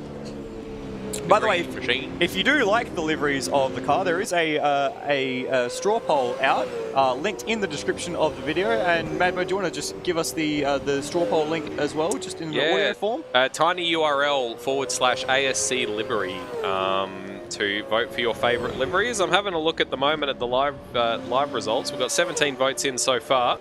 And you guys got to up your game. We got remember, the winner of the best livery gets a $5 bonus. Whoa. So $5. That's like a coffee, Madbird. Yeah, well, you know, I think if you don't live in Melbourne, it's a coffee. If you live in Melbourne, it's maybe the sugar. A car in the background has just gone off and tagged the wall. And I reckon think that was the that looked like the Hayden Link, I believe. The Ignition Sim Sports car. And it looks like he's got a puncture. Oh, that is, I don't think he can get back to the pits from where he is either. So he's going to have to carry that puncture whole lap around. Let's see if we can catch that on the replay. This is exactly what Stairs was saying earlier on, that if you have an accident through the chase, here we go. The first heavy braking zone you've got, bang, oof, into the concrete there on the exit. And you can see it's right hand down, and as he comes into Murray's corner, the front right locks up, and sends him straight off. So that's a puncture there for Hayden Link. He's got a long way to go before he can get back to the pit lane. And he's dragging that wheel, smoking that wheel up Mountain Straight. Yep, and looks like we've got Thomas McMillan just lapping him there, unsurprisingly. But yeah, exactly what Stairs was saying earlier on, that if you have an accident in the chase, the first heavy braking zone you have is Murray's Corner. So by the time you realise there's an issue with your car, it's too late to go back and into the pits. So it's going to be a very long lap there for Hayden Link.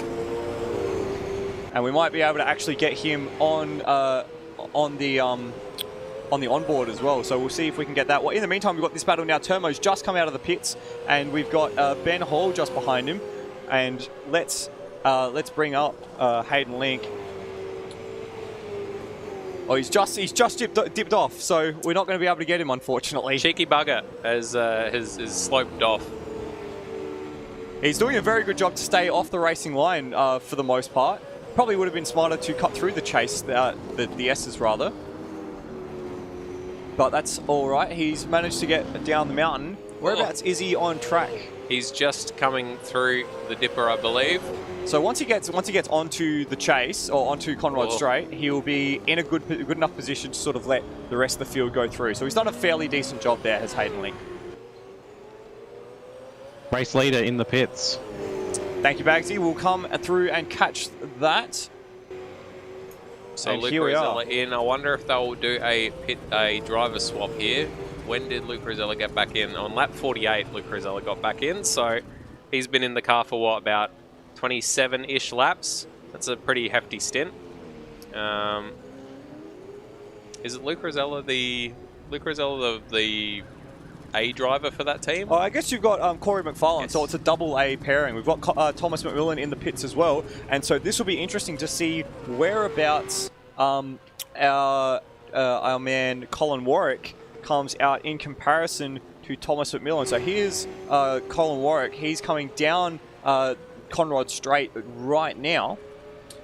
And McMillan has just pulled into the pits. We've got a few more pit stops as well. It looks like Hayden Link has made it into the pits. Well done, Hayden. And we've also got the Has-Been racing car in the background of shot there. You can't quite see it behind the timing tower, but that is the number 22. McFarlane's been installed into the car for the number 55, so they will take the lead. They will, in fact, not cede the lead through their pit stop, which is pretty cool. Very good work there. In open NVIDIA GeForce Experience and install new driver Corey McFarlane edition into the game, and Colin Warwick just coming into help corner now, and it looks like he's going to get that position over Dayne Warren, who has jumped into the car. So we've had a driver swap for all three of our top runners. Corey McFarlane in for Luke Rosella, Colin Warwick for Colin Warwick for Ethan Warren, and Dayne Warren for Thomas McMillan. And in fact, Dayne Warren wedding in for Ross. And Lewis wedding in for Ross as well. Wedding in for Rossi. And that is the has-been team. That here they are. So they're about the length of Mountain Straight behind Dayne Warren in third place. So expect to see Dayne Warren make some inroads into Colin Warwick. It's been interesting that Dayne and Ethan haven't been in the car at the same time so far. Yeah, never. You haven't had any brother-on-brother action. Oh, didn't like the way I worded that. Pretty sure that's illegal. Is it illegal or just immoral? No, I think it is actually illegal. You just can't get married. You just can't get married. Yeah, you know, as long as you don't breed. Oh my goodness. Oh, goodness me. I think you're going to struggle with brother-on-brother breeding, if I'm honest. It'd be a medical miracle. Lacking a uterus and a womb. Oh my gosh, can we move on please? ZB Racing in the pits, they're out. Zach Baker behind the wheel now. They're down in 7th place. And also Brandon Dostal is in the pit lane. We'll just catch him. That is the number 76 of Team 76 Racing. I'm not sure whether or not we have seen T. Clark in the car. Travis Clark. We definitely have at one stage. Have we? I believe, yeah. So we've got driver swaps on lap. Oh, I did see it.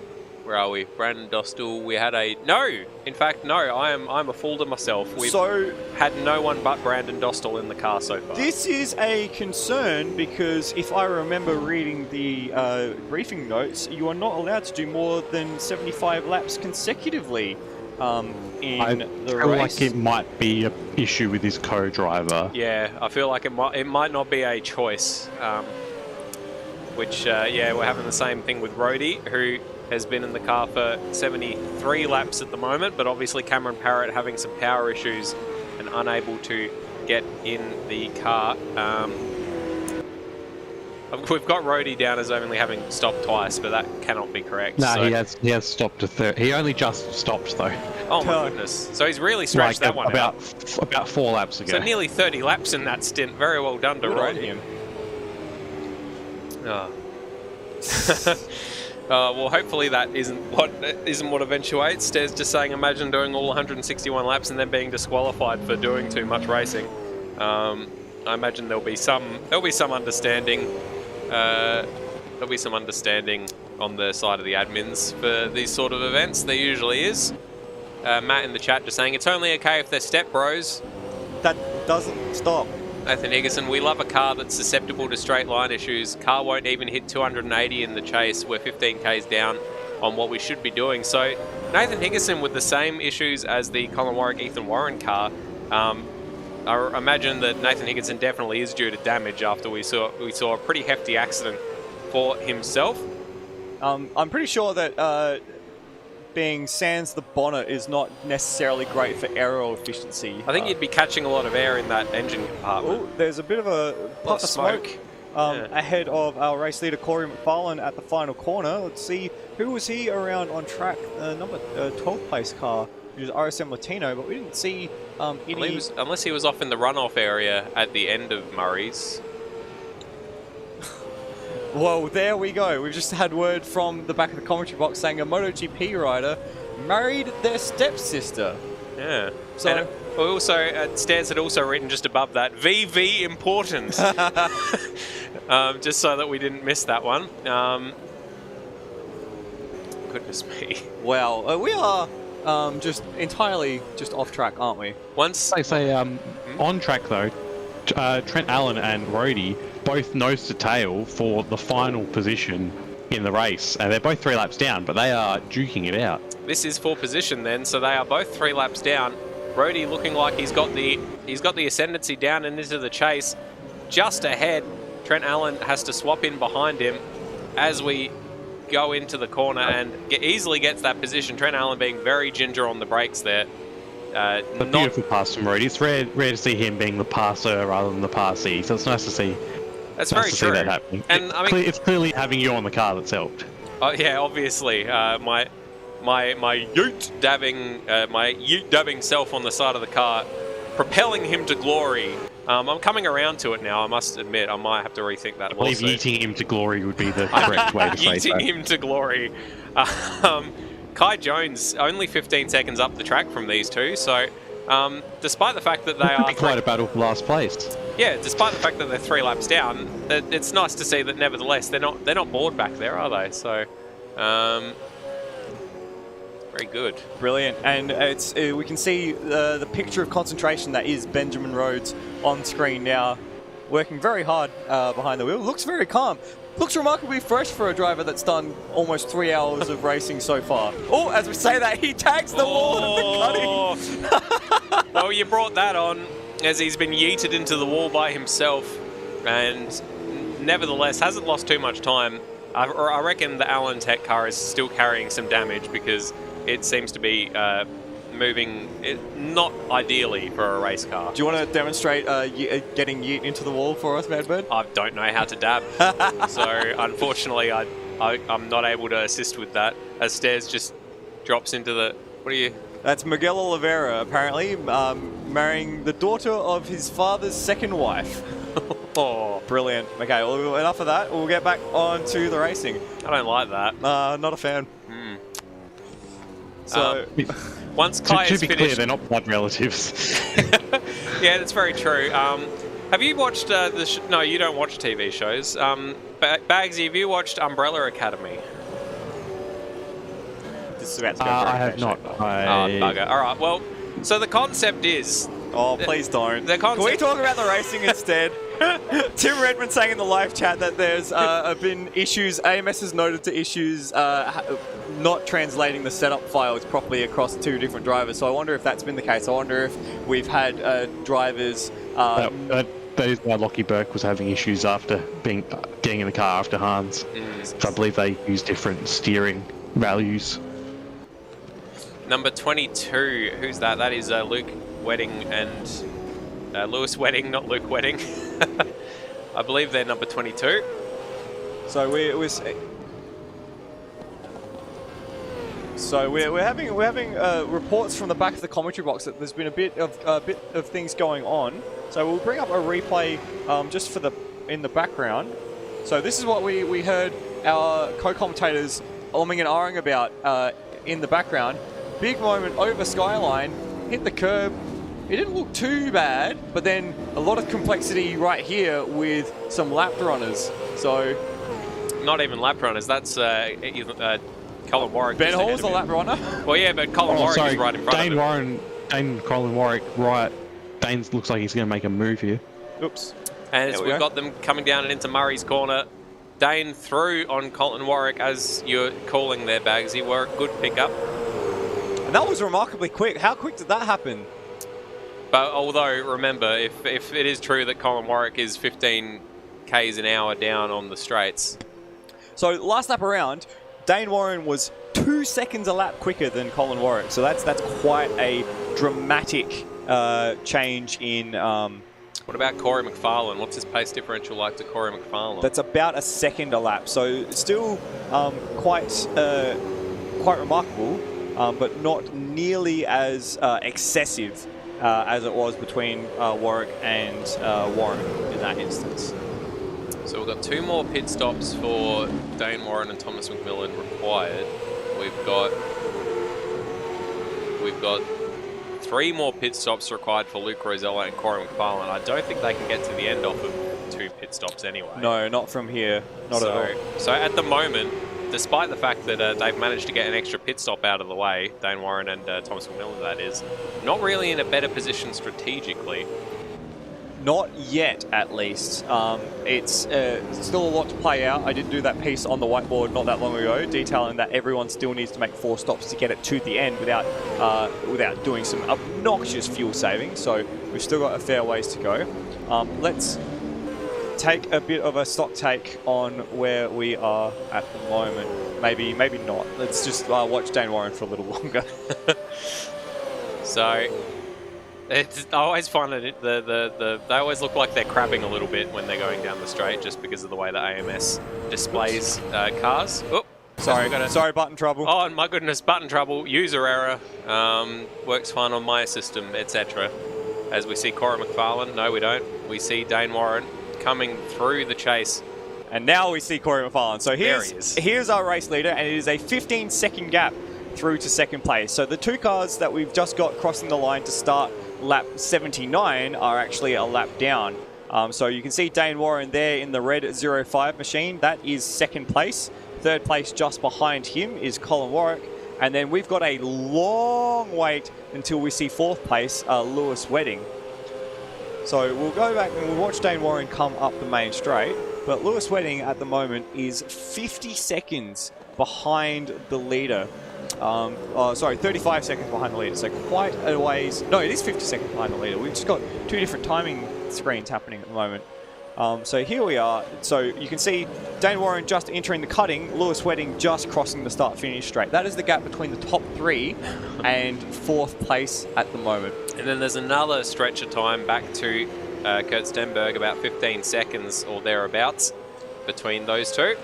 And there we are. And in fact, that's Kurt Stenberg in a close battle with Hans Brunswick. So that's a battle for position for 5th and 6th place. Zach Baker is the last car on the lead lap, and the rest of the field is a lap down at the moment. So we're at the halfway point, Madbird. We are indeed. I just wanted to draw attention to Misha J saying, once Kai's finished, I'll give a beautiful worm dance. I look forward to it. Beautiful. I can't wait. And on that note, I think it's time to say goodbye, Madbird. Yeah, I'm going to go for a quick sojourn, and is it? No. My goodness, Stairs confusing us all here. I'm going to hop out of the combox. Stairs is going to hop into the combox, and you'll have to deal with him for a little bit. We'll get Bagsy's thoughts on the battle at the moment. Bagzy, the top three really stepping themselves away from the rest of the field at the moment.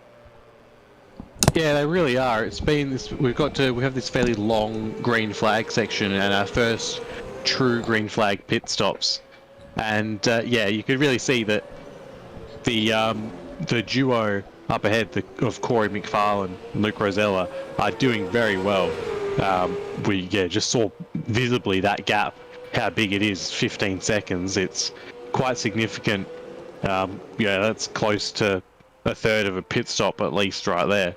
So it will be interesting to see how things continue on.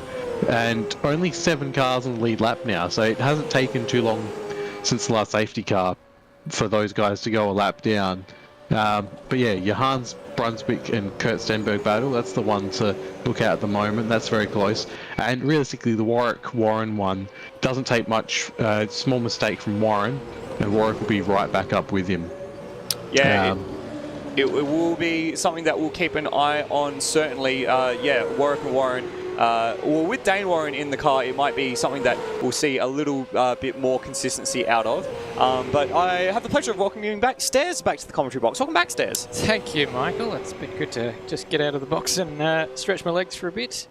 It's been a lot happening today. It's the biggest field we've had, and only one DNF to the halfway point, so we still have 16 cars in the race. That's something to be commended. Absolutely. And we are at the halfway point, Stairs. We're 3 hours in, and we're 80 laps in. We're 500 kilometres down. How good's that sound to say? It does sound good to say. Did you? What did you say? Doesn't that sound good to say? Something about the way you said that sounded weird in my head, but anyway. Something that's not weird in my head is Kai Jones. He is here, and that's not them. Hey. That's not him. That's us. Hello. Goodbye. You say hello and I say goodbye. And we say hello to Kai Jones, who is now on screen. Currently sitting in 14th place. He got the track to himself a little bit. He's a lap down on the next car and 21 seconds ahead of the car behind him. But and his picture's just frozen for a moment there. There he goes. The last time we saw him on the driver cam, he was just watching his teammate driving around under the safety car. But it looks like he's got the Blue Yeti microphone there, talking to his teammate there in the Solvivid Esports entry. And I wonder if he's listening in to us as well. We won't distract him. Oh, we might have distracted him as he comes down the S's. Oh, dear. See, I worry about it. We are muted when we jump in. At least I think we're muted when we jump into these chats so that we don't distract them, we're literally just grabbing the video feed and kind of seeing how they navigate their cars around. But if you are listening now, Kai, that you are on the main straight, give us a quick wave. I hope you don't put it in the wall at the chase, because that would be bad. I thought he was going for the wave there. He just went for the nose touch, the patented nose touch. You know how that goes? Do we? Yeah, the nose touch. So basically, we just hide code. You do this. Yeah. That's the nose touch. Naturally, as I'm back in the commentary box, things have gone a little off topic. But it didn't take long at all, did it? I think it's important, though, to show all of these guys. I hope we didn't miss a wave there. While we didn't miss a wave. I kept eyes on that screen. Practicing the nose touch, but there we go. So that was half a lap or so with the Vivid Esports car. That's got to be up there, I must say, in terms of the vote for the one of the best-looking liveries, I think. Yeah, absolutely, and what an interesting car to take inspiration from as well. The Car of the Future test livery for the Vivid Esports group. So a very intriguing. I love the black and gold together. It's something about that combination. It's very John Player special on the BMWs and on the was it the Team Lotus in the 80s on the F1 cars. So very nice combination of colours. What is it about test liveries that are often better than what they end up with on the day for their actual race liveries? Like in F1, Red Bull. Yeah, I was about to bring that up. Madbird from the back of the box saying the Red Bull camo livery was one of the best ones. They had a Dazzle camouflage one, which was good. And I understand that from a marketing point of view, it's not a great idea to have something that's got camouflage on it. But nonetheless, they're striking. And, I think that would have got them a lot of good publicity. Oh, very close to the wall there for Kai Jones. Even the guys who are laps down, they're still pushing very close, and the accuracy... Oh, very, very much is he pushing over the top of Skyline. Is impressive. Oh, how he managed to pull that up without smacking the wall, I'll be... Hey, that was a reminiscent of a Zach Baker save earlier today. Good job. That's one for the highlight reel. For the highlight reel to watch back at the end of today. So that was a bit of onboard there with Kai Jones. If we rejoin... Dayne Warren back in the number 05 car, 14 seconds adrift. Oh, there was a wave, we missed it. Someone in the back of Kai Jones that we didn't see on screen because we were back looking at Dayne Warren. But yes, Dayne Warren taking, I feel like he's lost time because he wasn't that gap around 9 seconds. It's blown out to 13, but he was faster than Corey. Last time I looked. It was larger. It was actually around 15 seconds. So what he has done is he's distanced Colin Warwick, something chronic, putting in a 10-second gap now between himself and the number 93 team. We know the 93 are struggling with some sort of issue, whether that's a setup changeover issue or an issue with the damage at the front of the car. But they seem to be down on top speed. So it's a bit of an issue that they're dealing with at the moment. We have Damian Jones in the live chat saying that he has to apologise for Kai's connection as their internet's being delivered by carrier pigeon. So I know the feeling. Yeah, it's been there's been a bit of that around the country today. Yeah, I was going to say world, and then I was going to say state, and then I was like, neither of those are right. Seem to, as we're cycling through the field, we've got to say thank you to those who have elected to put their webcam up. It certainly adds another dimension to the activity, to the stream. Something that we can kind of tap into and have a bit of a look at. It's something it makes it a bit more tenable when I have friends who are not particularly into sim racing, but when we can show them that this race that we're watching that appears like a video game for all intents and purposes, but then we can cut to these cameras of the drivers actually working along, seeing the corrections that they're having to do. Nathan Higginson shared his foot camera earlier on, so we could kind of see what he was doing with the pedals, and it was great to see the proper race booties and the heel toe going on. So all of this shows just the amount of concentration involved, and a lot of these, look at that, wiping sweat away from his brow there is Ben Hall in the McHugh entry there. And good to see their all the different kinds of memorabilia in the back of the shots. So I think one of the earlier shots we saw, Jamie Whincup poster, we've got the Irwin tools poster in the background there. And we've got in the back left of shot, I think that's a die-cast of the Irwin. I think, based on that image, that might be the Irwin Mercedes E63 supercar that was run by Erebus Motorsport for a season. That would have been Lee Holdsworth behind the wheel that season, 2013, Dawn of the Car of the Future. I have to take your word for that. Your word's probably better than mine in that respect. That's what it looks like to me, at least from this angle. So good to see. And Ben Hall, face of concentration. Have a look, sticking the tongue out as he goes through the elbow there. So awesome to see these guys at work. Exactly. There's been a comment on the live chat from Nathan Higgins saying if you all want to talk to me in the car or out, I'm keen for a chat. He's pointing. Yeah, that's the one, Ben. That's what I'm talking about. Did I get that right? Is that the Mercedes? We can't. We haven't got audio from our driver cams, but we do have the broadcast channel if people want to jump in for a chat when they're out of the car. Give us a thumbs up if that is the Mercedes, and a thumbs down if it isn't when you go up Mountain Straight. But yeah, so what's he doing there? So is that I'm just looking at the wheel there now, trying to identify if that's a Logitech or a Thrustmaster. I'm not that au fait with all of them, but yeah. So.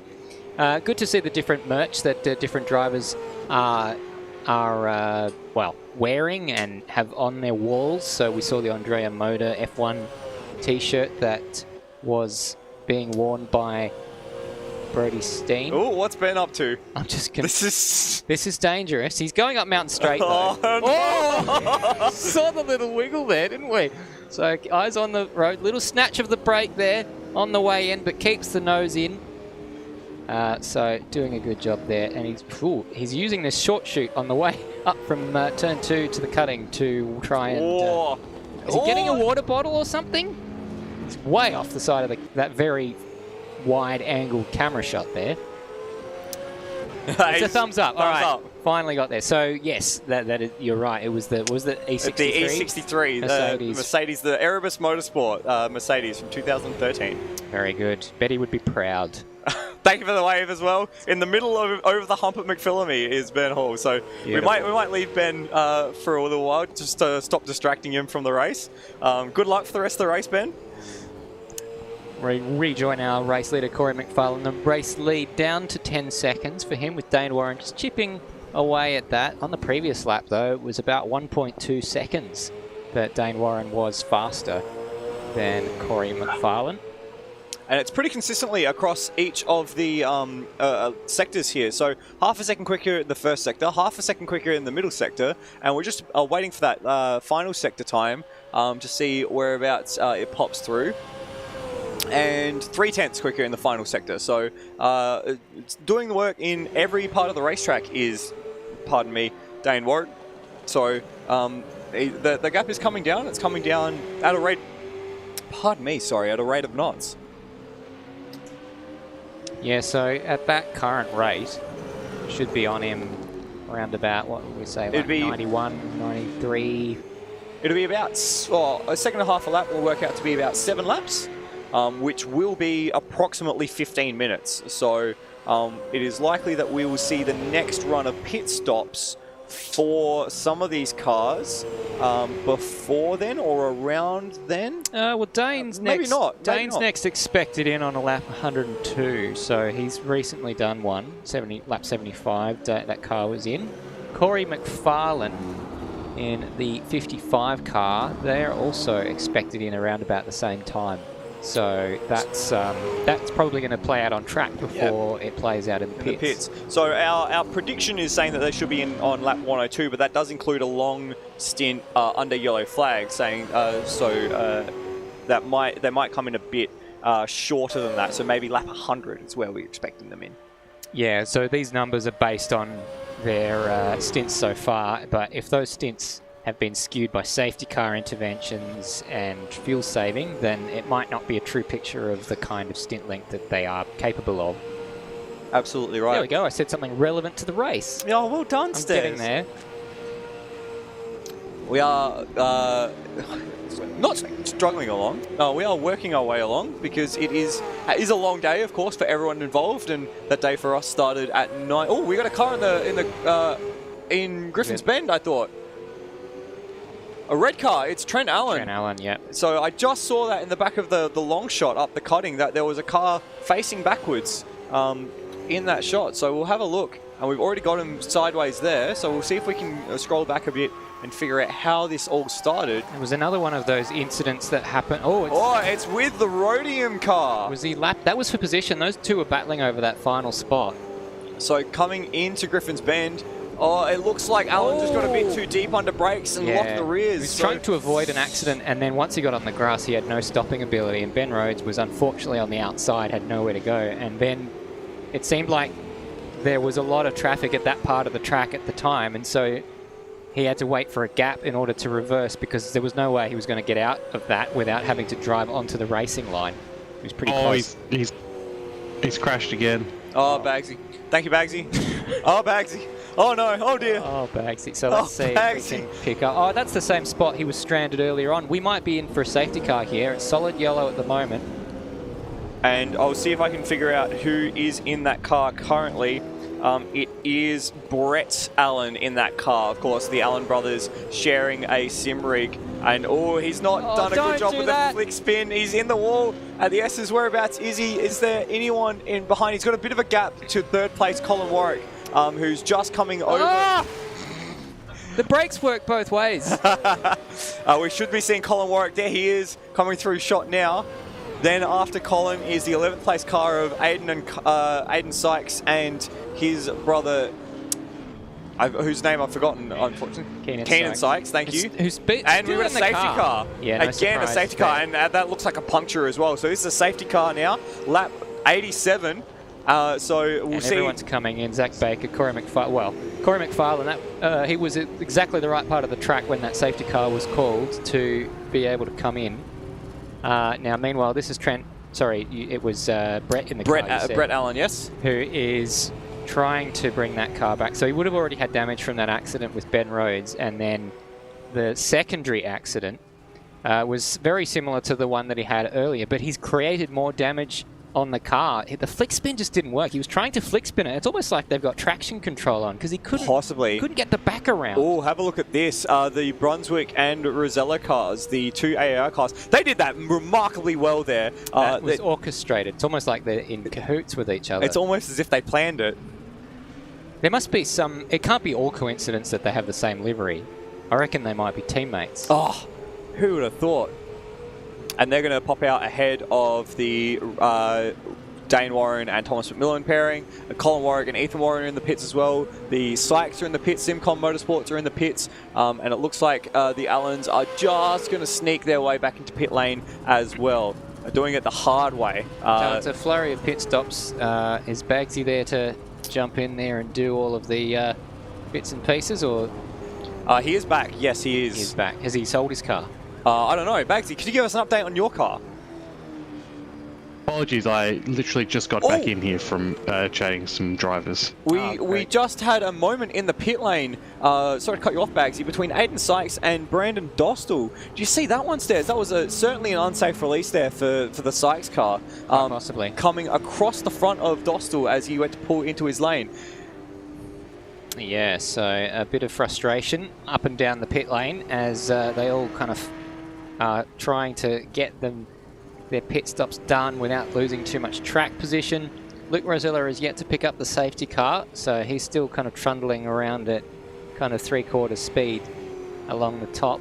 I think literally everyone went through the pits on that lap. Yeah, so a bit of work for old Bagzy. Yeah, so I can see the spreadsheet starting to get those sorts of details filled out. So yeah, that's a bit of a shame there for the Allen brothers. They qualified well, but I think that they've just been hamstrung by damage from crashes early on. And it's one thing to set a fast lap in a single lap, but to go and be consistent for 161 laps is an entirely different ask altogether. So it's one of those things where outright pace isn't necessarily always the thing that's going to give you the race or a good race. What is going to give you a good race is consistency and not making mistakes. And that's something that you only really learn with experience. It's something you only really learn by making mistakes and taking that time to learn how to operate a car under duress, in race conditions after a long race,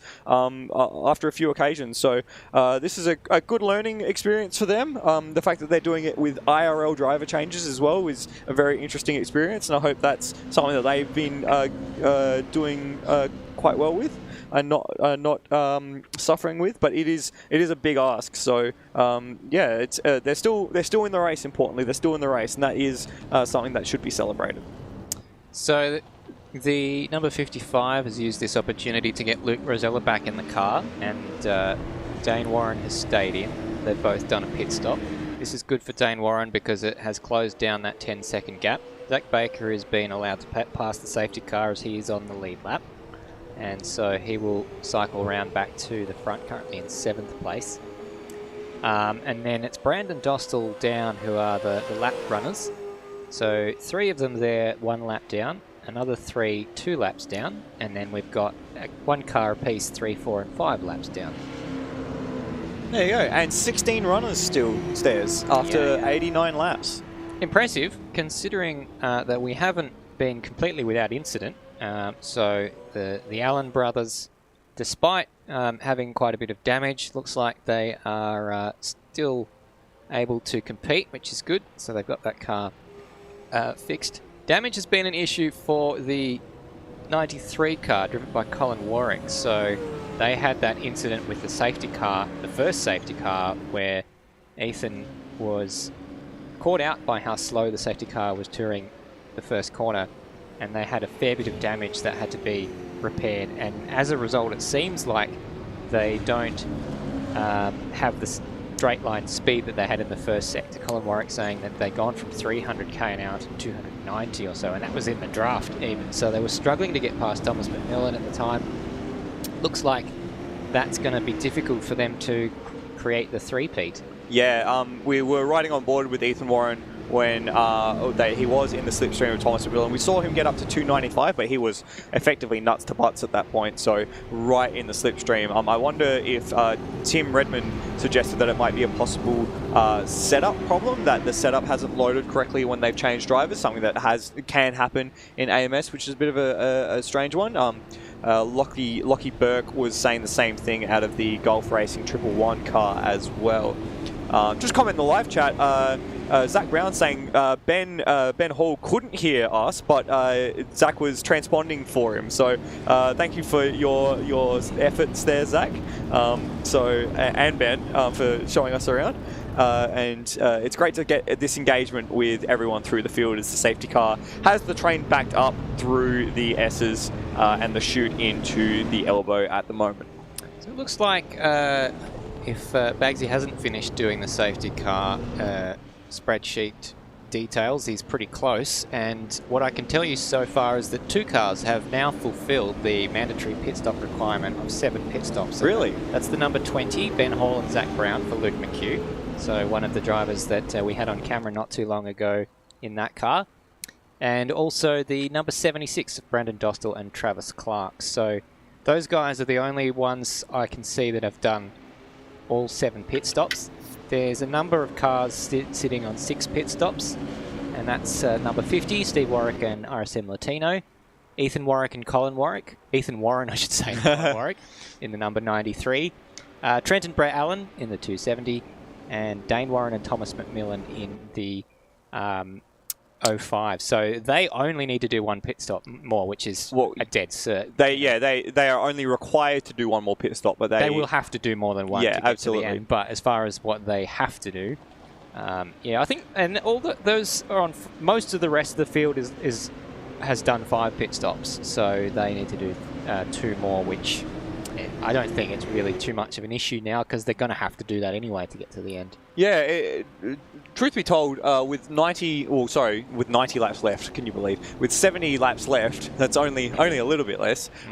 Every car will need to make at least 2 more stops, and that is assuming that they do a 20. If they split the race into 3 26-lap chunks, they'll need to make at least 2 more stops. So everyone is not in trouble of not fulfilling the compulsory pit stop requirement at this point. So we've cleaned that, we've ticked that box. The next question we have to ask is co-drivers. Has everyone completed their co-driver minimum. So we're at lap 90 at the moment.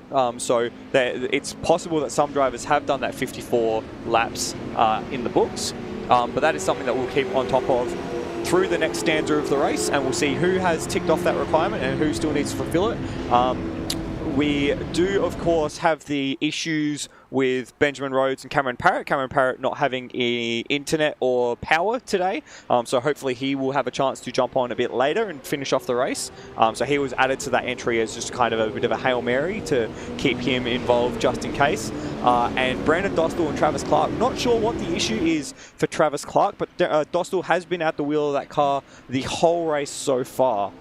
So if anyone has any idea on the whereabouts of Travis Clark, please enlighten us, because we would like to know. Yeah, and he was teamed we've got, sorry, Bagzy, go ahead. Just briefly, quickly before we get the race underway, which I think might be this lap, we've got Hans Brunswick who's just jumped out of the car. He had a bit of an incident into the pit lane, apparently. Just, if I'm allowed to explain it, I can. Welcome. Thanks for welcoming me, boys. I was saying welcome as if I was the one commentating. Yeah, I'm still not out of that mode yet. It's been a while, but no, it's good. It's good to hear from you, Hans. Good to hear from you as well, Michael, and Stairs, and Bagzy. And Bagzy jumped in our chat before, and it was good to hear from him. So, long time. I mean, I was probably under duress, so I wasn't as talkative, unfortunately, but no, we're having a good time. So, when the yellow came out, I decided to pit, and then I decided to just, throw it in a bit too hard, and I went a bit wide, and I was gathering it back up, trying to get it back onto the pit lane entry road, and I had a lag spike at that very moment with my computer, because I had it running for probably 2 hours in the game, and then it, I ended up in the fence. So I did probably something between a Jamie Wynn Cup in 07 and Larry Perkins in 01, so that was pretty interesting, but I think we got a puncture and some pretty heavy front end damage, but the engine was still running and none of the wheels fell off, so we got it repaired, put Lockie in the car, and we're out. I think we should be right with our co-driver minimums, but we are not right yet with our pit stops yet, so we're probably thinking we might make 2.5 stops later on in the race, but there's been an accident. Whoa, Higginson. Yeah, so well, good thing we had a commentator a driver who's also a commentator in the box there. So Higginson, who did that happen behind you? Looks like Kai Jones might have gotten to the back of Higginson there. So we are going to try and figure that one out. Thank you for coming in and explaining your little incident for us, Hans, and good luck for the rest of the race. Thanks, boys. Enjoy the call. It's good so far. Thank you very much. Thank you very much. We'll just see if they're going to get a restart underway, but Higo's probably going to have a bit of damage after that.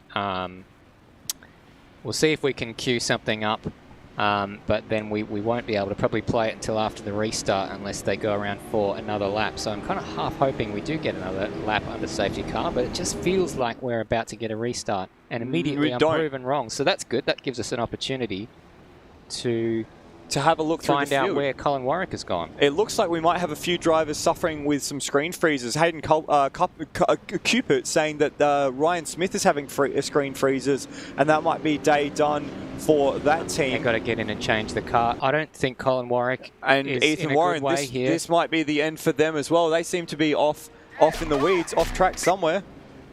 Yeah, so, it's been almost 3 minutes since they've actually been on track. So oh no. This is going to be their first DNF of ASC history if this isn't a recoverable situation, and I just find it hard to believe that they can come back from this, because the car has been gone. Their lap's down anyway, so the win is out the window.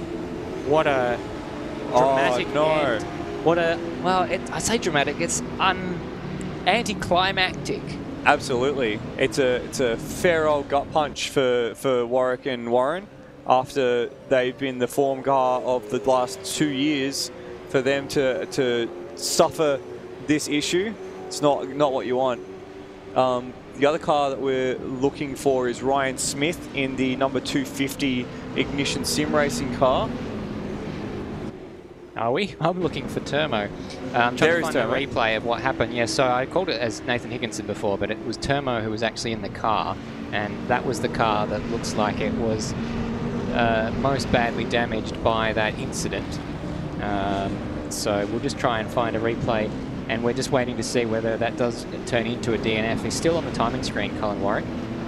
So it's all kind of kicking off here, and not the kind of way that we would have liked to have seen, as we are under, what is that, our 4th safety car? Yes, you are correct, Stairs. Warwick has officially DNF'd. Oh no, there we go. So the three-peat for 2022 is over. Here's the replay of what happened to Termo while we were talking to Hans Brunswick about his issues. And it looks like just everyone checking up, and the Vivid Esports car getting into the back of him. So that's the Lachlan Horan on the dash, but that would have been Kai Jones, I think, behind the wheel. So just caught out by the cars backing up. And we've had the wave around in process now, so that's why we've got extra lap. Yep. Just do that one as well. Thank you. We were both thinking the same thing. So we've got cars that have made their way around to join the back of the grid. So officially, Colin Warwick and Ethan Warren, one of the favourites for the event. Yeah, out of the race. A DNF. It's a shame because, I mean, even though the car had damage, there was still a factor to, you know, throw a cat amongst the pigeons somewhere.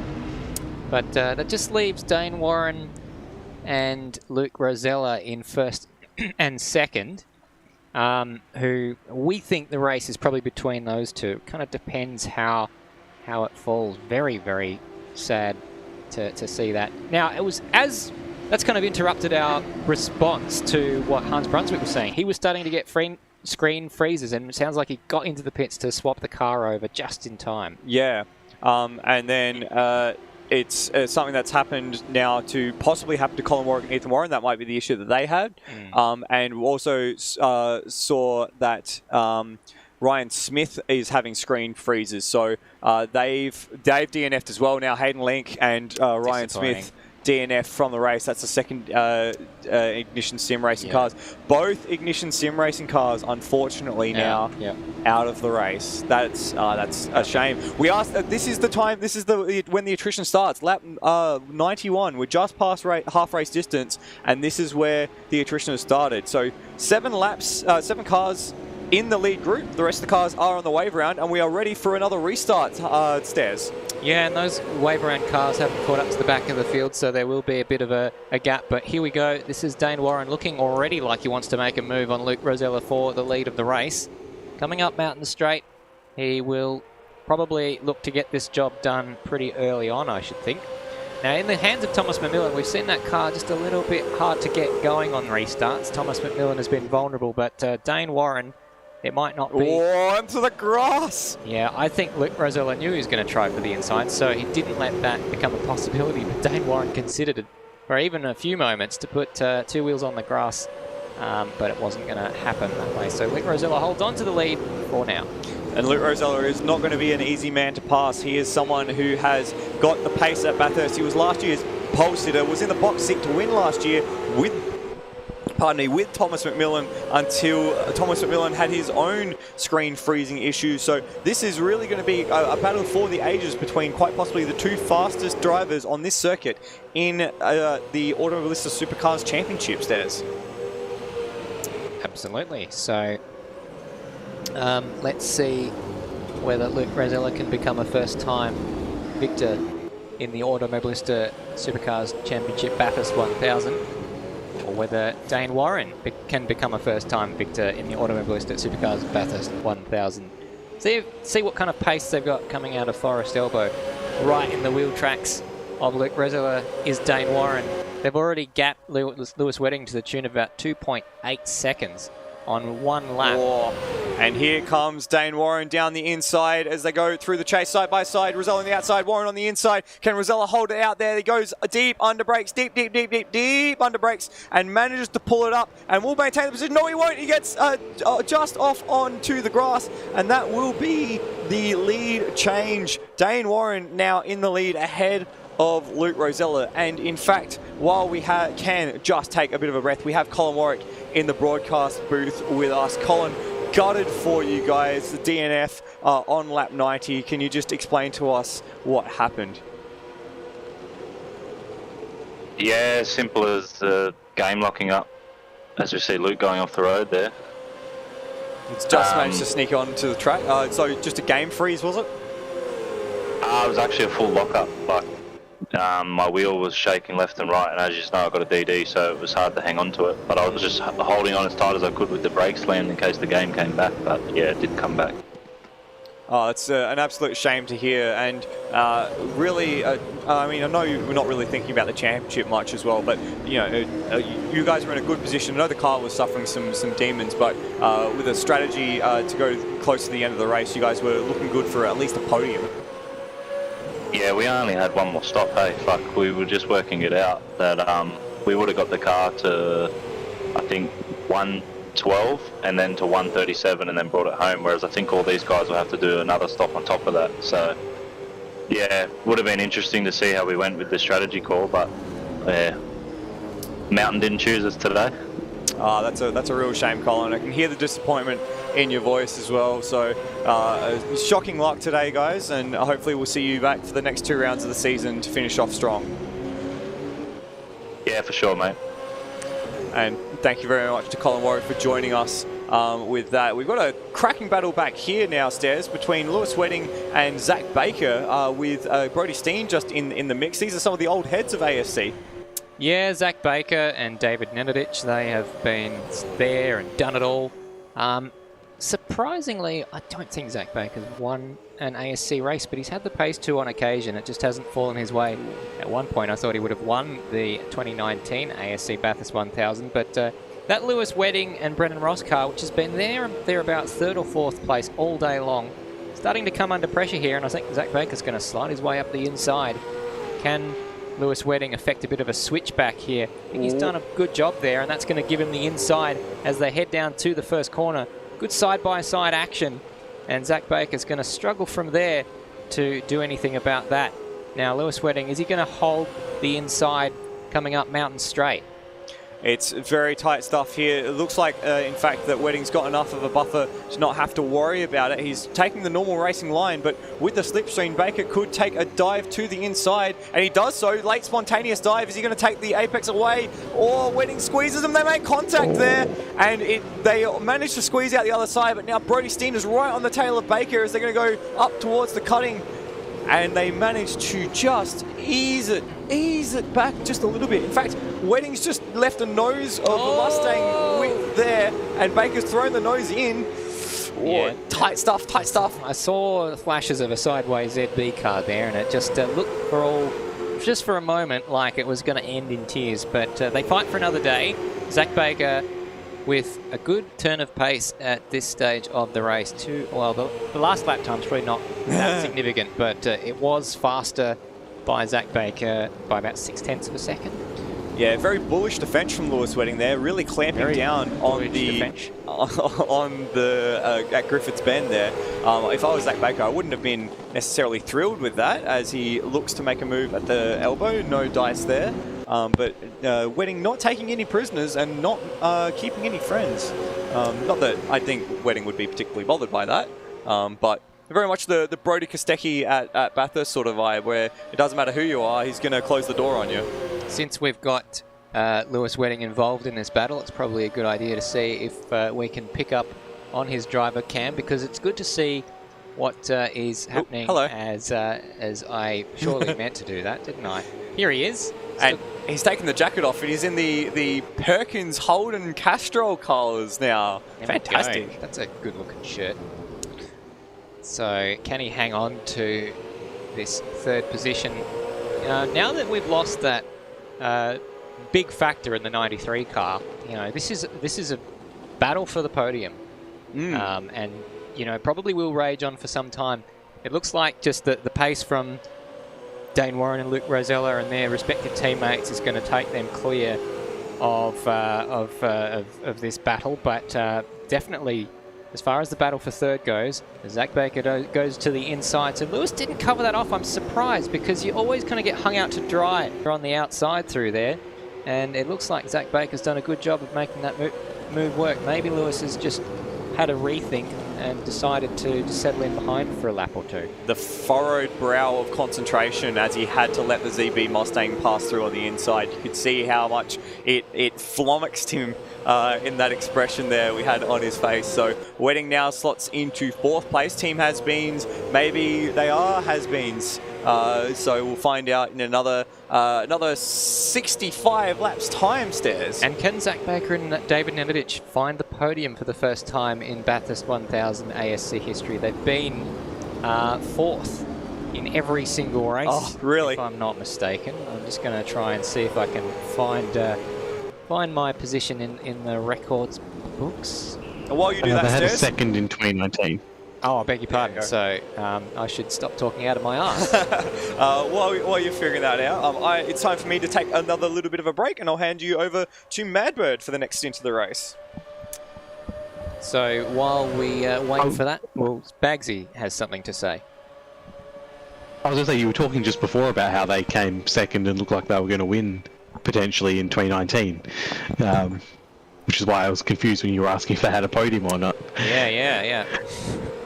I'd forgotten about that. Yeah, I have a little bit of, what's the term? The cognitive dissonance when I'm talking about two events that are the same, but I'm trying to pick 2 different facts from 2 different camps. Welcome, Madbird.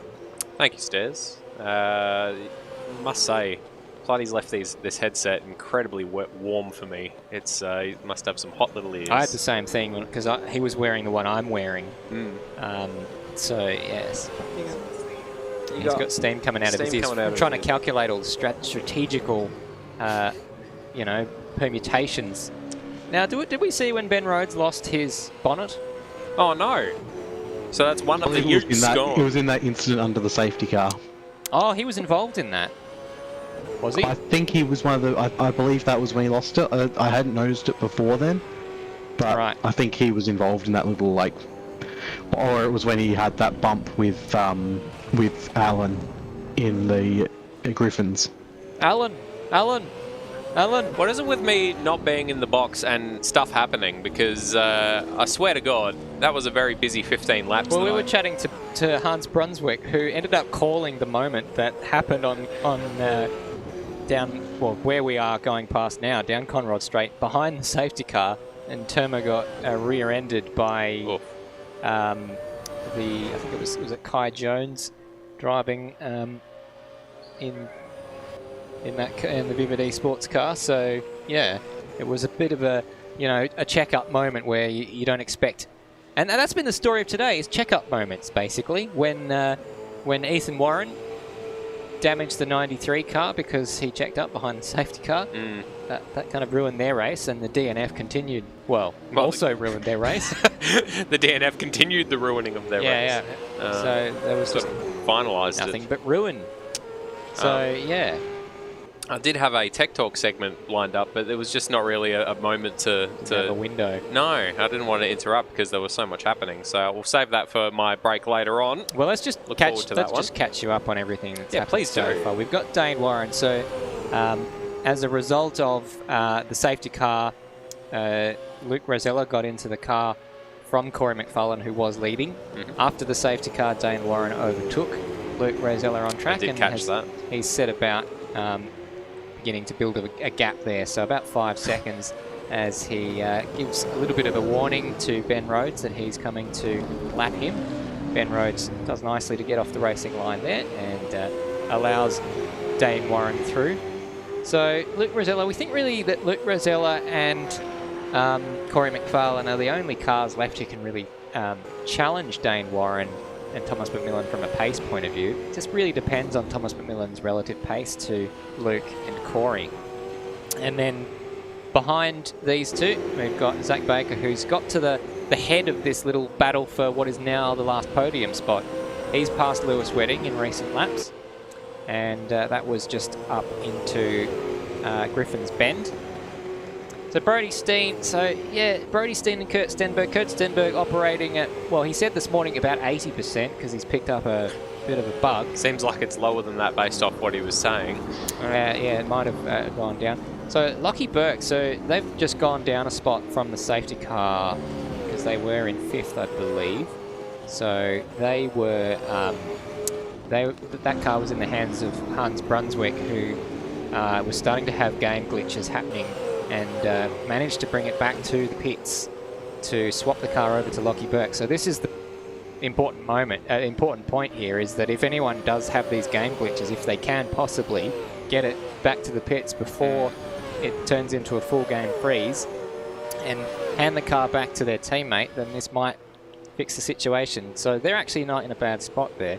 Qualified outside the top 10, up in 6th there for Lockie Burke. So behind him, Ben Hall having a bit of a moment there. And we were catching up with Ben Hall on the driver cam earlier on. He was giving us a wave. He was trying to reach something behind him for while he was on the screen, while he was going up Mountain Straight, and doing some sort of hand signal communication with Michael Zalavari on comms. So they're sitting in 7th place. Brandon Dostal, who's been in that car from the start of the race, is in 8th place. And then behind him, we've got Termo, who doesn't seem to be carrying any damage from being rear-ended quite violently under the safety car by Kai Jones. So Aiden Sykes, we think it's still Keenan in there. We were looking at the... We'll have to check up on the driver cam, but Keenan was doing quite a long stint in there. He's in 10th place, and then we've got RSM Latino out of 11th place. And so that's Cuz Berengwala, who got in the car on lap 67, so he's been in there for just shy of 29 laps. And then Kai Jones, wondering if he's picked up any front damage. Still kept his bonnet, despite the fact that he's hit the back of Turbo. Ben Rhodes in at 13th place, has done all 94 laps. One of two cars in this field where they haven't managed to do a driver swap. And then Trent Allen, well, he got into a collision with Ben Rhodes at Griffin's Bend, which resulted in one further collision, which then caused the previous safety car. And then, of course, we've got our DNFers, Colin Warwick, Hayden Lincoln, Hayden Cupid. Bad day to be called Hayden. Wonderfully done, Stairs. That's a remarkably undramatic stock take from us. Maybe because we didn't call it. We didn't call it into being by saying that it was one of our patented ARW stock takes. So, despite the fact that we have now taken stock, nobody's sawed off the track. So, that's an ideal situation for all of us, specifically the drivers. Now, Bagzy, while we were when that safety car happened, you mentioned you'd been going around talking to some of the drivers. Was there anything that you learnt during that time that you haven't had the chance to relay to us? No, I think most of it's really come out in the wash with all this. Basically, everyone's talking about their strategies, and the safety cars really solidified a main couple of strategies. Everyone's going to have a fairly similar critical lap, depending on whether or not they can manage to keep their fuel in check. But yeah, at the moment it's looking like everyone's going to be pitting around the 110 lap mark or thereabouts, and then one more stop from there to get home, probably around about 135 to 138.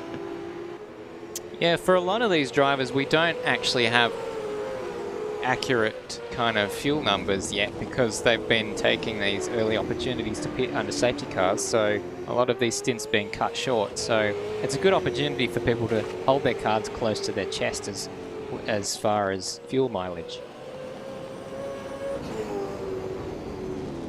Is, and they're I think everyone probably has a good idea of what everyone else is doing now, but we'll see how it plays out, or if anyone tries to do anything tricky. And it does also depend on if any more safety cars come out as well, if we have any more incidents. Yeah, so already 4 safety car periods. I suppose there's a chance we could have 2, 3, 4 more. But we hope that we can kind of stay green now, and this sort of plays out in a way where we can see these sorts of strategies beginning to develop as we get towards the back end of this race. Not what Nathan Higginson is looking for. We've got cross fingers emoji ×3. Another random generated safety car would do our strat wonders right now. Broadcast, can you do us a favour? Crossed fingers ×3, and then he's done sort of the ooh-woo pointing inwards fingers. For full disclosure, this is Bagsy's actually the person who is doing the safety cars, but I believe Bagzy, the process is completely randomly generated on your end. Yeah, it's pretty much a Excel spreadsheet that will spit out. It's basically a random number generator, and if certain numbers happen to align, then safety car will get called. Basically, before the race, I ran through it, and it generates anywhere between 1 and 4, and yeah, it also then depends on if there's safety car periods for incidents as well. But yeah, so I ran that before the race, and then it doesn't change. Yep. So we as the broadcast team have no control over safety or cars. Knowledge. We actually don't know. Knowledge. Yeah. So it's only Bagzy who knows that. Or Bagzy, do you know like ahead of time what laps safety cars might happen, or is it as you get to the lap that reveals itself to you? I can just look at it, scroll through it if I want to, in a way that means that I won't see what's happening. Usually I have a look anyway, because otherwise I don't want to, go and put it in and suddenly have it where, especially because if it's one of the randomly generated ones, you don't want it to be done in a way that's going to ruin another safety car. Whereas, like, if another safety car's just ended or something, then it's going to change as well. So if I see something's happened, then it will be bumped forward a lap or two. Yeah, so that's a good point. And the two that we've seen caused by incidents, well, 2 of them were caused by incidents with Trent Allen. The first one, I believe, was totally random. What was the other one? Was that an incident on track, or was that another random one? So I believe the first one was the only random one. The other 3 have all been incidents on track. So that's why we're on for... I don't know what our record for safety cars is in this event, but we must be close. We've had like 3. I'm hearing 3 from the back of the box, yeah.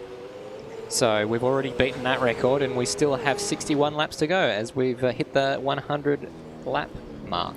Dwayne style in the chat. There is an SC coming soon. I can feel it in my uterus. And then we've got a sad face from Nathan Higginson. Don't sad face, Nathan. Nathan Higginson wants it. Wants the safety car. Oh no, I understand, but like maybe random chance will be with you, Nathan. So do anal style with his uterus is probably, that's saying something that Nathan Higginson wants to hear. Very good. 3rd and 4th. What's... Oh, on track. That's right. Happening. We're watching a race. As we see Brandon Dostal coming into the pits. We cut away from Brandon Dostal coming into the pits. So when you say battle, this is 2 cars separated by 2.3 seconds. But so Lewis Wedding got passed by Zach Baker a few laps ago. And as far as their speed since then, pretty even, I think. 2:0, well, actually on the previous lap, 2:09.4 for Zach Baker. Lewis Wedding 2:09.3. So, tenths of a second here and there. So, Lewis Wedding doing a good job to hang with Zach Baker, who's up into the podium positions. As I think you were saying earlier, probably had the chance to win in 2019, but was held up behind, I think it was Ethan Warren was doing some mad fuel saving at the end of that race. Yeah, couldn't get through. And just couldn't get through across the top of the mountain where Ethan was at his slowest. And so, since then, haven't really had the opportunity. At the moment, looking like they're going to be okay for the podium, although this has-beens car is definitely not giving them too much space to start thinking too far ahead. Knowing Lewis Wedding, I wouldn't be surprised if he's just fuel saving a bit at this point. If he feels like he's got a measure of the ZB car's pace, and he has closed in there. I don't know if Zach's just made a mistake or 2.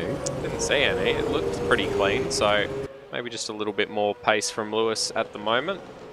Brody Steen's in this still. He's just, he's just in the back of that shot, but he's not falling away at an unabated pace. Yeah, but then plague-ridden Kurt Stenberg needs to get back into the car at some stage and sneeze all over the wheel. Exactly. Exactly. He's gone from I'm at 80% to, you know, ring around the rosy Black Death sort of thing. Rossi96 in the chat saying, shh, Stairs. Well, I think Zach can see you there in the back of the... Yeah, I feel like he's probably got a better view than we do. Very good. We've had Kai Jones is in the pits at the moment, doing some refueling in that. We also had Brandon Dostal in the pits just before, as you mentioned. They're going to have to do another 2 stops to make it from here because 30 laps to go. They're not going to be able to, well, it's doubtful they'll be able to do that on one more stop. It will depend because they are a lap down, I believe. So, I mean, if they go 2 laps down, but they'd have to be really pushing it. They'd be doing 29 lap stints, and I don't think that's viable. Basically crawling at that point, I imagine. Most of our field kind of expected back into the pits around about lap 110-ish. There's quite a bit of a buffer built into their kind of strategies now because based on the current numbers, we've got a lot of cars coming in for their last pit stop around lap 138. So I think that they're going to be able to actually do much longer stints than that. So they should be quite comfortable, I think, to be able to get home on 2 more stops. Having said that, that's exactly the opposite of what Colin Warwick said to us when he came. We're going to struggle. So yeah, I'd say they were a few it laps. It will depend because off. the critical lap. Sorry, go ahead, Dave. The critical lap numbers we have are also slightly skewed by the fact that there have been safety cars. So some of these longer stints may be more generous than what is actually happening. So we'll see how that plays out. If we get clear green flag running to the end, we might see people in fuel trouble towards the end. Yeah, so I mean, let's look at that from, well, let's look at this battle on track first because it looks like Zach Baker's going to the defensive. So this is swapped around. It's like Lewis Wedding has found some pace. Maybe he's saved the fuel that he wants. Brendan Ross said shh to me in the live chat, so maybe I've hit on a possible truth there, which would be a first for today. Lewis Wedding backed out of that one though, so let's have a look at the fuel numbers. So Dayne Warren and Thomas McMillan, they last came in on lap 88. They've fulfilled their pit stop requirement if they have 1 more pit stop. And so I suspect Floody will probably be able to shed more light on this in a moment, but their next expected pit stop is on lap 115, and then their critical lap is 134 based on the numbers that we have for them. So it's as to whether their stint length, which is they're about 27 laps, can stretch between 115 and 134, and I'd say that shouldn't be a problem. Yeah, that seems pretty reasonable, Yes, as you say. Please go ahead. Sorry guys, before we Kurt Stenberg's back in the box, before we get him, we've had Kai Jones has unfortunately retired. Oh no! Oh no! I just saw someone in the chat saying, going on about Kai being their GOAT, which I believe stands for greatest of all time. Kai was in the pits recently as well, so I wonder if that was related. They had come out of the pits and were on their way up the straight. Last I saw. We'll see if we can pick a replay. It might just be a game crash. So that becomes our 4th DNF of the race, which means that we are down to 13 cars from our original 7. And 3 of them in the last 15 laps. Yeah, it looks like the game just... I don't think it was the freezing thing. It looks like just a hard crash. Maybe a connection issue. Back to the pits for Kai Jones. So I actually think it's an engine. Oh, you're right. He did pull over to the inside. Yeah. So I wonder if... Let's go back on... If you get on board... Yeah, on board and I can hear the engine die. Oh, we've got all these... Oh, let's go from this angle.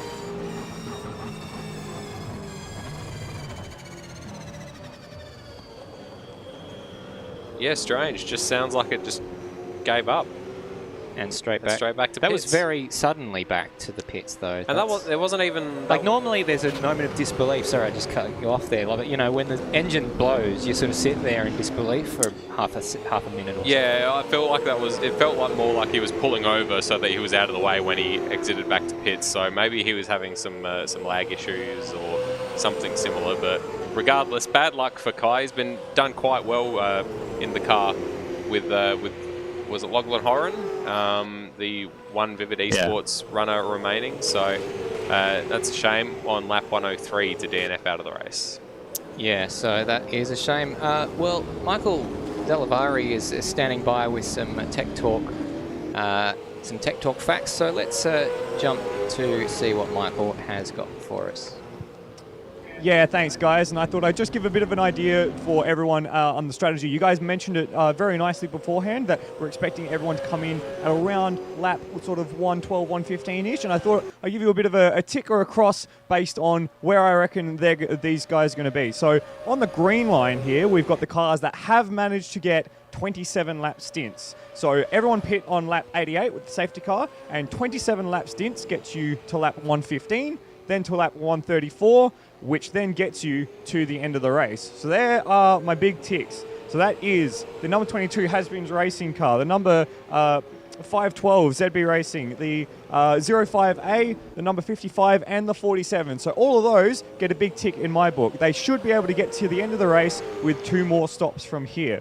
The one that is in trouble of that leading group is the number 111 Golf Racing car. That car so far has only done a stint of 26 laps. That means that their critical lap number is going to be 135, but because they pit on lap 88 with everyone else, they're expected into the pits at lap 114. So there actually is going to be a gap between where they'll run in out of fuel and their critical lap number. So they're the one that is in trouble.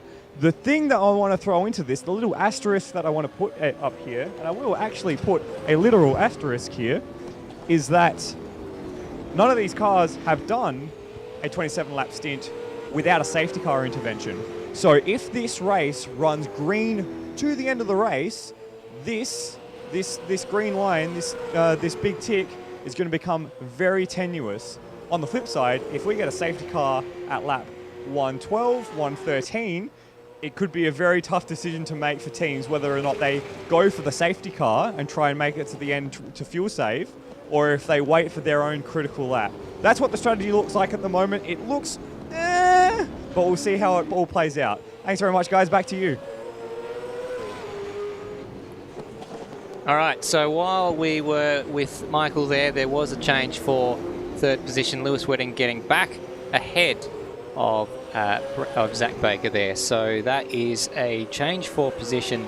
And so I think Lewis Wedding is just playing the strategy game here, Madbird. Yeah, I don't think he's going hell for leather as fast as he possibly could be.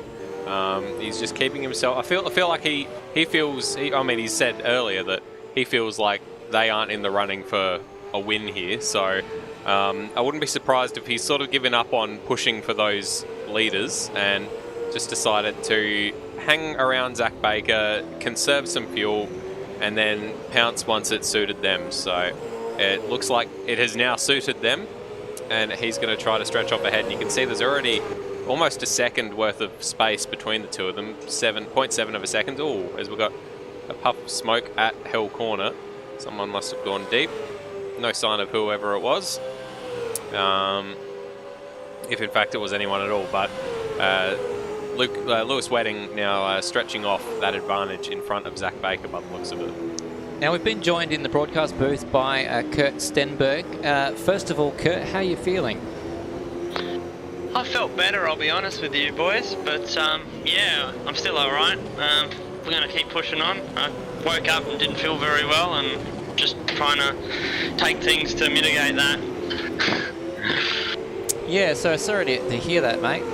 It's never good to be feeling unwell at the best of times, but when you've got 161 laps to do, at least you've got a teammate who can swap cars with you, so you don't have to do such a big bulk of the race, but it's still never good. Yeah, that's it, and that's exactly what we've done here with Sticky, is we've tried to break the race up a bit more than what we would have in years gone by with me, so... But he'll get out at the end of this stint, and I'll go for a double to the end. I feel like a double's doable. I don't feel like any more than a double's doable for me, because about 13 laps into the race, I felt like at the end of the race last year. I'll be honest, it's just, I don't know, it just hit differently. Yeah, absolutely, fair enough. Well, thank goodness all of these misfortunes haven't all happened at once. Not that it's a good thing for it to kind of spread out over multiple years. How's Brody been going, do you think? He's currently sitting in 5th place, still there or thereabouts? Yeah, our car wasn't that strong in the first couple of stints of the race. It just really, I don't know, it just felt something off about it. But when I drove it just before, it feels good. And looking at Brody's pace at the minute, seems like our cars come on as the days come on. I think the track temp's gone up, and some stuff that we've done, that this car's got better as the race goes on, which is what you want at Bathurst. The car and the track are coming to us. So I think we're sitting in a really good spot here. Our goal coming into this race was P4, and I feel like we could maybe go better than that, because if Brody can stay here with these 2 cars in front, in the actual picture in front of him, I feel like we can chase them down and make a fight out of it, because I feel like I've got more pace than those 2 guys ahead. Yeah, and Zach Baker and Lewis Wedding pretty close on track. There's always a risk, you know, one of them could have an incident and you could inherit a couple of positions. Exactly right, and Zach caught me in the first stint, but I feel like in the first stint I had the pace over Rossi, who I feel like's the faster driver in that car, so... But yeah, we'll see what happens. Those guys battling though has definitely sort of helped us in the race, I would say. It's kept us in the picture for that 3rd position. Definitely. We'll thank you for your time there, Kurt. Hope you feel a bit better and can knock out that double stint towards the end with a good result. No worries, boys, and thanks for all the work you do. Best of luck for the rest of it. It's been a cracker so far, so hopefully it continues. Thank you. Thanks very much. Madbird, there was a bit of nose to rear contact between Lewis Wedding and Zach Baker while we were talking to Kurt just then, and it kind of went to emphasise the point we were making. Yeah, I was going to say that, but it would have been cutting across Kurt, who, you know, probably is already dosed up on Codrill, so let's not confuse him anymore. But it looked like a rude little touch there, and these 2 are certainly... This position is nowhere near decided. Now that Lewis Wedding has gotten past Zach Baker, it feels like Zach Baker has now lifted his game, so the carrot is working in both directions, it seems. Wish Lewis Wedding had a pedal cam so we could see if he's rolling out of that. I did see he has a note stuck up in his webcam. He does. I couldn't read all of it. Yeah, we did... Oh, excuse me. Oh, goodness me. We did go... Disgusting. How crass. Yeah. Well, I mean, it was the gas escaping from my mouth. Very good. And so we tried our best to read parts of it, but we'll see if we can bring that back up. So for those who didn't see this earlier, it says we wobble as one. Missing talent, 1.5 seconds. If found, send to KART 22. Yeah. Hashtag bringing the Bathurst, I believe. Yeah. Send help. Hashtag go Hans. Hashtag I couldn't make out that last one. Nah. There's a lot of not to criticise, because it's very easy to criticise. Fun too, but there's a lot of real estate unused on that piece of paper that, you know, perhaps a larger font would have been slightly more pertinent. Does Lewis not work in the educational sector? I think he'd have a bit better handwriting. I don't think he does he? Does he? I thought he did. You thinking of someone else? I might be thinking of somebody else. I don't think he's listening to us, but perhaps give us a thumbs up if you work in the educational sector, and then give us a thumbs up if you work for... There's also James Donovan works in the educational sector, I can say. Oh, that's a touch. That's a touch on the wall for Zach Baker there. It wasn't as big a moment as my initial exclamation led you perhaps to believe. But also some information coming through just from Mr. Walshy73, which is of course Brian Walsh, saying, my goat is Floody, but don't tell Hans, he'll get jealous. So I hope Hans isn't listening, and Floodie's just doing some love hands. And Mark Needham says my terry folds are moist. Oh, that's a bit of a narrow exit for Lewis Wedding. I think he might be a bit down on speed coming down. You were going to say that the terry folds were a narrow exit. Foley is a teacher. That's who I'm. Yeah. Foley is a high school maths teacher. For some reason, I thought Lewis was a teacher as well. I've made that up somewhere. I feel like I've seen pictures of him wearing high vis. No, you know what it is? It's because on Facebook his surname isn't his surname, but that's because his surname is Wedding, and so Facebook thinks he's a business or something. No, but most people I know who have a different surname on Facebook, it's because they're a teacher or something and they don't want their students. Man, you've like connected the strings here. You know that famous screen grab from Always Sunny in Philadelphia, a show that I've never watched, but nevertheless I use the screen grab. Is that where that's from? Of the guy like looking insane with the big pile of stuff strung up behind him. Yeah. I'm that man as we speak. Flatty's nodding. He knows what I'm talking about. He gets me. I think nowadays, though, you don't really have to hide your name on Facebook because your students are probably not on Facebook. They're using TokTik or something. They're using Telegram so that the Melbourne government isn't spying on them. I think it's Instagram, but yeah, I get what you mean. Telegram. Hey? Telegram. Telegram is a different thing. Yeah, that's like a thing where you send like a dots and beeps. No. And then someone comes and says, Telegram. Telegram is a different app, friend. Oh, app? Yes, it is an app. Do you use apps on your phone? When they work. Oh, that was a big Oh, that was a very big moment there for Zach Baker. And he's lost a lot of ground to Lewis Wedding with that. I just keep glancing sideways where we've still got Lewis's webcam up, and he does something very similar to my mum as we've put ourselves up on cam. Yeah, Hello. This is just to prove to you that I use apps. Oh, very good. Because like I've got some of them on here. You do look like a grandpa hunched over your phone. Let me just show you the apps I have installed. Oh my goodness. Do you know which one is asking me for money?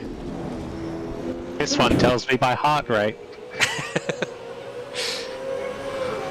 God bless you, Stairs. Look, heaps of them. Sorry, heaps of them. All sorts of apps. Many apps. Yeah. But as I was saying, Lewis Wedding sticks his tongue out when he's concentrating, obviously. And I can't help but notice. Look, whenever he's going through a corner, wait for it, wait for him to come into the chat. He's not going to do it now. He's going to make a liar of me. Yeah, you piece of shit.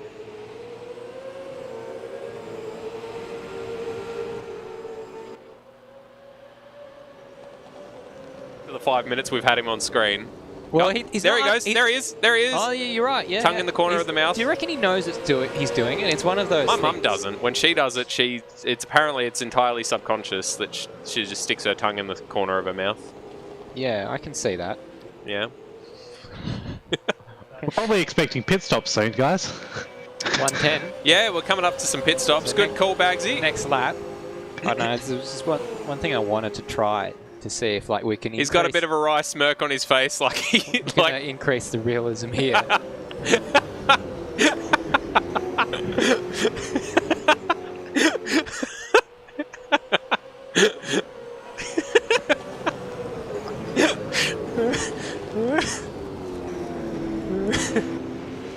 So yeah, we'll put Lewis Wedding back there while we keep an eye on the pits. Charcoal in the chat, which is our friend Colin Warwick, just saying, was that a dab sneeze from Stairs? And I believe it was. Well, probably not intentionally. No, but just so that you don't, so that I don't spread my mucus everywhere. You just sneeze into your hand, but the back of your hand instead of the front of your hand. Yeah. Yeet! Well, that's why I whipped it out of the way. Yeah, he didn't sneeze on the microphone. You're right.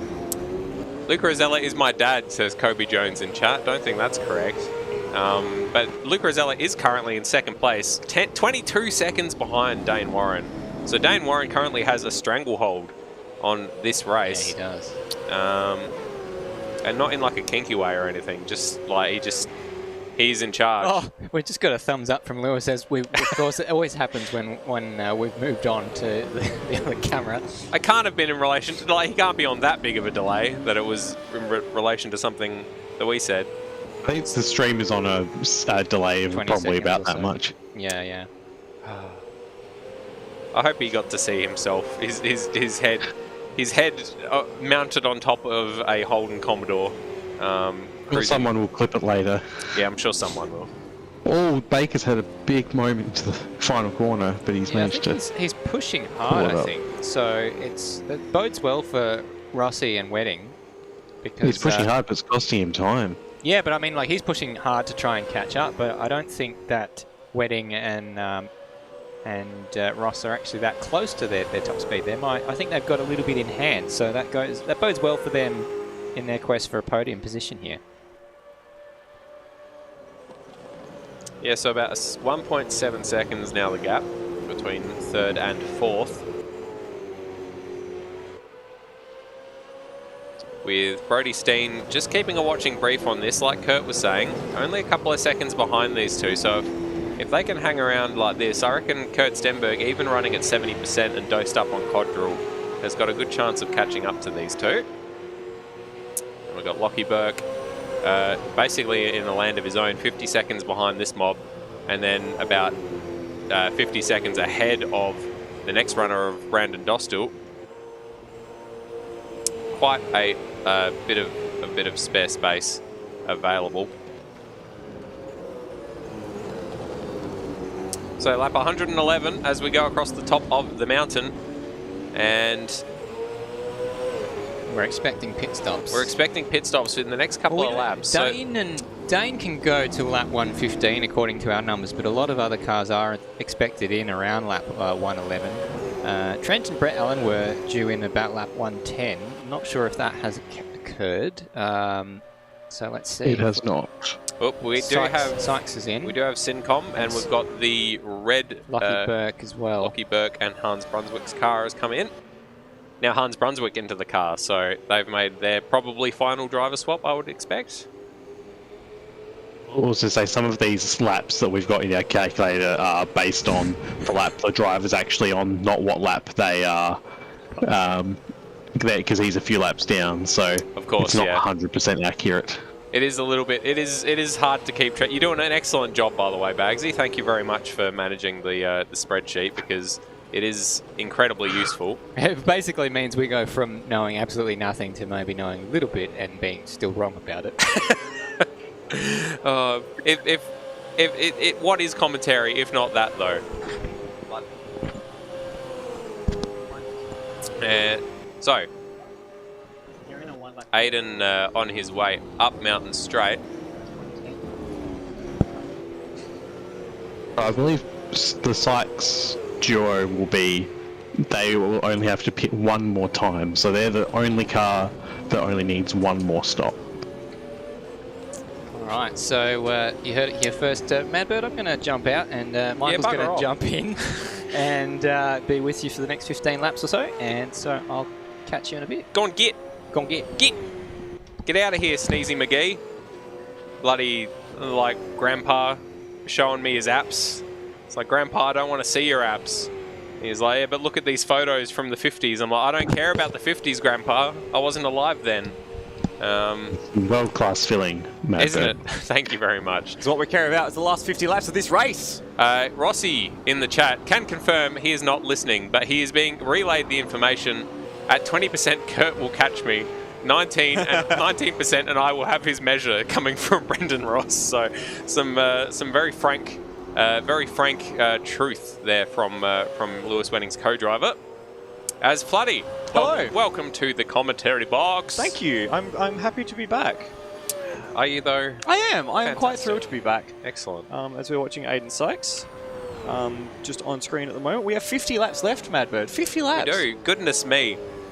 Which when you say it like that, feels like not that much time, but then you remember that a lap around here is 2 minutes, so that's still almost 2 hours worth of racing we've got left to go. As Zach Baker peels into the pits behind Lewis Wedding, so it looks like he's wanting to go for the undercut. You can see him there in the background. Oh, very much undercut in that one.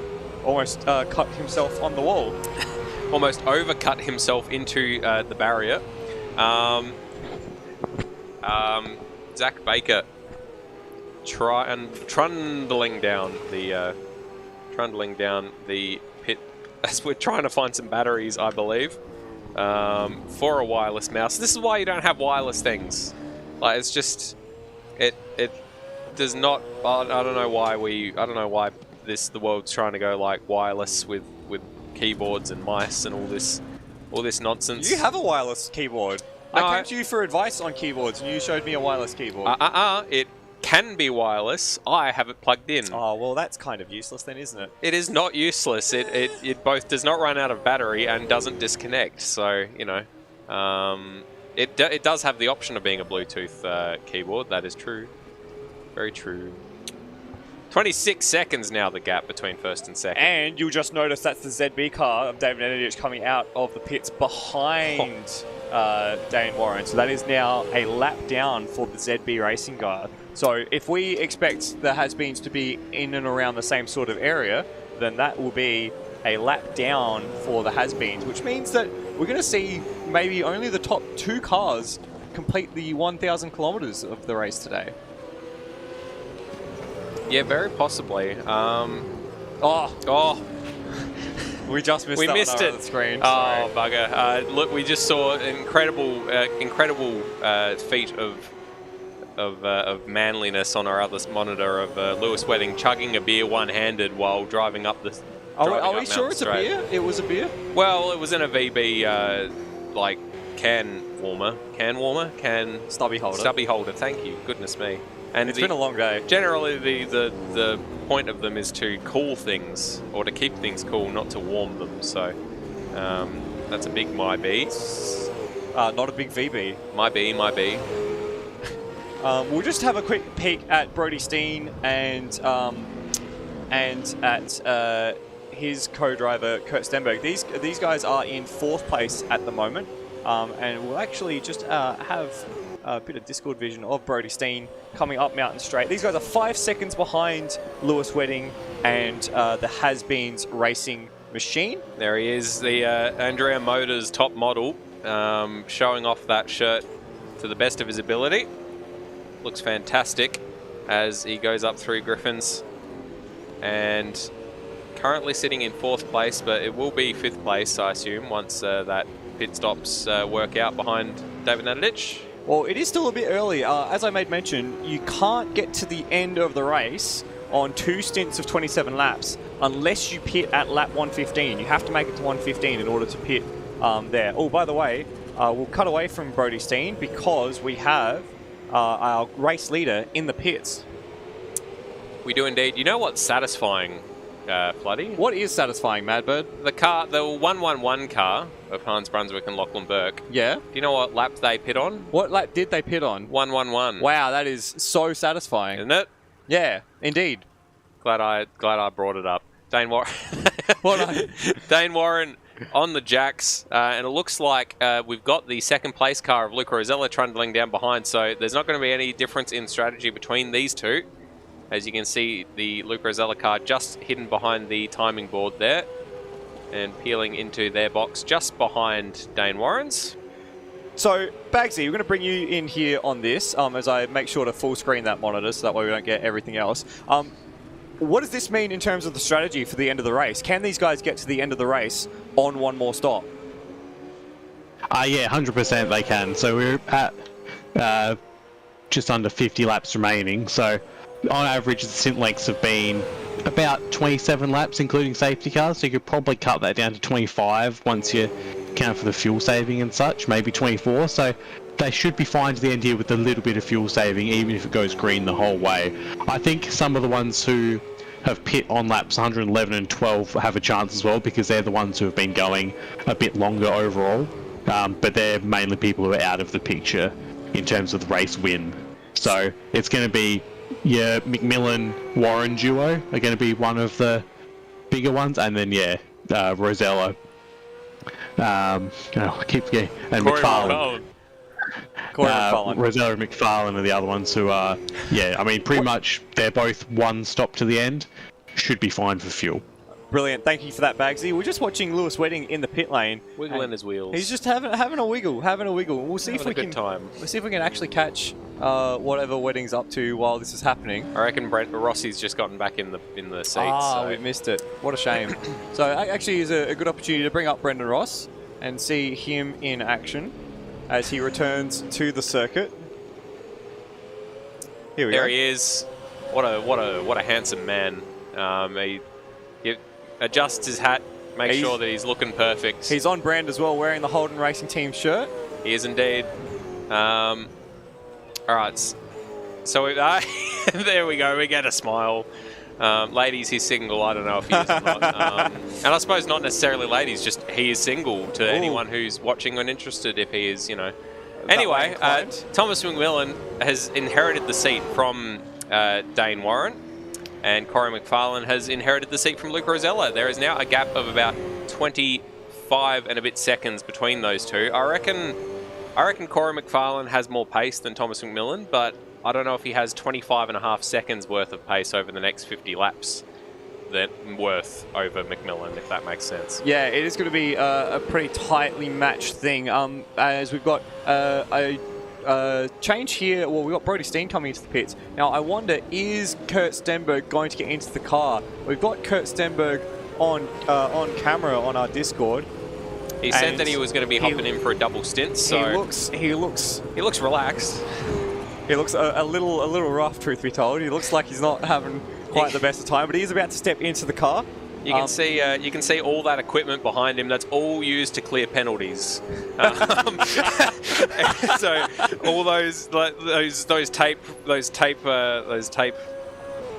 reels, you know, all those buttons, all that stuff. All those speakers go off when there's a penalty to be cleared. He's a very busy man. We got Brody Steen and Kurt Stenberg, so they're in the transition here, and we'll see Kurt get behind the wheels. We'll bring him back up onto full screen. There he is. He's frowning a little bit, but ready and raring to get into the I wonder car. if that red flashing in the Corsair logo on his headset means his headset's low on battery. I hope that's not the case as well. Well, you know, audio. Oh no, I guess audio is pretty important as he peels off, and he's away to go. So he's now down in 5th place.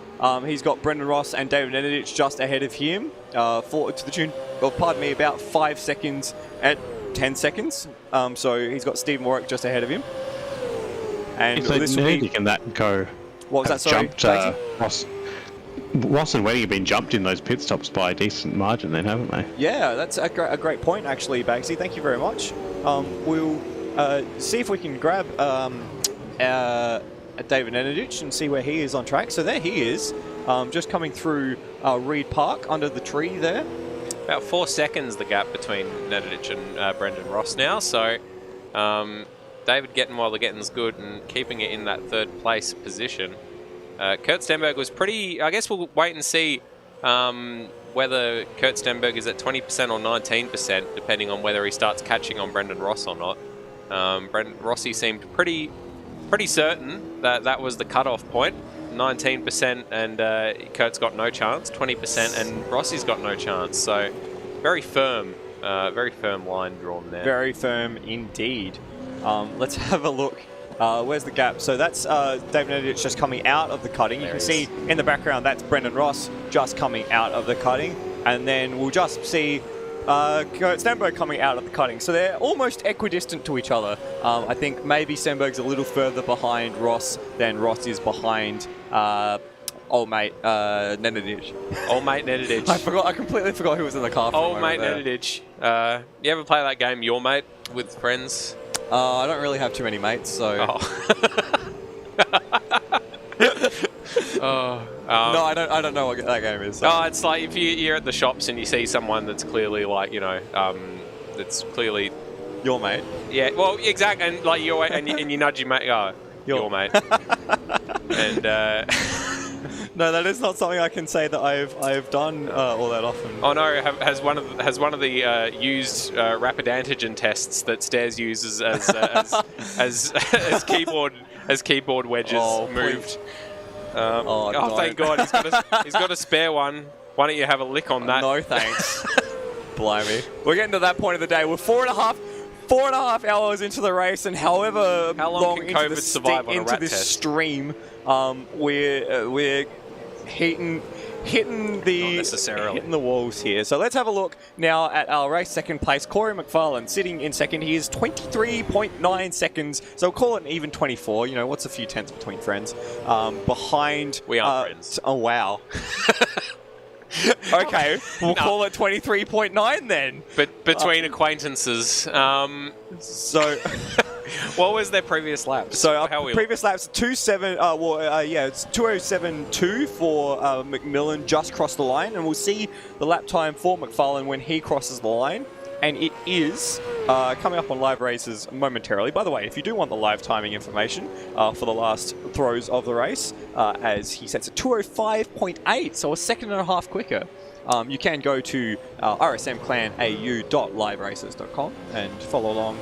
Get the same information we get it, probably before we get it as well. Probably, yeah. So Corey McFarlane at the moment over a second a lap faster than Thomas McMillan, which bodes well for him reeling in that lead as 24 and a bit seconds in about 40 laps. So that maths works out. I'm not great at maths, but I can do that bit.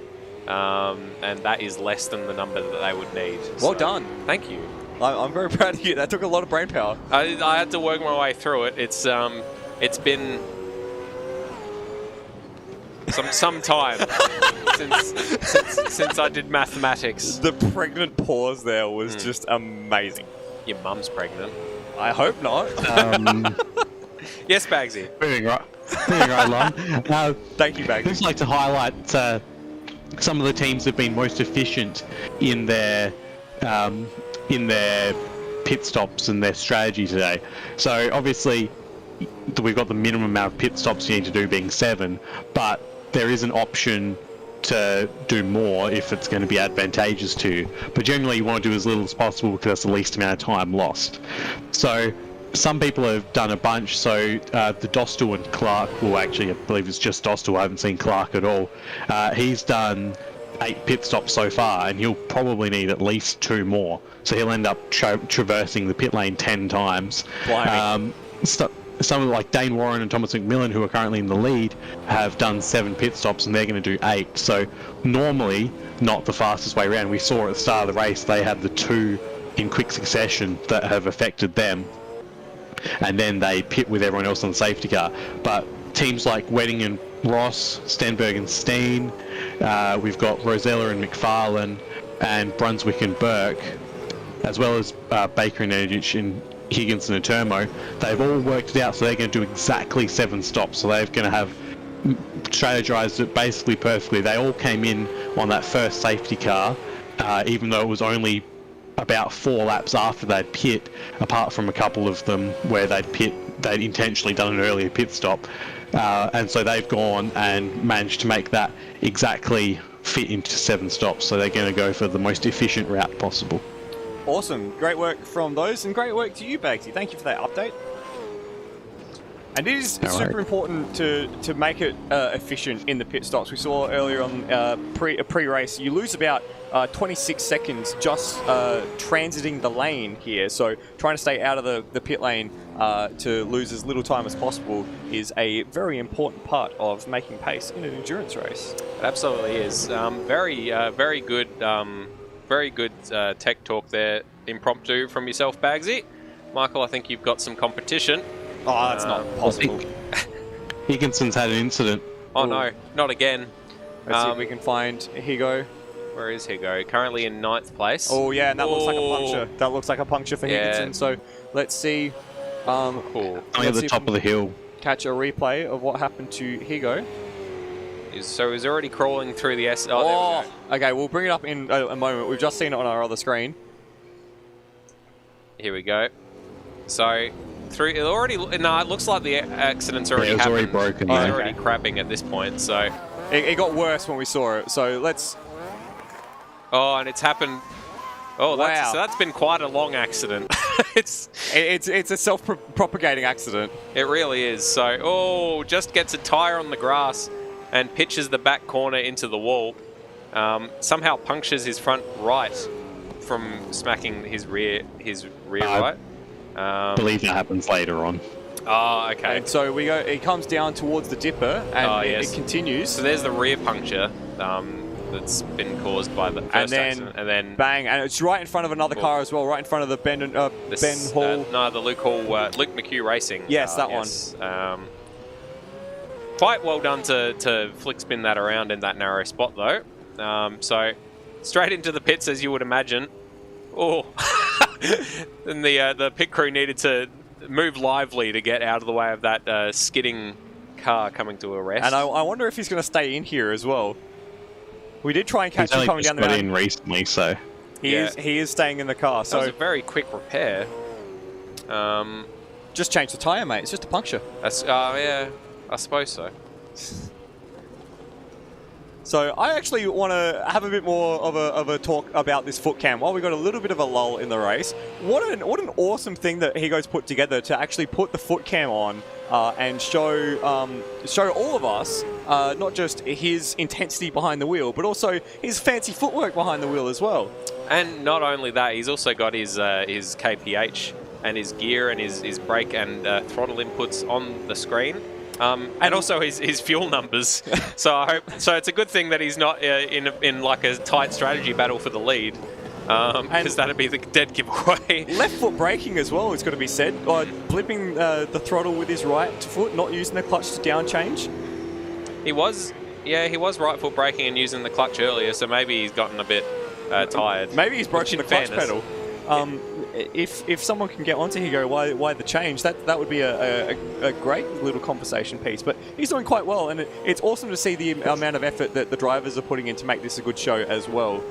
Seeing Higo, let's watch this footwork as he comes down towards the S's, because I think this is going to be particularly fancy. I think I saw him earlier say that he's got it set up to rotate every 2 minutes between the pedal cam and the face cam. Oh, well, it's less interesting with the pedal cam. So.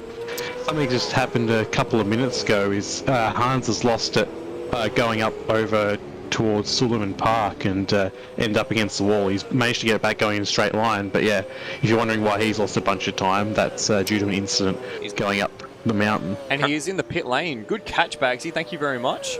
And we'll see whether or not we can catch a replay of that incident while we've got Dave Nenadic on screen. Now, the reason that this is on screen is because stalking in the background is the Has-Beens racing car, and it's stalking quite profusely. I don't know. How does someone stalk? Illegally. He's stalking menacingly coming from off the screen from our co-commentator Stairs. So before this kicks off, as Nenadic runs wide, so maybe not before this kicks off, because it looks like it's about to kick off. Okay, before this kicks off, we'll have a look at what happened to Hans Brunswick. So this is coming through Reed Park. A little bit of an oversteer moment, and he's not hit the wall there, but he's hit the wall hard on the inside. Yeah, very lucky not to get collected there by team #Rhodium Presents Ute, who was driving past at the same time. Side by side, this now, up the mountain straight between Brendan Ross and David Nenadic. David Nenadic on the defensive on the inside, which is usually the best spot to be going through Griffins, and manages to hold on to it. Both of them a little bit of a kick out the back coming out of the corner, but managing to continue on as we're whacking mice against tables and all over the place in here. It's been a very percussive day so far. Very percussive day. Stenberg into it here. Stenberg is being brought into this battle by these two squabbling with each other. We've got Rossi.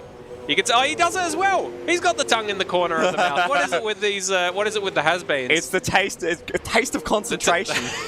They've got the taste of a podium on the tips of their tongues. They just can't quite get to it. It's like when you got food just out of reach on your cheek, and you just can't quite reach it. It helps if I'm explaining it to somebody. We got Higginson in the way as well. So it's going to be, and now this is a proper 3-car battle going into the cutting. There's all 3 of them there: David Nenadic, Brendan Ross, and Kurt Stenberg. And we're going to ride on board with Rossi as we're coming down towards the chase here. And we've also seen that Higo hit the wall in the background. So this is rough stuff here. Brendan Ross right into the slipstream, pulls out.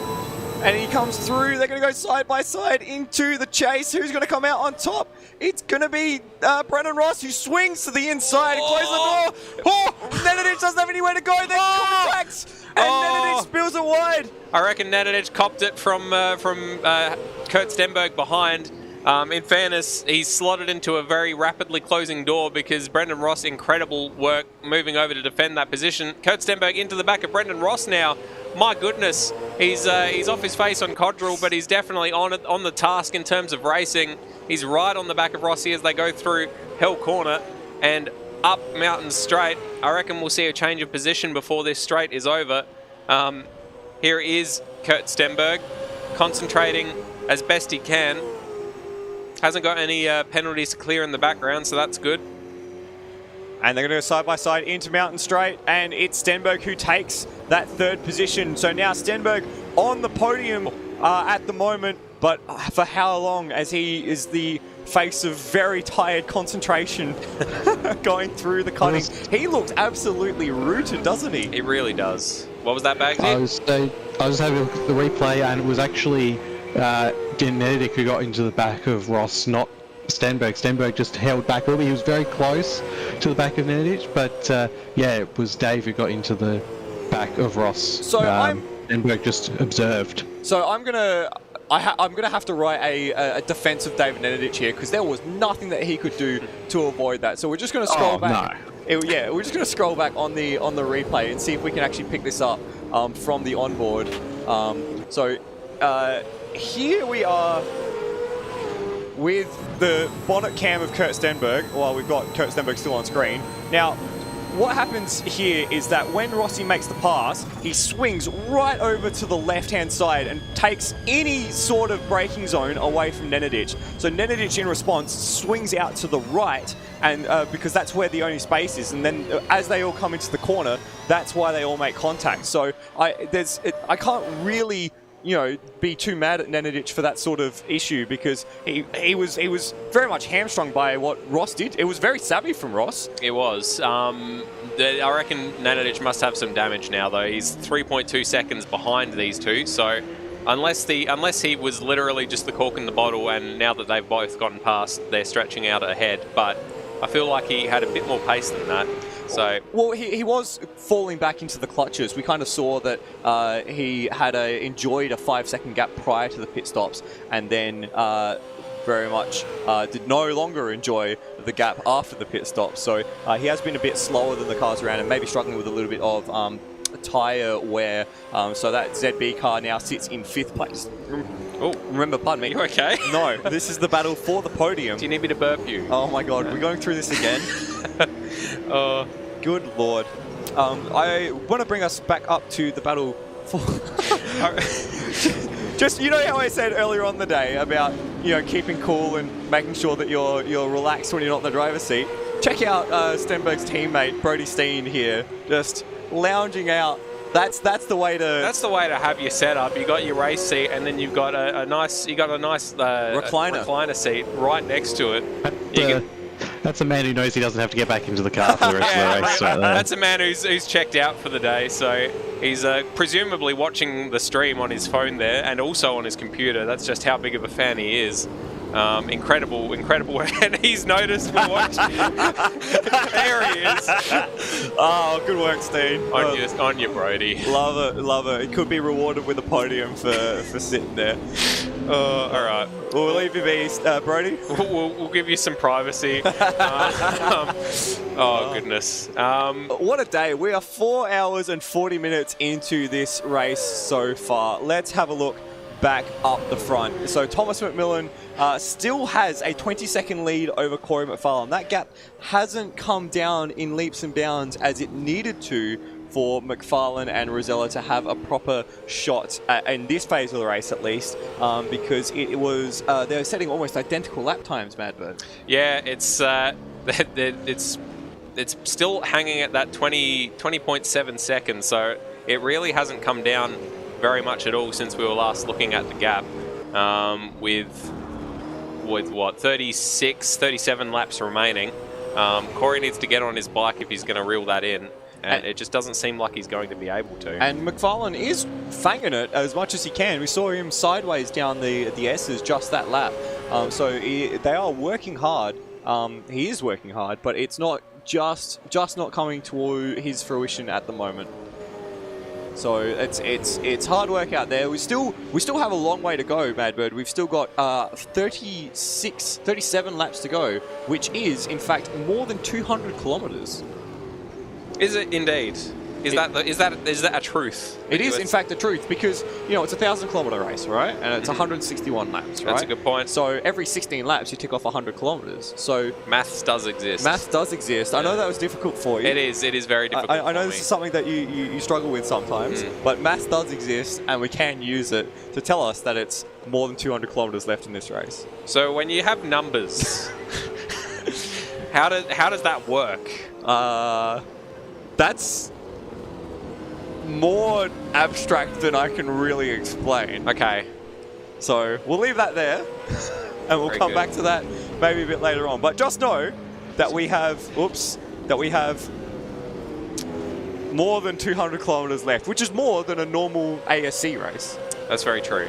And indeed, it's 200 kilometers is what a Formula One race is. Car in the gravel down at the chase. Car in the gravel down at the chase. Who have we got? Looks like number 6. It is number 11, which is Nathan Higginson again. Higginson, unfortunately. Oh, no. And he looks like he might even be stuck in the wall. Nah, it looks like he's on the right side of the track. Let's see if we can. Let's see if we can see what's happening in Higo's world. Here goes world. I hate that we were both on the same, exactly the same wavelength. He loves his lockups. And right foot 2. It looks like he's got a puncture because he's having a lot of difficulty getting into the pit lane. In fact, he's gonna have he to might have to 3-point into the pit lane. That's a bit of a travesty here for Higo, unfortunately. It's been a long day. That's the face of a man who's had a long day. Safety car. We've got safety car. It is safety car. It is safety car. We've got safety car lap 122. And McMillan into the pit straight away. This throws the cat amongst the pigeon. No one can do 35 laps. Nathan Higginson possibly sped in the pit lane. We're getting information. Because he looks very upset on the webcam. And I don't think it's just from the accident. So that looks like some frustration. We'll leave him to figure that one out, but we'll show the pit lane. We've got Colin Warwick in the pits as well, Dayne Warren in the pits. And in the background, you can see the second place Corey McFarlane in the pits. Now, this changes the face of the race entirely. It is going to be, what, we got 35 laps left to go. No one can do a 35-lap stint. That's crazy. So it's going to be one regular stint and then a short stint, or 2 shorter stints, or something similar, it looks like. So now, this is going to be interesting to me. We've seen our 2 leaders pit. Does one of these drivers, does Stenberg or Rossi or Nenadic stay out and try and take some track position, knowing that if they come into the pits, they have to pit again regardless? Yeah, interesting. So this is going to be a fascinating sort of thing. Bagzy, what would you do if you were in the car at the moment? If you had to stop, if you were in the car and in this strategy position, what would your choice be? I think you take advantage of the fact that you know you're stopping again, and if you stick to your plan, you're going to have the potential to get track position later on. And I know you're not going to be able to extend, but it's not like another safety car is going to sink you. You're going to have a chance at being able to, you can just make another pit stop if you need to, but with the benefit of track position potentially.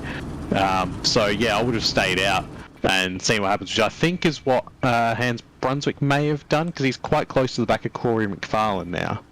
Well, Hans was one of... Sorry. Welcome back, Stairs. Yes.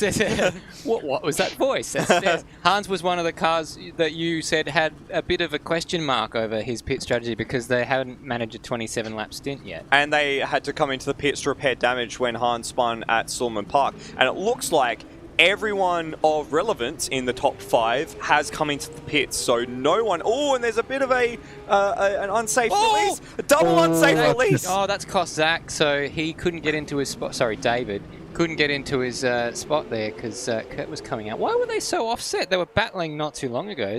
So Nenadic suffered a little bit during that stint and actually lost quite a fair bit of pace. To the point where he was coming in as Kurt was coming out? Yeah, so he kind of dropped like a stone. Thank you for that, Bagzy. It looks like no one agrees with you. I mean, I would agree with you. I would take that strategy. I didn't really have an opinion on that. But. Well, that's boring. I don't know. It's just a nothing time to have a safety car. So, I mean, that's a good thing for us because it means that the answer to the question is not clear cut. Now it looks like speaking of answers that are clear cut, it seems like James was definitively wrong about our friend Nathan Higginson, who he thought was getting a speed lane pitting. My goodness gracious. Pit lane speeding infringement. It's okay, Stairs. It's okay. But he seems to have gotten away with that for whatever reason. And McMillan's coming into the pits again. And McFarlane.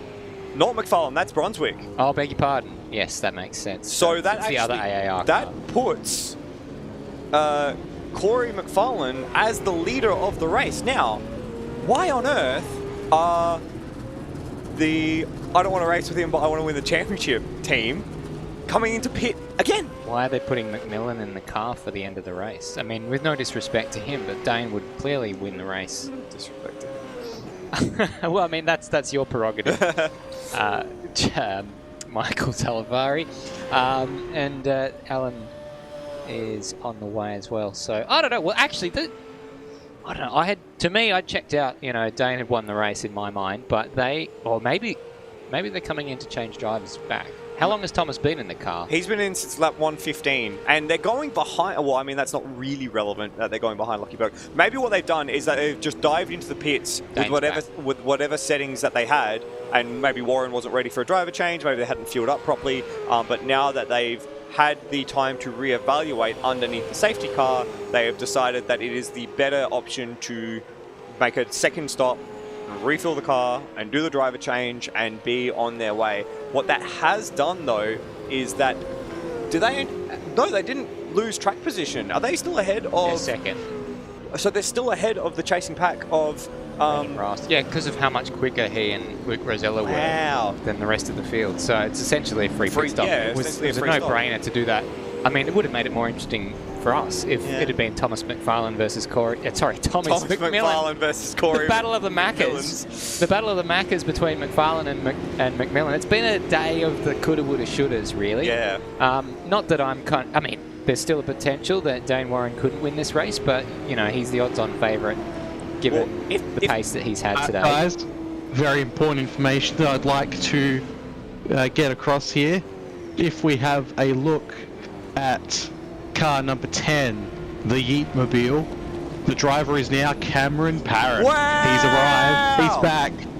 So, he's here. Once, Ben Rhodes does not have to do the entire race all by himself, so they've managed a driver swap. So let's hope what was the power issue? So yeah, so they got a notification. Cameron Parrott got a notification that they were doing power works on today, Saturday, and so he had to pull out of the race. Rhodey kindly offered the spare seat in his car as a if you happen to get the power back before the end of the race, you're more than welcome. And here we are, 4 hours and 48 minutes into the race, and Cameron Parrott steps into the Yeet. The Team Rhodium presents Yeet Racing Commodore for the first time. This is Ben Rhodes' reward for doing basically 1.5 distances worth of an entire Bathurst over the last 2 years, basically. So he's done 120 laps of this year. Well, actually, he's a couple of laps down, so it'll be just short of that. But no, he's done 120. The leaders have done 126. You're right. We are on his screen. So yeah, 120 laps for Ben Rhodes, which is more than he did in that ill-fated attempt to do it the entire race solo back in 2020, where I think he got to about 100 laps. He got to 91. Just short of 100 laps, and then he did the whole race last year. And his reward is that he gets to kick up his feet for the remaining 40 laps of this race and enjoy whatever action we have left in this great race, this 2022 edition. Good on him. Good on Rhodey, and good on Cameron Parrott as well for jumping in on that as well.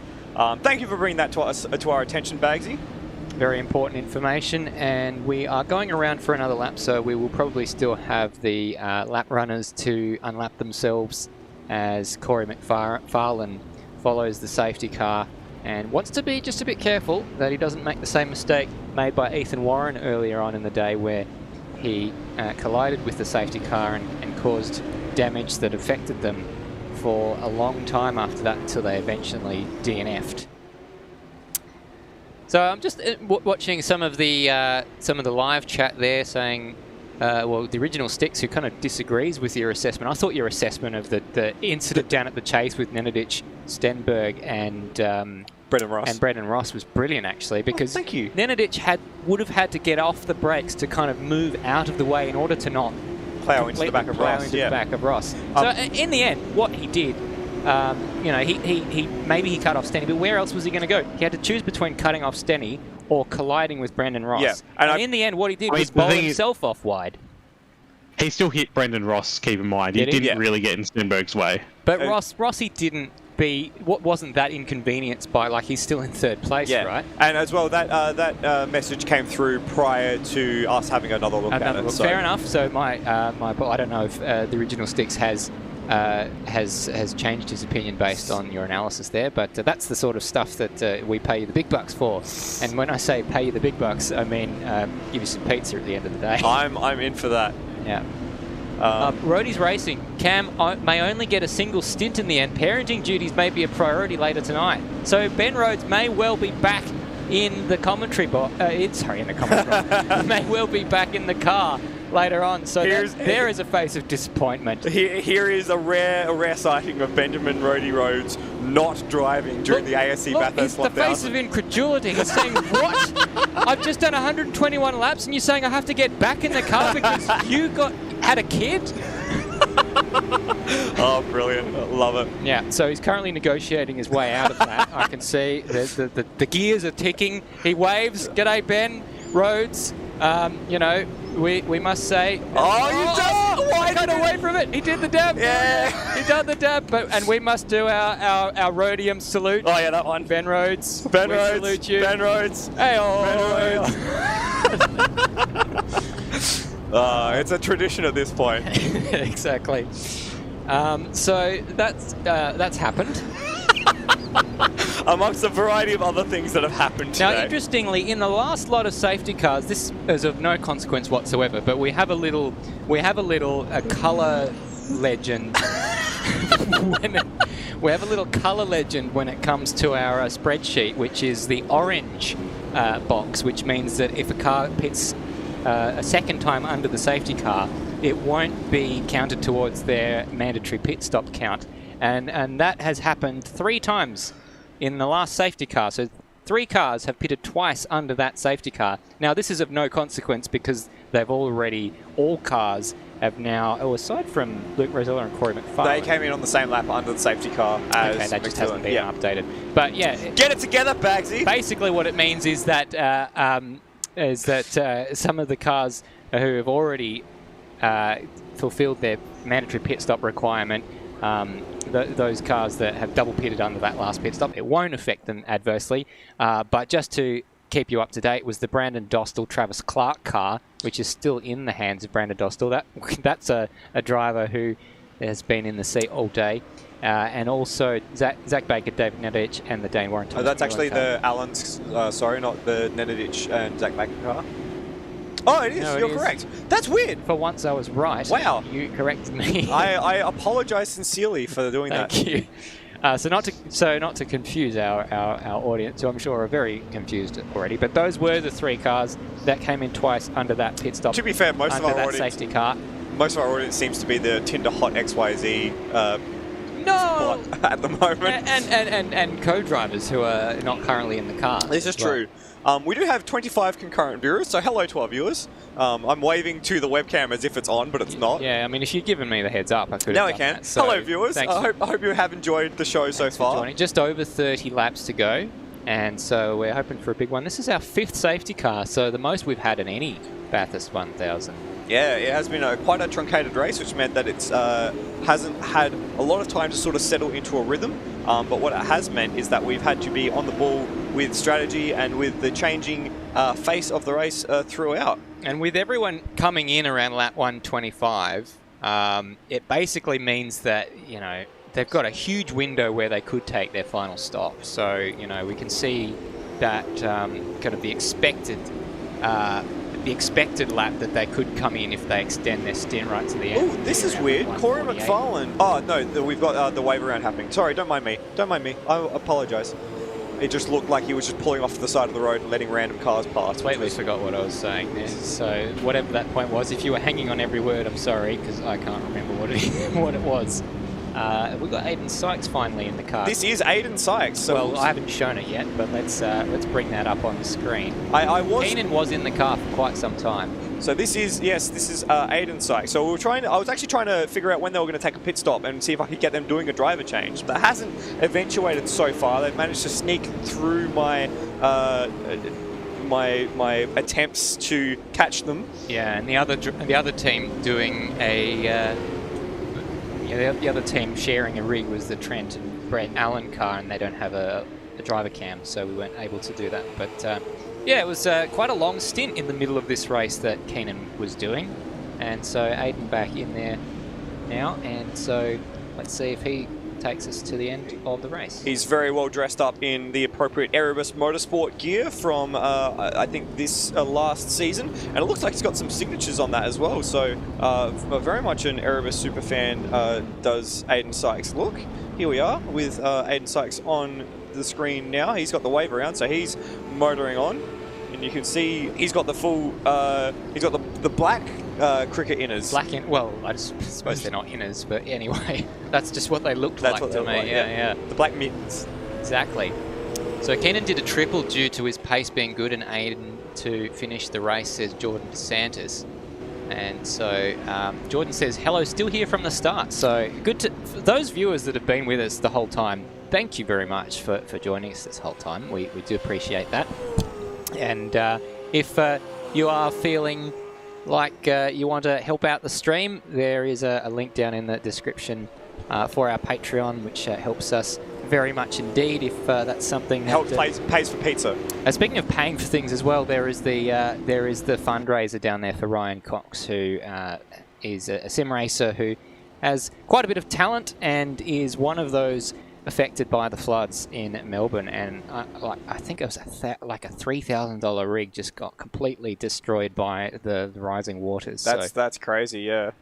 Devastating to have that sort of thing happen. And you know, obviously there are other things more pressing in a situation like that, such as housing and food and also living. But the equipment as well, it's an important thing. Safety car's in, so we're going to get a restart with Corey McFarlane leading Dayne Warren. And it looks like the battle for third place is immediately on the tail of this as well. Brendan Ross from Kurt Stenberg, from Zach Baker in the car. So we have... drive-through for 8. That'll probably be cleared, I hope. We have 31 laps remaining as we restart here at Mount Panorama for the Bathurst, the KART FX Bathurst 1000. McFarlane from Warren, from Ross, Stenberg and Zach Baker, Lockie Burke, Zach Brown and Brendan Dostal further away on the lead lap, just getting the wave around. But this is the focus at the front of the race. As we've got a string. This is a... Yeah, I think they'll be this is just cleared by the batch cleared, penalties. Yeah, exactly. As Bagzy was just saying, they will be cleared by the batch files that Kurt has, and he can execute that from the cockpit, which is a bit tricky to do while he's racing for 4th place and trying to beat Brandon Ross, although you can see quite a few car lengths there. Side it's by on side. for the lead as Corey McFarlane tries to hold on to that lead. You can see a bit of tapping on the brakes there, and a bit of Morse code messaging for Kurt Stenberg, for Dayne Warren. Can Dayne Warren respond in kind with a few, perhaps of the more percussive type of Morse code? So McFarlane just got a little wide out of the cutting. That was all the invitation that Warren needed to throw the nose up the inside. And McFarlane has managed to hold on for the moment, but he's coming under immense pressure, blowtorch pressure from from Dayne Warren. So much so that he's blocking at the cutting. That's going to narrow his exit. It might give Dayne Warren a run down the chase. Yeah. Almost an overlap as they go through the kink down Conrod Straight. Dayne had that line cut off, but he's trying to go for the outside, then the inside, and Luke Rosello's just parking his car in a way that there's Dayne's having to second guess where he's going to put it. To the inside for Luke Rosello, which kind of crossed across Warren's path. He's going to get a better exit out of the chase. Well done, Dayne Warren. Was Corey McFarlane, and Dayne Warren drives past like Corey's standing still. The over-under there was executed perfectly. He saw McFarlane take the narrow line, take the blocking line, just let him sit up on the curb and powered out underneath him. That was incredible driving from Warren. He's already pulled out half a second. That's awesome stuff there. Now, a little bit further back, Kurt Stenberg, I wonder if clearing those penalties, he's just dropped a few car lengths back on Brendan Ross before this safety car seemed to have the pace into 3rd place. This has brought Zach Baker into it a little bit, because he's jumped back in the car from David Nanadich, which makes him a factor. I think David was probably just lacking the pace a little bit, and Zach's going down the inside here, and this could be a good move. If Kurt can't get the power down because he's on the outside of the corner, that's going to allow them to go side by side, but Zach does think better of that. That's into the wall for Zach Baker, so he doesn't want to do that too many times. He will bend his steering. This is just music to the ears of Brendan Ross as he sees his two rivals battling over 4th place. And this is going to allow Brendan Ross to start stretching away in 3rd place. And for Brendan Ross, this final spot on the podium has been the battle all throughout the day, and especially in the last stint and a half. It's gone one way then the other. It's been a real roller coaster. And at the moment, it looks like the Wedding and Ross Has-Been's car is actually stretching away a bit. It looks like it's coming to them as opposed to going away from them. They were complaining about that earlier on in the race, that through the stint it actually starts to struggle. It looks like for once they're able to, for a little while, go with McMillan, McFarlane and Warren out at the front of the field. Stenberg's actually turned off his webcam, so he's no longer giving us an insight into how he's feeling. Probably a wise decision considering how green he looked last time. But it's starting just to stretch out and settle just a little bit. Just a little bit as we come through to 30 laps remaining. So Stenberg has actually gapped Zach Baker just a little bit. Zach Baker is not with the strongest final sector rather, but still a second behind Brendan Ross as well. As we're looking now at Brendan Ross, sitting in 3rd place, was with the leaders briefly and now has just dropped off. He's 2 seconds behind McFarlane as we have a look into the eyes of someone sitting in 3rd place in the ASC KART FX Bathurst 1000. Yeah, so it's there's a long bit of this race still to play out, but Brendan Ross on the last lap around, he did a 207.7, so he doesn't really, on the previous lap that was a bit slower than Kurt Stenberg by the tune of about 0.2 of a second, so there's a lot to still play out here. So even though he does have a pretty clear break, I think now that Kurt Stenberg is in the zone, he's probably cleared all those penalties he needed to do and broken away from Zach Baker. It's going to be a lot of work from here until the end for Brendan Ross to hold on to this 3rd place position. Yeah, still, as we've made mention, 29 laps to go, so that's almost a full-length ASC race, and still plenty of work to be done by the teams, by the drivers, by everyone in the mix at the moment. Standing by in the Tech Talk bunker, we do have Madbird, who has got something for us. I don't know what, Michael, but let's see what he has to say. Madbird?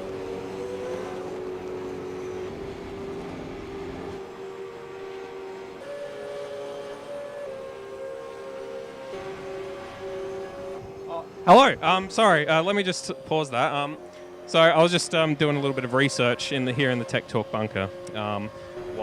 While we were watching that safety car restart. So I've just been trying to figure out, over the course of the entire race, assuming that everyone did their best lap, every single lap, for each of the 161 laps, how long would it take them to complete the entire 161 laps of Bathurst? So you can see Dayne, the fastest there, with a 2:04.6, 5.572 hours, all the way down to Rhodey, unfortunately the slowest that we've had, with 2 minutes and 13 seconds flat, which leaves him at about 5 hours, 0.948 to complete the whole 161 laps. But more importantly, for Liam's Twilight Tech Talk, how fast would Edward Cullen complete all 161 laps of Bathurst running at the full speed of a Twilight Vampire, which, as we all know, is 100 miles an hour flat? Stephanie Meyer definitely didn't pull that out of her ass. She definitely had very scientific reasons why it's exactly 100 miles an hour. So, at 100 miles an hour, he would complete a lap of Bathurst in 2 minutes and 19 seconds flat. So, not very quick actually when you consider it compared to the rest of them. But you got to remember, he is just using his man legs as a vampire. So, that would end up being 6 hours, 0.216. But you've got to take into account that he's not going to be stopping for fuel. He like, if there's compulsory pit stops, he's just going to come in, stop, move. He's not going to have to sit there for 30 seconds each lap or each stop while he takes on fuel. He just has to stop. He's served his obligation and he can get out of there, which is going to save him, I figured out, about 10 minutes over the course of the entire race. Assuming driver swaps and fuel on each of those 7 stops for all these other runners. So when you take into account safety cars, accidents, inconsistency, Edward Cullen definitely got a chance against the very best, including Dayne Warren. That's all I had for you today. And before I leave... Yeet! Yeet! Oh, thank you for that, Madbird. It's always something when Madbird comes on. Speechless. Absolutely speechless. It was brilliant. I was going to say that I feel like he hadn't taken into consideration pit stops, but he did mention that later on in the tech talk. We were a little bit distracted, I must say, Michael, during that stint because we were looking at Nathan Higginson's pedal cam, and while we were watching that, one of his Steam notifications came up and said that a friend of his, whose name started with a C and ended with a T, was playing some game. And it just popped up exactly where the driver... What's going... actually, it looks like he may have either been in the pits or may, in fact, have DNF'd. We are having a bit of a laugh here. He is in the pits. He's in the pits. I thought... Sorry, we were on Brendan Ross.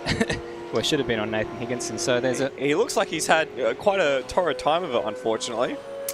Yes. So we'll see if we can pick up the reason for that. I know he has had a few excursions, and so he's got his kind of hands up in the air. I suppose he's talking to his fellow Discord teammates to see.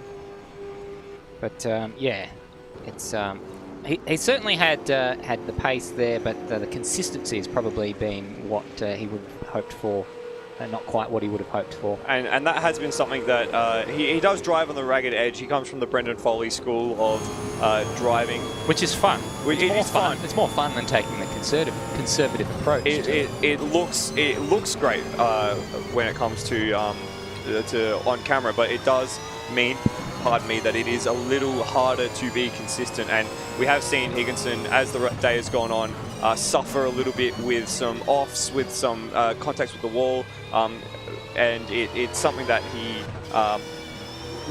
he feels probably that he can do a bit better at. So he's wasn't very happy with himself. It looks like there might have been an issue prior to that. Yeah, I thought there was a bit of an issue there, but that didn't look too bad. Actually. He's pit every lap for the last 3 laps, so I think it was damage repair and such that's been going on. Turbo's in that car. Incidents causing more damage. So driver swap. Oh no, Higginson is still in the car. And was known, yeah. So not not a driver swap. Just shortcut at the corner there. So maybe getting a little bit impatient. We'll perhaps give him a bit of privacy there, so he can get back into the rhythm of things. Into the rhythm of the night. To the rhythm of the night. I knew that was going to happen. We'll say that we're here, Madbird. We are coming up on the critical lap for most people. It's around about lap 135 where they can make it to the end, potentially lap 136. We're currently on lap 133, so it's very close. But keep in mind, all these people filled up at that last safety car, so they don't have to. They can go till later on if they want and do a short stop. Either way, any stop they'll do now, because they filled to the brim, it'll be very short and sweet and out the way. Yeah, so as you said there, we have this column called the expected lap, which is when they could go to effectively, and that's for most of them is in the 40s and 50s. I think the one who could go the furthest into the race from this point is the Zach Baker and David Nedevich car, which can make it to lap 154. Or Dayne Warren and Thomas McMillan are also in that boat. So those guys have the shortest fill left, which is... Stenberg and Steen as well. Stenberg and Steen as well. So speaking of Stenberg and Steen, thank you very much for that, Bagzy. They are more on the tail of Wedding and Ross than they were a few laps ago, and they've dropped the ZB racing car of Zach Baker and David Nedevich. And even if they can't get ahead of Brendan Ross and Lewis Wedding in the pits... they're probably on track. I mean, they will probably do it in the pits because they will have a shorter fill. Yeah, absolutely. So Bagzy covered off a lot of very important details there. So thank you very much, Bagzy, and thank you, Bagzy, while we've got you here, just for updating that spreadsheet over the race and keeping us abreast of everything that's been happening in the pit lane. You've done a great job to take a lot of the mental load off of us, and have we you really sold appreciate your car it. yet? I have not. No. Oh. Seems to be an issue that is just taking a while to resolve itself for you, Bagzy. So I trotted on your, appreciation. I was trying to be nice to him. We haven't stitched him up yet, so I was trying to just soften him up. We did have. He's probably been stitched up twice already, I think, so far. Yeah, we did have the picture of him deep throating a burrito without any food in it. That's probably a stitch up. Yeah. Your mate. Oh my gosh. Someone get me out of this wild ride. Nah, I love it here. Alan's hit the wall just ahead of Ross here. And he's done a good job there of subsequently getting out of the way of both cars. By just riding along the wall. Oh, big wheel for not Zach Baker, Brendan Ross coming over Reed Park. This is the closest battle on track at the moment. Leaders are separated by about 7 seconds, and then it's a further 9 seconds back to this pair. So this is the closest battle for position, and it is where most of the intrigue is at the moment. So we are on the critical lap for a lot of people. We might see 1 or 2 drivers try and jump in and undercut the rest of the field, so we'll keep people up to date on that one. By the way, Bagzy, can you do a bit of quick maths and see if everyone has fulfilled their co-driver requirements at this stage of the race? I believe they have. The thing is it's because it's not an exact science. Some of them I'm getting slightly off, but yeah, for the most part, everyone's fulfilled their. They've been ticked. Means that we won't have to worry about any post-race malarkey in terms of deciding the Bathurst 1000. Brendan Ross and Kurt Stenberg are down into the 208s, but Kurt Stenberg was 0.3 of a second faster than Brendan Ross on the previous lap, so he does seem to have the pace, and I think Brendan Ross might be struggling a little bit for traction there. Just seemed to be sliding a bit coming out of that final corner. Might be sort of the case where as Stenberg's, had a bit more time in the car, he's starting to work himself into the zone where he's not really thinking about anything anymore. He's just kind of doing. I know that for me, sometimes when I've in that tired state, that sort of little sick state, you can just kind of get into a point where you just kind of roll along and you're not really paying attention to what you're doing, but it just happens, and it's just, more perfect than it would be if you were thinking about it. Not necessarily the best thing to be doing because you're putting your body through hell, but in those key moments, that can be the difference. And I think Stenberg might be at that point at the moment because he is reeling in Brendan Ross, and he's going to be on his bumper and not too far away. Beware the injured draw. What's happened there? That's the car. That's the server on that computer. That's not the server total. So if you saw the cars just disappear for a moment, that was just our computer having a bit of a moment. So while that gets sorted out, we can see Brendan Ross just running a little wide over the top of Skyline, and that has brought Kurt Stenberg onto the tail of the number 22, and that means that it is now only car lengths between the two cars. And lock up for Ross as well. What was that? Sorry. Lock up for Ross as well into Forest Elbow. So it's very, very close between the pair of them as they come down the main down Conrod Straight, where Ross is struggling now. Stenberg pulls to the inside, and it's going to come through on the inside as they come through towards the chase. It is Stenberg, it is Ross. Ross around the outside. If he can stay there, he'll be on the inside. No, he can't. Stenberg through to third position in the middle of the chase.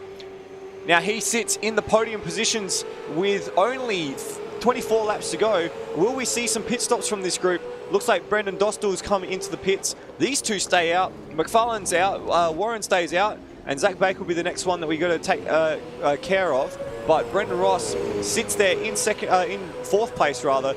He hasn't let Stenberg get away at this point. Yeah, so good job there from Stenberg. Let's see what kind of response, as you say, Brendan Ross can have. But it was a 0.3 of a second the advantage that Kurt Stenberg was enjoying over Brendan Ross in this current state. I just wanted to make a point on that comment you were making about that kind of flow state that Kurt Stenberg might find himself in if he's feeling unwell. It kind of reminded me a little bit of that famous quote from Ayrton Senna when he was talking about the qualifying session at Monaco in 1988. I think it was when he ended up a second and a half faster than Alain Prost. And he was talking about how it was, this kind of moment where you feel like you're just driving in a tunnel. And you have this limit that you think that you can reach, and then you go beyond this limit. And it was very kind of... I've never heard a driver talk quite like that in such terms before or since. So I say before, it wasn't alive when it occurred, but yeah. So I mean that stands to reason that I wouldn't hear anything like that before that, because it was just billions of years of abyss before that. Similar, more recent example is when Shane van Gisbergen raced at Sandown with a broken collarbone and later found out to be also broken ribs. He came from 17th on the grid to win that race in the final throws on a damp track in the midst as well. So, and he said afterwards that he had absolutely no idea. He doesn't remember that race at all. All he knows is that he got into the car in 17th and he exited the car in first place, and that was it. He was just in the zone for that entire race. So maybe Kurt is in that zone now. He's stretched out a few car lengths, 5 or 6 car lengths to Brendan Ross, and we will shortly be seeing a string of pit stops to close out the last throws of the strategy dice in this race here in the KART FX Apex Rear Wing Automobilista Supercars Championship Bathurst 1000. Yeah, 0.8 of a second faster than Brendan Ross on the previous lap, so he's breaking the spirit of the has-beens, and he's proving them to be their name to be apt. Yeah, it's a shame because it would have been nice to see them on the podium, but it's also good for Kurt Stenberg and his teammate in Brody Steen. So this, if they finish third though, this would still be his worst result. They've done second place in the last 2 Bathurst 1000s, and first place, I say they, it was Kurt Stenberg and co. So yeah. Last year it was Corey McFarlane, in 2020 it was Dayne Warren, and in 2019 it was Jake Maloney. So that is the situation as it stands. Dayne Warren in the 206s, Corey McFarlane in the 207s, Kurt Stenberg in the 208s, and Brendan Ross in the 209s. We just had a word through. Oh, that was a wiggle from Rossi, and he's just managed to keep it on circuit. That's very, very close. We've just had a word in the live chat. Ben Hall coming through and saying that a car is in the hands of Zach Brown for the last stint of the race, and he's going to bring it home. So that's confirmation then from the Luke McHugh racing team of their last throw of the dice in terms of strategy. They're currently sitting down in 7th place, and they're on the lead lap, which is pretty exciting. Yeah, so Zach Brown on screen at the current moment in time, and yeah, in 6th place at the moment. So they've actually just passed Hans Brunswick, who I reckon just come out of the pit lane. So they've been the first of the pit stoppers, and they've played their card early. They've come in at their critical lap, 1:37 for them. They're expecting a 27-lap stint at the end, and ain't that a view of Zach Brown? Yeah, this, we're told, is the webcam of Zach Brown. It does look like at the outer arm of the Milky Way galaxy, and there appears to be some semblance of a face within the darkness of that, but that is Zach Brown's webcam, and I don't know if I can make out anything much more than a couple of blinking lights. He's in the twilight zone. Oh no! Oh, what have you done? I can't believe I said that. Why has this got legs? Oh, I meant. I'm not even gonna bother. Just don't worry. Anyway. Now, those astute viewers in YouTube land may have noticed that the live timing has disappeared on our screen currently. That's just because we have had one of the computers go down momentarily and had to rejoin the server, and in doing so, it does lose the live timings. But we do have the other screen which has the live timing, so we'll switch back and forth. It just means that at some stages during the race you might not see live timing. And if you do want to see live timing regardless of what you can see on screen, you can go to rsmclanau.liveraces.com and click on the live server to see the live timing information that we get probably before we do. So that is an option as well as we get into the last throws of the race to make sure that you are on top of all the strategy that we're trying to figure out as it happens. Now, just in the moments while you were saying that, Hans Brunswick got past Zach Brown for 6th place, so drove past him quite comfortably. That'll be fresh tyres. They've just come out of the pits, so they're running to the end. Brunswick is, so that is their last throw of the strategy dice. What's the gap between Brunswick and Zach Breaker? Yeah, about a minute. About a minute. Yeah, so fair to say, failing another safety car, I think 6 is probably their best option here, and so I think they'll be happy with that, considering where they started and a couple of the little issues that they've had along the way. Hans Brunswick jumping into the box quite a while ago and mentioning how his game was starting to freeze up at a pop point where he had to hand it back to his teammate Lockie Burke. Yes, indeed. And they're outside the pit lane delta time for the cars ahead. Pardon me. Oh, boy. It's been one of those sort of days. So Zach Baker is about too far ahead. It's about over a minute, and we discussed earlier on that the pit lane delta is about 26 seconds plus a 30-second fuel fill will mean that you lose 56 seconds transiting the pit lane for a full fuel stop, bottom to brim, and that is not more than a minute and 14. So Baker and the guys ahead of him should be able to pit and expect to come out ahead of Hans Brunswick in the last stanza of this race. Zach Baker did have a pretty scruffy lap not too long ago. He was down in the 214s, but he's back in the 211s, but doesn't have the pace to live with Stenberg and Ross. So not sure what's going on with that ZB car. It seems to have lost all of its pace. I wonder if they've had a setup drama in one of the driver changes that has meant that they are unable to run at their peak efficiency, or if they've picked up some damage along the way. It could be a multitude of things at the moment. So we'll have to perhaps look a little bit further down the grid for our kind of closest battle on track. Just kind of looking at, it's probably still Zach Brown and Hans Brunswick as the closest 2 cars on track. Fairly large gaps. Oh, and there's also Kurt Stenberg and Brendan Ross. That's true, but the lap they've had times, a lot of airtime. The lap times are going kind of, well, having said that, on the previous lap they were pretty much tit for tat, but before that they were kind of going in the opposite direction to what we would have needed for those 2 cars to converge. What about the gap at the front of the field, though, between Dayne Warren and Corey McFarlane? They were nose to tail on the exit, on the end of that safety car, which was only, what, lap 125, 126? And already that gap is now 16 seconds. That is an absolutely huge gap in the space of, what, 16 laps? That's a second a lap for Dayne. Corey McFarlane in the pits. And here we go. So that's put paid to whatever that discussion was very quickly.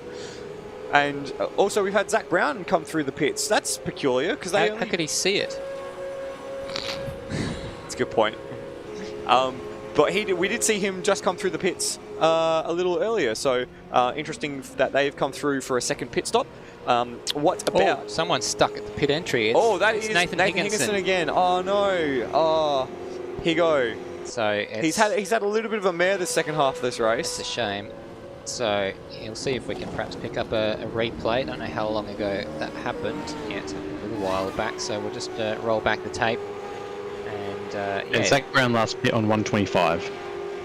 Thank you for that, Bagzy. I think Higo already had damage coming into the pits because one of the fronts was locked up on the way in and it just wouldn't arrest. Unlock, yeah. And then he couldn't get enough lock. Speaking of lock, he couldn't get enough lock onto the steering wheel to get past that tyre barrier. It's a shame. That's unfortunate. It's one of those where when you know that you've kind of cooked it, you just almost need to take a step back and just try and relax and get out of the car for a little while. And I wonder if he goes slowly throwing the baby out with the bathwater here, which is unfortunate. But they are still... I think he needs to win MVP for the best driver cam, though. Yeah, absolutely. Pedal cam. That is a revelation, and hopefully some more of the guys can do that next year if we go ahead with this in 2023. I'd love to see that. That would be awesome. I can't wait to. I'd love to see Dayne's pedal cam or Rosella's pedal cam and see how they get around the mountain. Yeah, well, we had Luke Rosella's driver cam last year. We haven't managed to get that this year. Bagzy. Oh, I thought I heard you interject, and evidently you didn't. I was saying, speaking of Dayne Warren and Thomas McMillan, this is for both of them. They haven't won a Bathurst 1000 with us, so this is going to be a first-time win for both of them. Prior to this, both of them has had 2/3, and Dayne Warren's had a second. So, yeah, it's going to be new winners for us this time around. What were the previous results? I believe second place. So a second for Dayne Warren, and McMillan had a 2/3 in the last 2 years, and a DNF the year before. There you go. And so Thomas McMillan was the pole sitter from the previous year, and Dayne Warren is the pole sitter from this year. So teaming up together, that's a good point you make there, Bagzy. And perhaps because we've been sort of focusing on the rest of the battle, we haven't perhaps given Dayne and Thomas their dues here. They have done a good job, as we have a bit of action going on the other side. So this is the the just out of the pits, Corey McFarlane. So staying in that car to finish the race, which is an interesting proposition, just passing Zach Baker, who has yet to pit and make his last stop. So that's the pass that's done there. McFarlane on the fresher tyres come through to take 4th place, and he should side his way through with Ross and Stenberg pitting shortly. That's a big gap. So Baker has lost 25 seconds to Brendan Ross over the course of this stint. Yeah, he's had a few scruffy laps in that. So I saw, you know, he's circulating in the kind of 211s, but he did a couple of 214s, 215s, and we've got Dayne Warren coming into the pits now. Taking a very narrow line through the pit entry there, almost. You could argue that's slightly off track, maybe, perhaps? Oh, I think it was by design. Sure. So he is in the pit lane now. This will be his last pit stop. We're expecting Dayne Warren to stay behind the wheel. That would make intuitive sense. So lap 143 is just in the lead of the race, because we'll have Kurt Stenberg and Brendan Ross stay out, so they will come across the line and take the lead of the race. And I think this might actually be the first lap that Stenberg has led through the race. Quite possibly. I haven't been keeping track of that. We've also got Aidan Sykes in the pit lane. You can see him in the back of that shot. Ooh, I wonder if they're doing a driver change. Let's see if we can catch them on Discord. Let's see. I would be surprised, since Keenan did quite a long, I think it was a triple stint in the middle, so I wouldn't be surprised to see Keenan do the rest of the race, to be honest. Looks like Aidan, rather. Yeah, Aidan, yeah, that's right. So, yeah, it does look like he is staying in the car. If we bring up the driver cam, there he is, just stretching his arms and on the move again. Back at that shot, we got Cameron Parrott back in the car. So let's see actually if Cameron Parrott gives way to Ben Rhodes for this final stint. So these are the little permutations that we are trying to figure out at the very end. The last pair of cars that we are expecting to pit soon will be the Brendan Ross and Kurt Stenberg cars. We should expect them in fairly shortly, and then I think we will have everyone good to the finish. Does look like Ben Rhodes is getting back behind the wheel. There he is. So it's getting ever so dark in that pack. So Cameron Parrott did get a stint in, but Ben Rhodes is in for the end. So lap 143 to the end, he will be, well, actually 143. For him, it's not quite that many, because they are a couple of laps down on 137 for them. But he will take it to the end, and so Cameron Parrott has had his stint. Just quickly, a little bit of a note here. Since we have started later, it is now currently 7 p.m. local time in South Australia, where we are broadcasting from, which means that in the eastern states, it is now 7:30 p.m., which would be about sunset time, I would expect. So that's right. It's no surprise to me that we're seeing a little bit of darkness in the webcams. That does make sense. The sun being our primary natural source of light does happen to cause a fair bit of darkness when it does drop below the horizon, which tends to obscure it. Sorry, that sounded very facetious, didn't it? And condescending, yes, thank you. While you were doing that, Stairs, we did have Rhodey and Higginson. He brushed the wall, yeah. Yeah, he's got out of the way there of... that is Luke Rosella. Not Luke Rosella, sorry, Hans Brunswick, it looked like, the 111 car. It was moving a bit too fast for me. Can you all slow down? See, 1-on-1. Yeah, I couldn't read that because. Oh, and Rhodey's tagged the wall. Oh, that's not worked out too well at all for Nathan Higginson.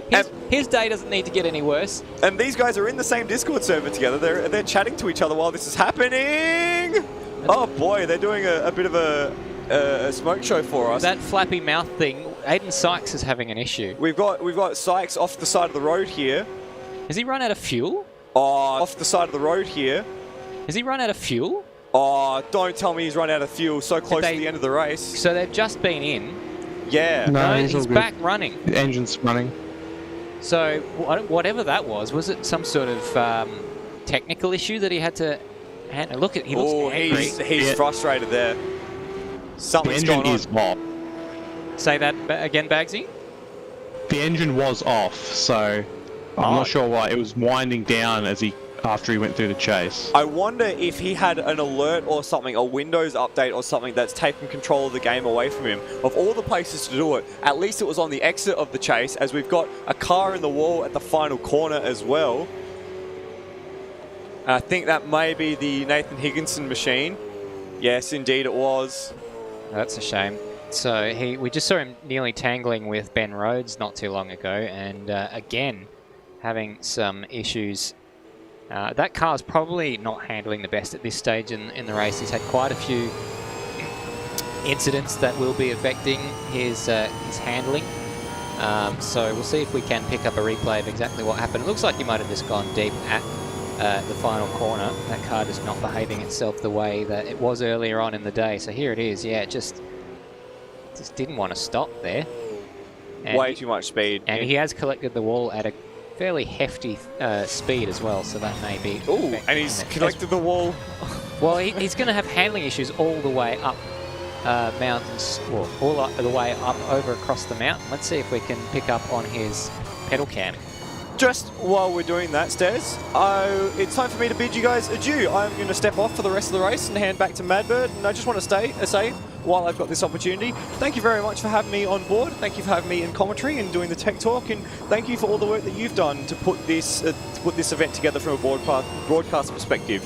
All the graphics, all the transitions, all the work that you've done, making this not just another dumb sim race, not that they're ever dumb, but making it a proper professional-looking production. So thank you very much for having me on board. My pleasure, Michael. Thank you. Thank you for being part of it. Couldn't do it without you. And I look forward to hearing your analysis towards the end of this race, as we still do have, with 145 laps done,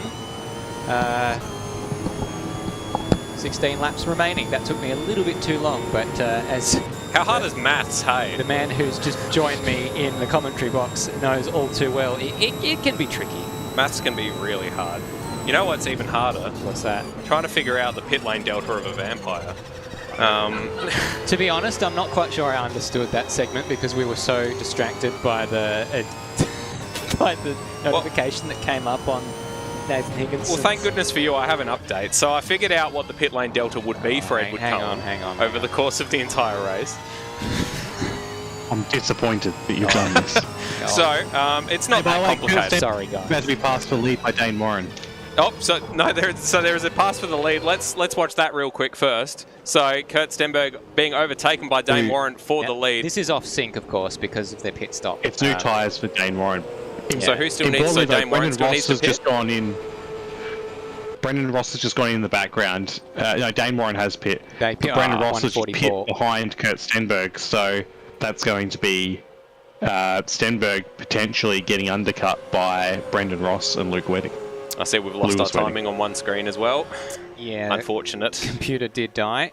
We got longer into the race than any other. Nearly there, hey. Yeah. Oh well. We still always have one computer just not survive the entire race, which is a shame.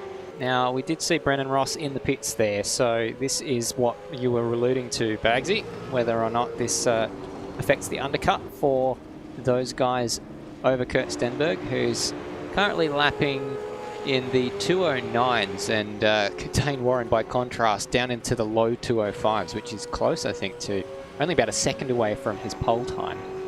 So Brendan Ross on the move, and we wait to see what kind of times he can do straight out of the box. 15 laps to go or so. until the end of this race, and looks as if Dayne has it sewn up, more or less. Yeah, barring some sort of catastrophe, Dayne Warren appears to be in complete control of the race. So I won't say that wasn't something we predicted, but you know, there was always and to his credit, Thomas McMillan has done an incredible job of being consistent and quick as well. Let's not sew him up too quickly. And Luke Rosella and Corey McFarlane in second place is looking pretty much a lock-in as well. It's that question mark over the final spot of the podium here that we're looking at. So Kurt Stenberg currently, he could come in and, you know, go to the end of the race. It's just whether or not he chooses to, and he does indeed. So he's reacted one lap after Brendan Ross. I think that's the smart choice for those guys, because the longer they stay out, they're just going to be bleeding time to those on fresher tyres. So let's see, looking at those sector times, he lost a second to Corey McFarlane on the first sector, but that's not who we're looking at. We're looking at Brendan Ross. The middle sector's our only real comparison. 34.8 for Brendan Ross, 35 for Kurt Stenberg. So it's only 0.2 or so. So I don't think it's going to be enough for Brendan Ross to get the undercut, I should say, but I've been wrong before. You have? Oh, I've never known you to be wrong, about Stairs. 70 times today. my predictions have been notoriously bad. Kurt Stenberg's already on the way, and Brendan Ross is just coming around the final corner. So I think this is a prediction that is going to turn out to be right. Well done. But Kurt Stenberg, dosed up on Codral. Can he make it home without, you know, a sneezing attack or something like that? At the moment, it seems like he's driving at 20% rather than 19%. Definitely has the measure of Brendan Ross. I should have tried to figure out if Kurt's current pace is at 20% of his actual pace, what his 100% pace around Bathurst would have been. Now, the moment earlier where we saw Aiden Sykes pulling over to the side of the road, looks like the word coming through from Colin Warwick on the live chat is they lost their throttle pedal and a reset fixed it. So that's unfortunately cost them a little bit of time. But given, let's see, where are they? Still in the top 10, 9th at the moment. Yeah, I think they probably would have lost track position to Brandon Dostal with that, given they're only 4 seconds behind him at the moment. And so we might see if we can pick that up, because that actually is a track. Yeah, so looks as if he's quite close to Brandon Dostal, as you say. Looks like we might have just lost one of our PCs, unfortunately. Not any of the broadcast ones, luckily enough, so that's good. And to say, we've had Rhodey is back in the car, so he's only had one brief stint of peace. So how long was he out of the car for? For about 21 laps. 21 laps. That's plenty to re-energize himself, surely, to continue on to the end. I did see his webcam before. It looks like he's sitting in utter darkness, lit only by his screen, which I can't imagine is healthy for his eyes. Maybe put a light on. I guess it's too late now that he's in the seat. But yeah, he's done a good job, it must be said.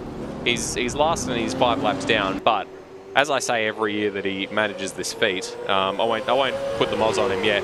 As I say every year that he does a very, very long solo stint at Bathurst, it's probably doing better than I would have done. So really can't judge too harshly on Benjamin Rhodes on that one. While we've got a moment, make sure everybody, tinyurl.com/ASC livery, get in there and vote for your favourite. Oh, sorry, Brandon Dostal, just a little bit wide onto the grass there on the exit of the chase, so that is going to... Oh, he's in the pits there, so this isn't going to be decided on track. That's a shame. It's been a day of nearlies as far as the on-track action. What happens if the livery vote ends in a draw? Well, how many? There are 3 drawn. So, okay. And there's one not very far off being drawn. Split the 5. Alright, come on people, start voting. Get in. So you split the $5 Get in 3 there. ways. tinyurl.com/ASC livery. Get in there, vote. We need to break these ties. Actually, you'd have to split the $5 6 ways for each driver. So it'd be less than $1 each. Excellent. Thank God we've got a prize draw. Yeah, maybe the winners could donate some of their prize funds to the winning livery of the event. Maybe so. Maybe so. Or indeed, to us. I mean, Patreon.com/Apex Real Week. I'm sure everyone would enjoy, all the drivers would enjoy their 83 cents each, and then we can take the remaining 2 cents and add it to our little Patreon pile. Oh, we just got another vote. That's it. Keep rolling them in. You didn't break the tie, but please continue voting. Well, I look forward to you announcing on stream which what the winning one is. We're keeping it a secret because we don't want to kind of skew the results by, sort of saying, oh, this one's behind, give that one some love. We want to be completely impartial. Yeah, we do. We don't want to reveal it too early. Rhodey is goated, says Hayden Cupid. And then we've got Bunny and Beers from Sonia Warren. Presumably mother of Ethan and Dayne Warren, I'm guessing. Welcome along, Sonia.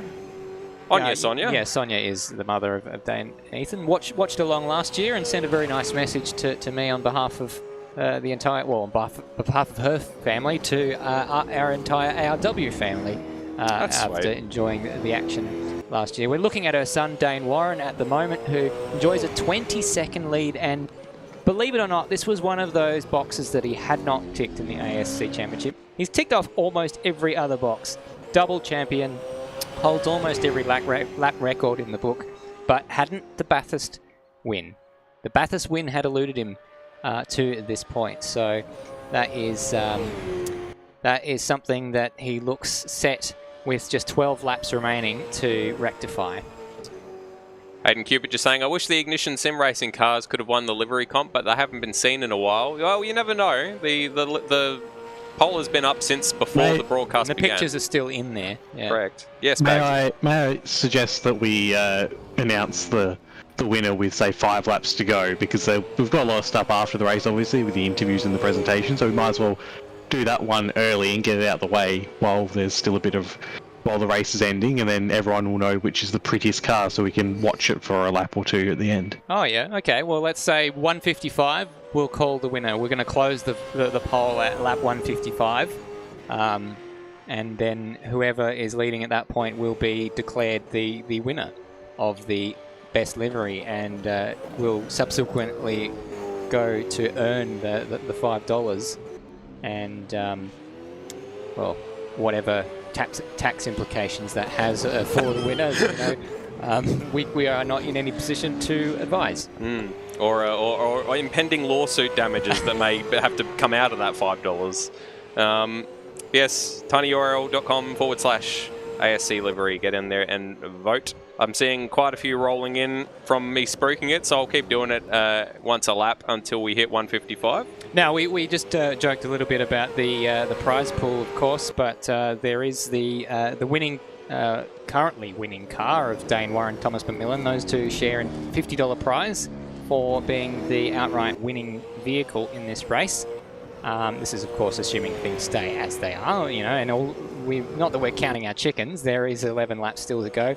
Corey McFarlane and Thomas McMillan, $30 for the second place car, and then Kurt Stenberg and his teammate Brody Steen stand to get the $20 for being the third placed outright car. Now, there is, of course, a prize for the highest placed Super 2 driver in the field, and I'm just trying to have a look at the things, because I'm not sure actually who's in the Super 2 category, so let me get back to you on that one. I've got a sinking suspicion that the 2 Super 2 runners that we were going to have were unfortunately unable to attend, but I may be incorrect. We'll double check that one. So watch Kurt Stenberg continuing to circulate. He's got a 31-second gap to Corey McFarlane ahead of him, so I won't say I don't think Kurt can do that. Maybe if he was running at 100% instead of 20%. But I don't think that's controversial to say that that's probably out of reach. And Brendan Ross, 10 seconds behind. And as we said, Kurt running at 20% is clearly too much for Rossi to handle. Unfortunate. What was Kurt's last lap? 2:06.4.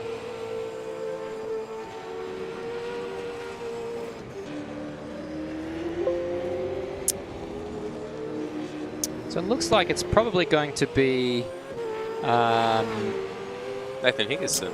Keenan Sykes. Keenan Sykes.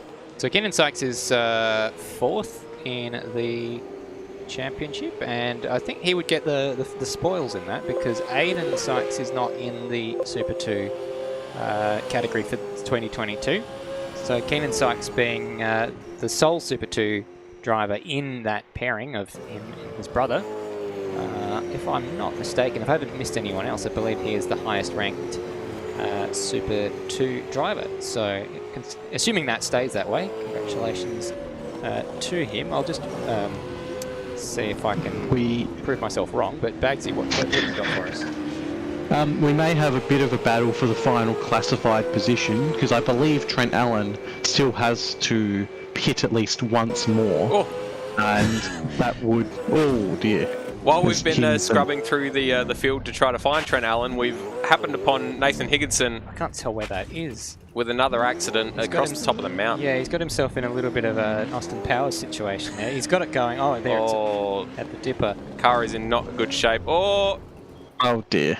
And I've just glanced at his webcam. He looks perturbed. We won't show it, I think. No, we'll give him some privacy. I don't think you and I, Stairs, are any stranger to some rage in sim racing. So let's not portray it for other people. What was the position you were talking about, Bagzy, that was still potentially under some? So the final classified position, Trent Allen, I believe, will still have to pit one more time, and that will put him, well, now it's going to put him, Higginson was going to come out ahead of him, but yeah, I believe now it's going to put him close to, well, Higginson's spun again, so I'd say Higginson's going to end up at the back, but he's actually retired. He's DNF'd, yeah. So, but it will be close for now. The last classified position is Rhodey, and it's going to be close potentially between Trent and Rhodey after a pit stop for Trent. So obviously Trent will have a shorter field, but it could be close there at the end potentially. I don't know if this is going to be, if it will be, but it might be. Commiserations to Nathan Higginson. No, the day probably didn't go the way that he had planned, but I think, you know, regardless of result, doing 100 and how many laps did he get to in the end? 144 laps is no mean feat. Ridiculous. I definitely couldn't have managed it. Together with Termo. So if you're watching this, Higo, you've got nothing to be ashamed of, even though I'm sure this isn't what you had pictured this morning. So what's the other thing? I did find that Zach Brown is also a Super 2 driver, so he is placed ahead of Aiden and Keenan Sykes in 7th place. Sorry, not Zach Brown. He's teamed with Ben Hall. Ben Hall, who is a Super 2 driver. So as far as I'm concerned, he would be the winner of the highest placed Super 2 driver as Trent Allen comes into the pits. Just got James Donovan in the chat saying, "I'll pay the leader $100 to throw the race."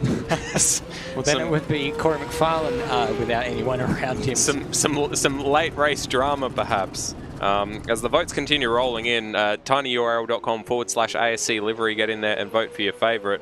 Yeah, what are we on? We're on lap 153, so it's 2 laps left, or roughly 4 minutes to get your votes in. We've no longer got a tie, at least, so and we can close the poll at that point. What happens if there is a tie? Should we come up with some sort of tiebreaker, or they just split the $5? I reckon a tiebreaker, but we should make it something silly. Like they rock off. No, as in like... I think we can show that paper rock. So if we didn't have the commentary cam on for that, but I said rock off and I started headbanging. Oh, goodness me. Bagzy, what was your suggestion going to be? Oops, that's not you. I did not have one. It could just go down to a vote between the 3 of you in Adelaide, so that there's no way of that vote to then tie, and you have to pick between the 2 people who are tied. Oh. Can we do the vote in like secret, like a secret ballot, and then we reveal it on commentary cam? I feel like that's a lot of effort. Yeah, it does. Just say your vote. Let's see what happens first. Let's live in the moment and come up with it later. Yeah, see if it's required. There's no point coming up for a solution to the problem for a problem that we don't know is in existence yet. Stairs. Yes. Would you say that there's not too much to talk about at this second? Yeah, I'd be probably inclined to agree with you on that particular Well, excellent, point. because I'm not going to let you get away with it. I do have the rest of this Twilight Tech Talk to get through. Goodness sake. I walked right into that one, didn't I? See, you thought that you'd gotten away with it, that you distracted me away from it, but you haven't. So, as Bagzy was in tears on the monitor, he's just so happy that I haven't forgotten, and that I'm going to subject you all to this. So, I did figure out that over the course of 7 pit stops, assuming that Edward Cullen, of course, does not need to stop for fuel or tyres, maybe a change of shoes, but that doesn't take much time, he would only be spending 3 minutes over the course of the race going through the pits. Everyone else would be spending 8.1 minutes cumulatively with, tyres, driver changes, fuel, full tanks, which is a difference of 5 minutes. So 35 minutes across the entirety of the race, which, if you remember, Dayne Warren's time for the entire 161 laps was 5.5 hours.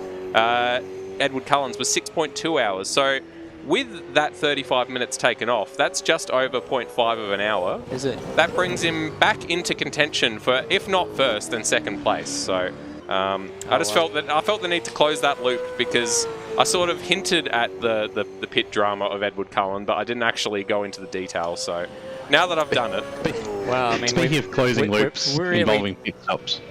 What was that? Sorry, Bagzy? I'm just saying that we're drawing a long bow as far as hypotheticals here. Bagzy, I'll throw it back to you for your comments. Speaking of closing loops involving pit stops, Trent Allen has pit, and unfortunately it's actually not been anywhere near close. He's going through Griffins now, and Rhodey's coming through the final corner, so I'm sorry for trying to hype everyone up for that. It was an extremely short pit stop. I appreciated the effort, nothing though. interesting happened. Yeah, I think Rhodey was coming through the dipper as Trent Allen was coming into the pits, which we did see on screen. But anyway, your efforts were appreciated. The vote is going to close when Dayne Warren comes across the line to complete this lap, because that'll be lap 155. And on stream, the announcement will be made by your, I was going to say by yours truly, but that means me. I mean his truly. Mine truly. You said you appreciate Baggs' efforts. No comment on my efforts figuring out Edward Cullen's pit delta. I'm not going to dignify that with a response, other than the one that I'm formulating now with my worms. With your worms? Exactly. Oh, goodness me. Too slow on that one. Attempted, yeah, I saw that. Attempted to stitch up. So we have begun lap 155. All right, drum roll, please. Hang on. Let's get the camera on so we can. Drum roll, please. The winner of the most illustrious livery and victor of $5 is. It's going to be a surprise for Hayden Cupid. Because that was one of the cars that didn't make it very far into the race at all. Correct. The number 158 Ignition Sim Racing car. They'll be happy. They'll be stoked. Has won with a. What are you doing? I'm trying to show it. With 9 votes of a possible 41, or 21.95% of the vote. So congratulations to Hayden Cupid and whoever your teammate was. I can't see it because Reese McGillivray. Reese McGillivray, because it's currently in front of our commentary cam. But very well, good effort there. Runner-ups were the team #Rhodium Ute with 5 votes. The Has Been Racing team also with 5 votes, and the I didn't want to race with him, but I want to win the championship with 4 votes. There are a couple of double-ups there, but I won't mention them. And then a whole bunch with 1 vote. So very well done to the number 158 Ignition Sim Racing team. That is a really good result, I think. And to be honest, that was one of my favourite liveries too. And one that wasn't inspired by real-life livery, at least as far as we're aware. And Hayden Cupid saying, yes, I designed those. I'm happy. Congratulations, Hayden. Enjoy your $2.50. Well, maybe if he designed them, maybe he can negotiate that he gets the entire. He gets the entire. Oh, I guess it'll depend what his relationship with Reese McGillivray is like. Even the Tinder bot is happy for Hayden there. So that's. Oh yeah, that's look, I mean, good. going nuts there. And considering... Since you've just gotten $5, perhaps you'd like to spend it on on best adult dating site. Considering that they only got 3 laps done in this race, I think the fact that they got best livery, I mean, not that it makes up for missing out on 158 laps worth of racing. Speaks for the impression that it made. Loose Sim Network, which is Lewis Wedding, just saying, robbed again in the chat. Unfortunate. I did vote. I can now reveal I voted for yours. Who did you say were the special mentions? Were they in there? Team hashtag Team Rhodium presents Yeet was second. Okay. Has Been Racing was third. Has Been Racing was third. So they were close. So you're on the podium, Lewis. Just not good enough. Just not. Unlike in the race where they're coming fourth. Where you're currently sitting about 18 seconds off the podium with 4 laps left to run. Yeah, so 4 laps left for Dayne Warren. He's leading by 28 seconds at the moment. Corey McFarlane. Oh, geez, Kurt came perilously close to a spin just in the chase, so it was almost going to be less than 18 seconds. Yeah, he's got, what's that, about 15 seconds over Brendan Ross, so, he can't really afford a mistake. Most of the others in the top kind of 5 drivers can afford a mistake or two, and they won't be under an enormous amount of pressure. Kurt Stenberg, as we mentioned, under the weather a bit today, but looks like he's going to bring it home for his 4th ASC podium. The 4th, yeah. I should say Bathurst 1000 podium. 4th Bathurst 1000 podium. He's had way more podiums than... Out of 4 entries. Than that. Twice champion. He's been on the podium every time we've been here, has Kurt Stenberg. Got to say, also, incredible race from Corey McFarlane and Luke Rosella, who've been there or thereabouts on pace for the entire length of it. It's just in this last stint that Dayne Warren seems to have sort of pulled his finger out, as it were. Well, if Dayne didn't have the, basically the need to do this championship race in order to cement his championship position, then this would have been a win for Corey McFarlane and Luke Rosella.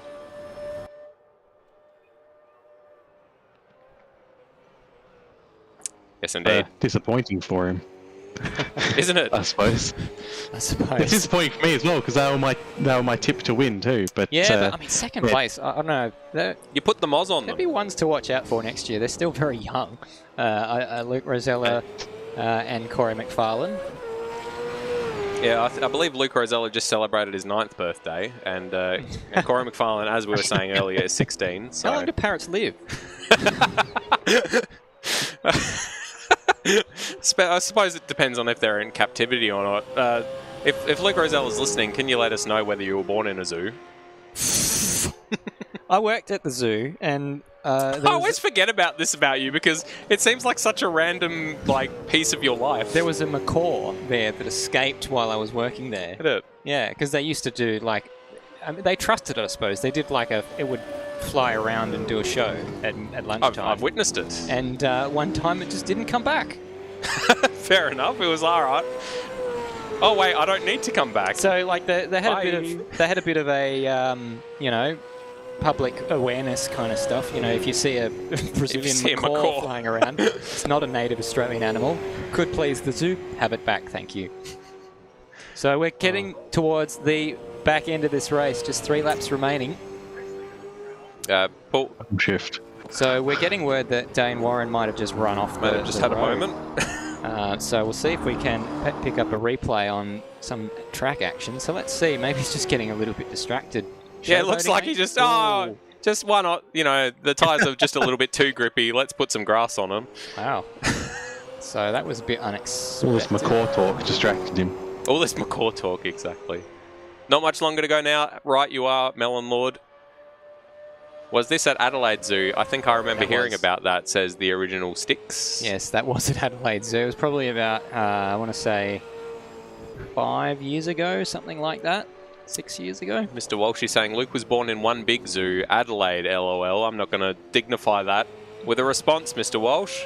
I like it when people crap on Adelaide because it means they don't discover how good it is a place to live. That's true, yeah. Stop buying property here.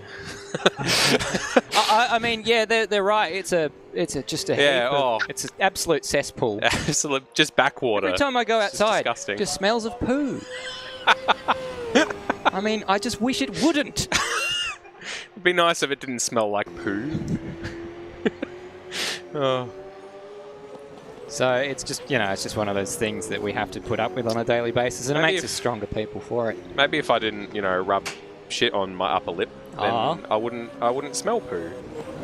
I've yet to test that hypothesis out. We're on board with Dayne. I feel like Dayne is going for fastest laps here. He's brushing the wall. He's giving millimeters here. I thought we'd just jump on board because we are on for a relaxing last few laps. 159th lap out of 161.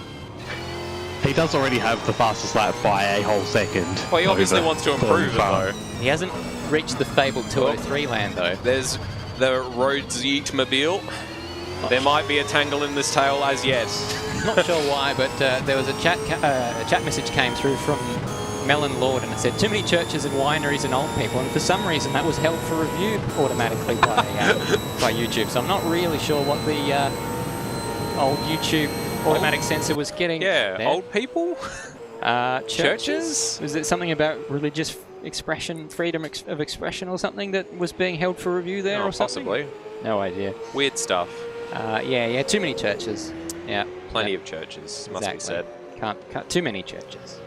One is too many. Anyway, Corey McFarlane is at the top of the hill right now as Dayne Warren begins the 160th lap of this race. Good Lord. 1 lap to go. Well, after this one, there'll be 1 lap to go. This is not the final lap. The 159th lap. So 2 laps to go, in fact. Apparently the old people of Adelaide are controlling the live chat. Well, that's a very rude way to refer to Stairs. Well, I allowed the message to go through. I think for whatever reason, the old people of Adelaide are perhaps programming YouTube so that, they can prevent that sort of... Look at the apps on my phone. Alistair Schmidt.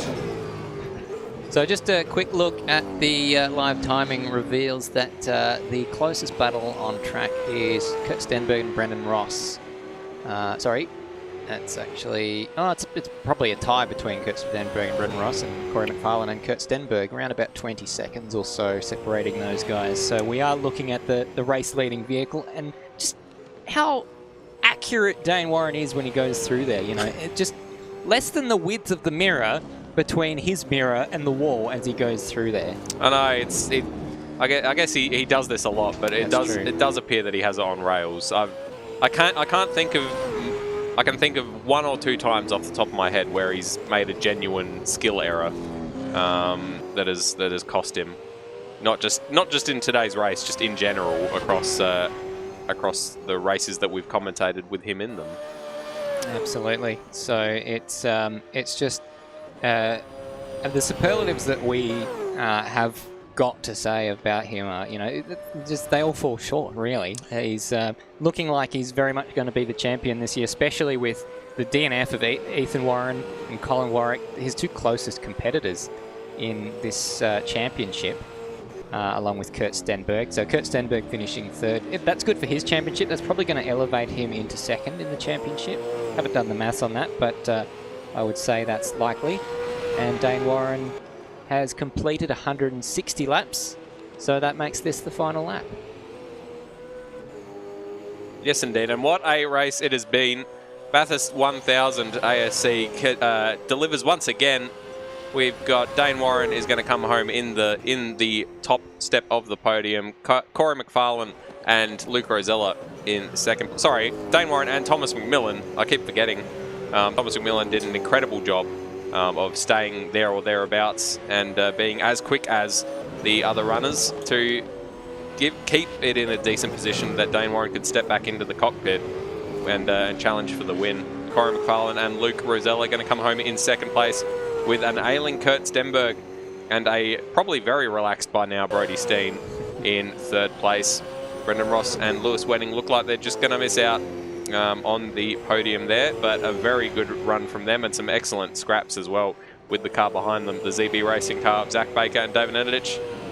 And then we've got our lapped runners and 5 DNFs, which feels like a lot, but considering the field that we've had this year, not even half of the field DNF'd over 161 laps. So yeah, so very good effort to everybody. 4 of those technical DNFs, and 3 of them happened within about a lap and a half of each other. First one, Hayden Cupid on lap 3, and Nathan Higginson was that probably about 10 or 15 laps ago, after just had a few off-track incidents. So it was a very, I think that's probably going to be our highest number of finishes in an ASC Bathurst 1000. So we're very pleased for that, and we are very close to the end of this race with Dayne Warren.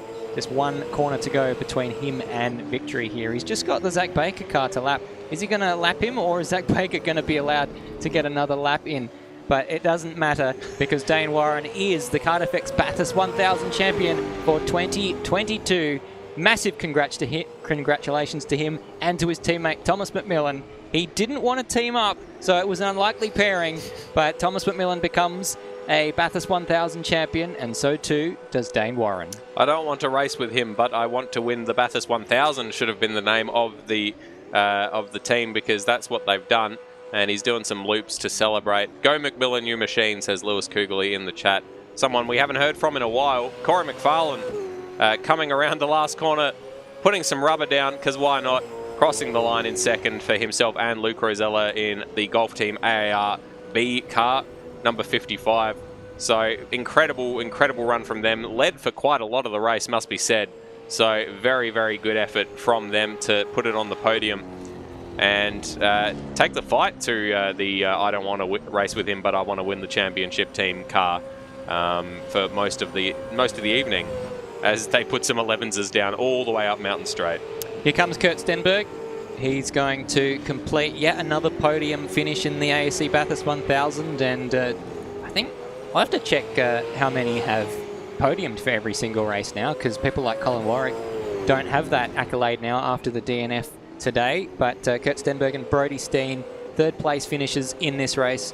Fantastic work to them. And then we've got Brendan Ross coming across the line. I believe he and Lewis Wedding finished 4th last year as well, so I'll have to check on that. But remarkable consistency from those guys in the shout for a podium throughout the day. A good job from them. Just 16 seconds short of a podium in the end. Now here comes Zach Baker. He was very close to being lapped by Dayne Warren not too long ago. He and Zach, or he is Zach Baker, he and David Nedidich going to come across the line to finish 5th in a few short moments, Madbird. Yes, indeed. So they unfortunately were forced to do an extra lap. Flashing the lights, though. They must be listening on you, Zach. Very, very good, consistent run from them as always. And just not quite there, but still very close. Less than a lap. Well, I guess exactly 1 lap behind the leader. Behind them, we've got Hans Brunswick having already completed. He's already finished. So that's that completes our drivers who finished on the lead lap. So we had Hans Brunswick and Lockie Burke finish in 6th place. Zach Brown was the 7th place finisher, and I believe with Ben Hall, who becomes the leading Super 2 driver. So congratulations to Ben Hall, if I haven't missed anyone else there. Aidan Sykes and Keenan Sykes in 8th. Brandon Dostal, who did the entire race by himself, and we have to add him to that illustrious list now of drivers who've done the entire race solo, as Travis Clark wasn't able to fulfill his co-driver role there. So I think we need to definitely give our plaudits there to Brandon Dostal for managing to become, I think, only the 3rd driver in ASC history to do the entire race solo. Yeah, incredible work. It's we say it every year that someone does it, which I think has been every year so far. But it's, yeah, I definitely would not be able to turn 161 laps around here without utterly knackering my car. So incredible effort to those who have managed to do that. And to Rhodey, who got a blessed 21 laps of respite on this particular occasion, but then was forced back into the seat once again. Excellent work, as always, Rhodey. Love your work. Then we had Steve Warwick and RSM Latino. They finished the race in 10th place there, so that's good points for their championship. Trent Allen and Brent Allen, who were 11th in the end, and Ben Rhodes and Cameron Parrott, who rounded out our grid of 12 finishers. The retirements from this race were Nathan Higginson and Termo in the Higginson Media number 00 car. The Vivid Esports entry of Kai Jones and Lachlan Horan, who ended up consolidating their 4 drivers into 2 for the 1 car. And of course, my live timing has just disappeared there, so I'll try and... We've got a puppy invasion in the commentary box. Yeah, so Bagzy looks like he's brought his puppy.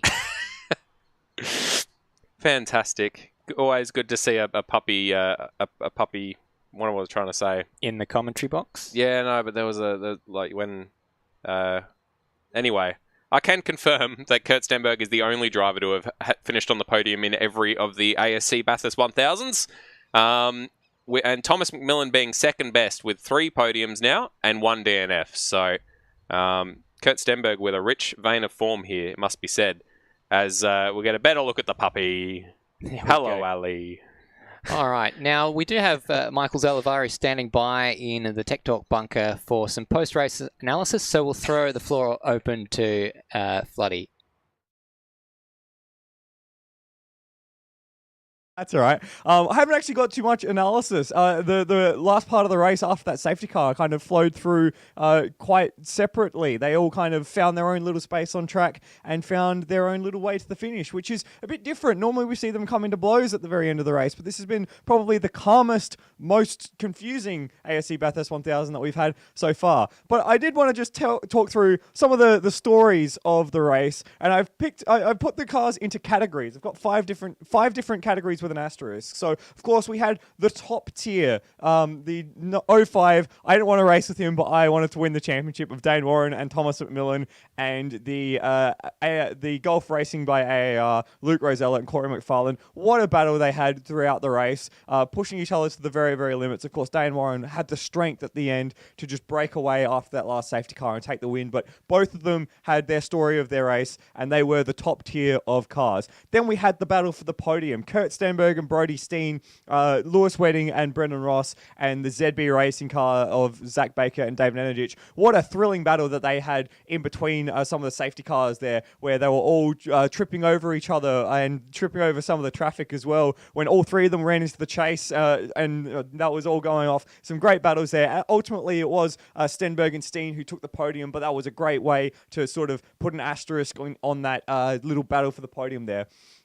We had the tail of the top 10. These guys did a really, really good job to stick with the pointy end of the field, made use of the safety cars to stay close to the lead lap or on the lead lap and come away with a really good top 10 result. So the 111 golf racing car, the Ben Hall and Zach Brown, Luke McHugh racing team, the Sykes, the Syncom safety checks car, Brendan Dostal. What a finish for him in the top 10. That's an amazing work, amazing job for him. And Steve Warwick and RSM Latino. So great work for all of those guys, adding a lot of character and flavor to this event through their efforts. These guys got to the end. The Allens, they had a bit of a troubled first debut. They were quick in a single lap, but over the course of a stint, not quite there or thereabouts, but they did get to the end of the race in their Bathurst debut. So well done to them. And of course, Rhodium. Praise be to Rhodium. Manages to get to the end of the race. A little bit of help from Cameron Parrott. It was great to see Cameron get a stint in the car, but another phenomenal performance from Rhodey to do the race basically by himself for the most part. So well done to Rhodey, and well done, again, adding a lot of character and a lot of flavour to the event. Unfortunately, while there are stories of joy throughout the field, there are also some stories of woe, and we did have a few DNFs. The 2 Inception racing cars, DNF, one very early, one more in the middle. We've got to say they were very deserving to win that best livery, and I think, who was it? Was it Hayden Link who said that he designed that? So well done for Hayden, designing such a cracking livery, and Panorama Graphics with a nice little boon for them as well. I hope you enjoy that $5. So it's great to see them, getting involved in the race. The Vivid Esports cars, the way that they managed to cobble together a team, maybe not cobble together a team, but they initially wanted 2 entries and then circumstances forced them to 1. and the way that they got their car on the grid and racing through that middle part of the race. Unfortunately, a connection issue or a game crash saw them out of the race, but it was good to have them on the grid. And Nathan Higginson and the Higo Engineering, I know that Higo, if you're watching this, I know that you're very disappointed in the way that the end of the race went for you, but I want to say I was very impressed with the way that Higo had his car set up throughout the race. Him and Turmo worked very hard together, and through the middle part of the race, they had a lot of pace. Unfortunately, it did all fall apart in the latter stages, but you gave us some great commentary fodder, basically, with your foot cam. That was awesome, and I hope to see more drivers doing that next year, because that was great fun to watch, and great to see you doing the heel toe action and also the left foot brake rather. In all this, though, there was one car that had a really bad day at the office, and that was the number 93, Colin Warwick, Ethan Warren. That is a big blow to the championship, also a big blow to the sort of race story today. They were one of the top teams. They were the double champions looking for a hat trick, and then they had not only the issue running into the safety car, causing them a bit of damage, they had some setup problems. They couldn't get the power down the main straight, and then a game crash with that middle safety car. That's one of the worst ways to have your Bathurst 1000 go, and it was really unfortunate because they were one of the favourites as well. So that is a bit of the story of the race. But for me, what I found the most fun today was doing these segments with you, James. And so James, he's giving himself a bit of a pat on the back. The great fun that we've had in commentary, and great fun with people watching along in the live chat. It's an awesome experience to be able to do this. Guys, Stairs, Madbird, what's your, reflecting on the day, what's your favourite part of the day? The fact that it's over? The fact that we did it? When we actually, have a drink at the end of it. I don't want to say the end because, but like it's one of, I think I've heard this term recently, it's called type 2 fun, where it's not that much fun in the middle of it, but at the end of it you have this tremendous sense of satisfaction. You sit back and you enjoy it. Yeah, I'd say pretty much the same. Just some incredible racing throughout. We were never short of anything to talk about. Especially with me doing some excellent work, obviously, with Twilight Tech Talk. That's definitely not correct. I just want to suggest that James swing the camera around so that everyone can see his lovely face, because obviously the cameraman doesn't get much show on the screen. On the lens. There he is. It's very flattering, but yeah, that's the man that helps us bring these live Tech Talk segments to you. So thank you very much, James, as always. Brilliant. And Bagzy as well, if you've got Bagzy in there, what was your best part of the race? I don't know if Floody was talking to me or not, but I can't hear him through our audio setup. What's your favourite part of the race, or what was your favourite part of the day, I forgot Bags? you couldn't hear him. His camera seems to have frozen, but he is there. Oh, that's fixed. You've got a very fixed smile on his face. There we go. There we go. It's working again. It's hard because there's plenty of action throughout the race, and it was just enjoyable throughout. Probably I could pinpoint it to everything except when Madbird was doing Twilight Tech Talk. But with you there. Yeah, no, I particularly enjoyed the early on battles for the front few positions as well, and especially that three-way battle for 9th, 10th, and 11th that was in the mid race. That was a really good run.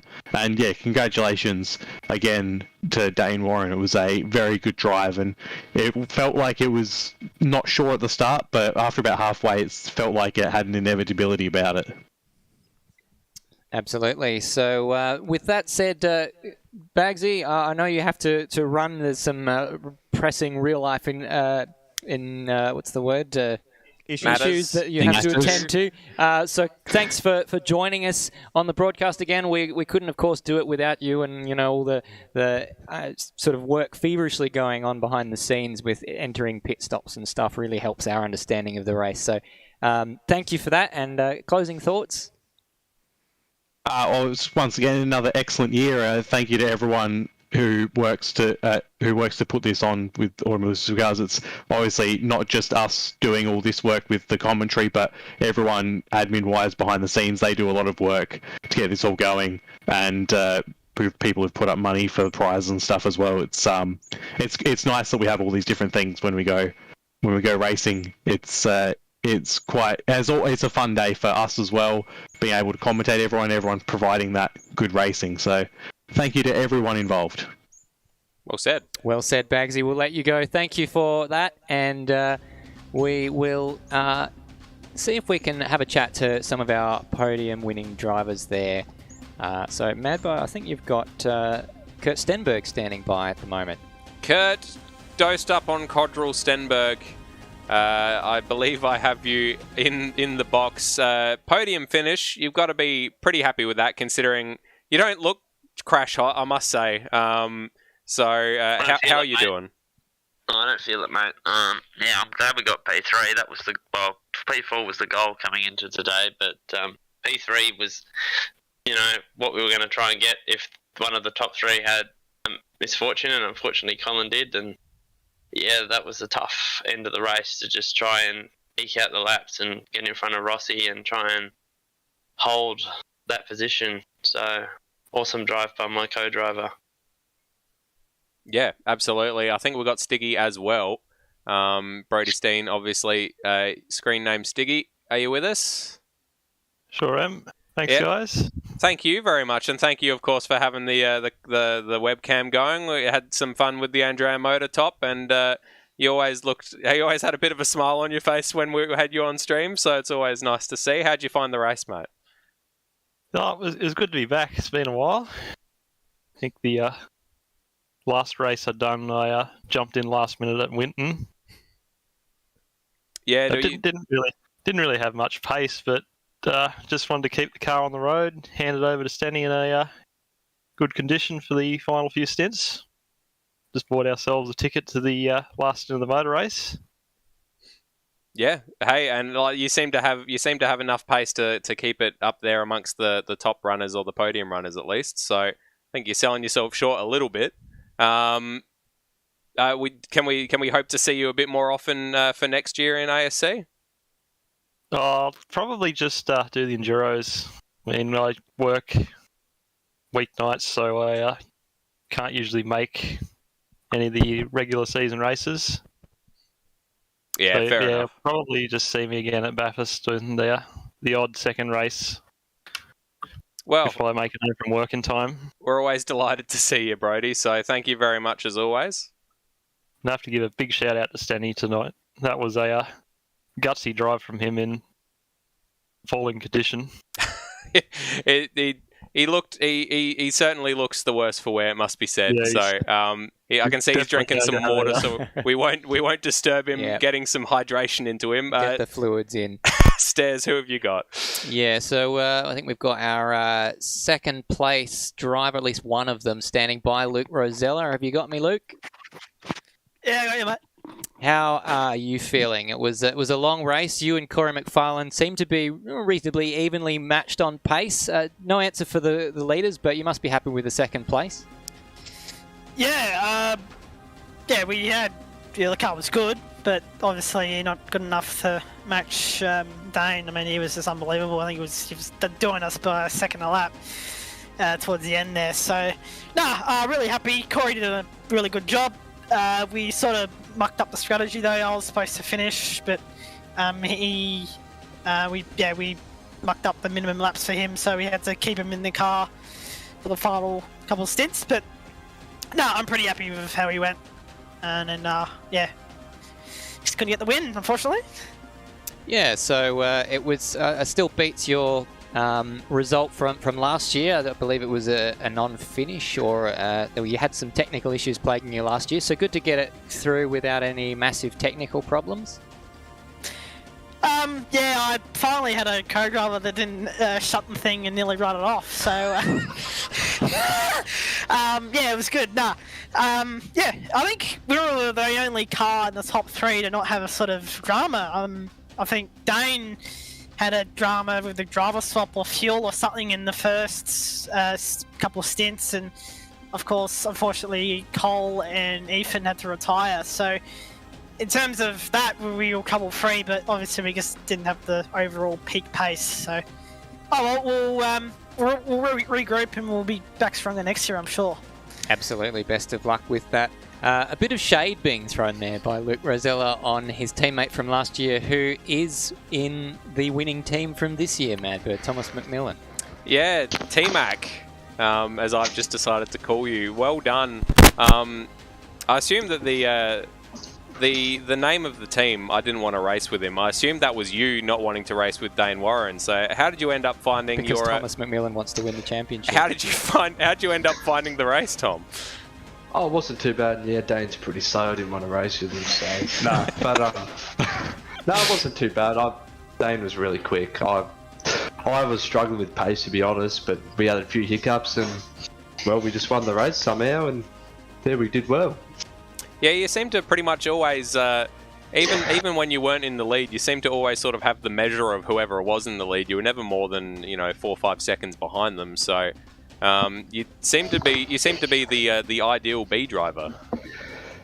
Yeah, it wasn't too bad. The car was pretty slow. Well, I was pretty slow at the start of the stint, but as the tyres wore off, I got a little bit quicker. But yeah, some of the stints I got gapped by like 10 seconds by Luke. So yeah, Dayne was just too quick for everyone, really. So yeah, we did all right. And good to see you back. It's been a while since we've seen you in the cockpit. Do you reckon we'll see you more in the future? I usually work on Wednesdays, but if I'm not working, not Wednesdays, whenever it is, Mondays. But, yeah, I'll show up when I can. This is why he hasn't been racing, because he's thought that we race on Wednesdays. Yeah. And he's like, oh, I work, I can't come. And why are all these people talking about races on Tuesdays? I'm so confused. Nah, but yeah, I'll race when I can and do the odd enduro or whatever. But there you go. Life commitments start to get in the way. All these people prioritising work over sim racing. I mean, my goodness. Yeah. But we must say, massive congratulations to you, Thomas. And we should now chat to your teammate in Dayne Warren. So, Dayne Warren, your first win in the ASC Bathurst 1000. Congratulations. Yeah, thanks. Who thought I would have done it with Thomas McMillan? Yeah, it was looking pretty grim after that first stop when Thomas forgot to put the fuel in the car under the stop. That was the first hiccup, but I think we got pretty lucky with a bunch of safety cars, and the car was obviously really quick on new tyres and old tyres, so it just sort of fell together for us. And yeah, really good job from Thomas to keep it out of the fence, as I said.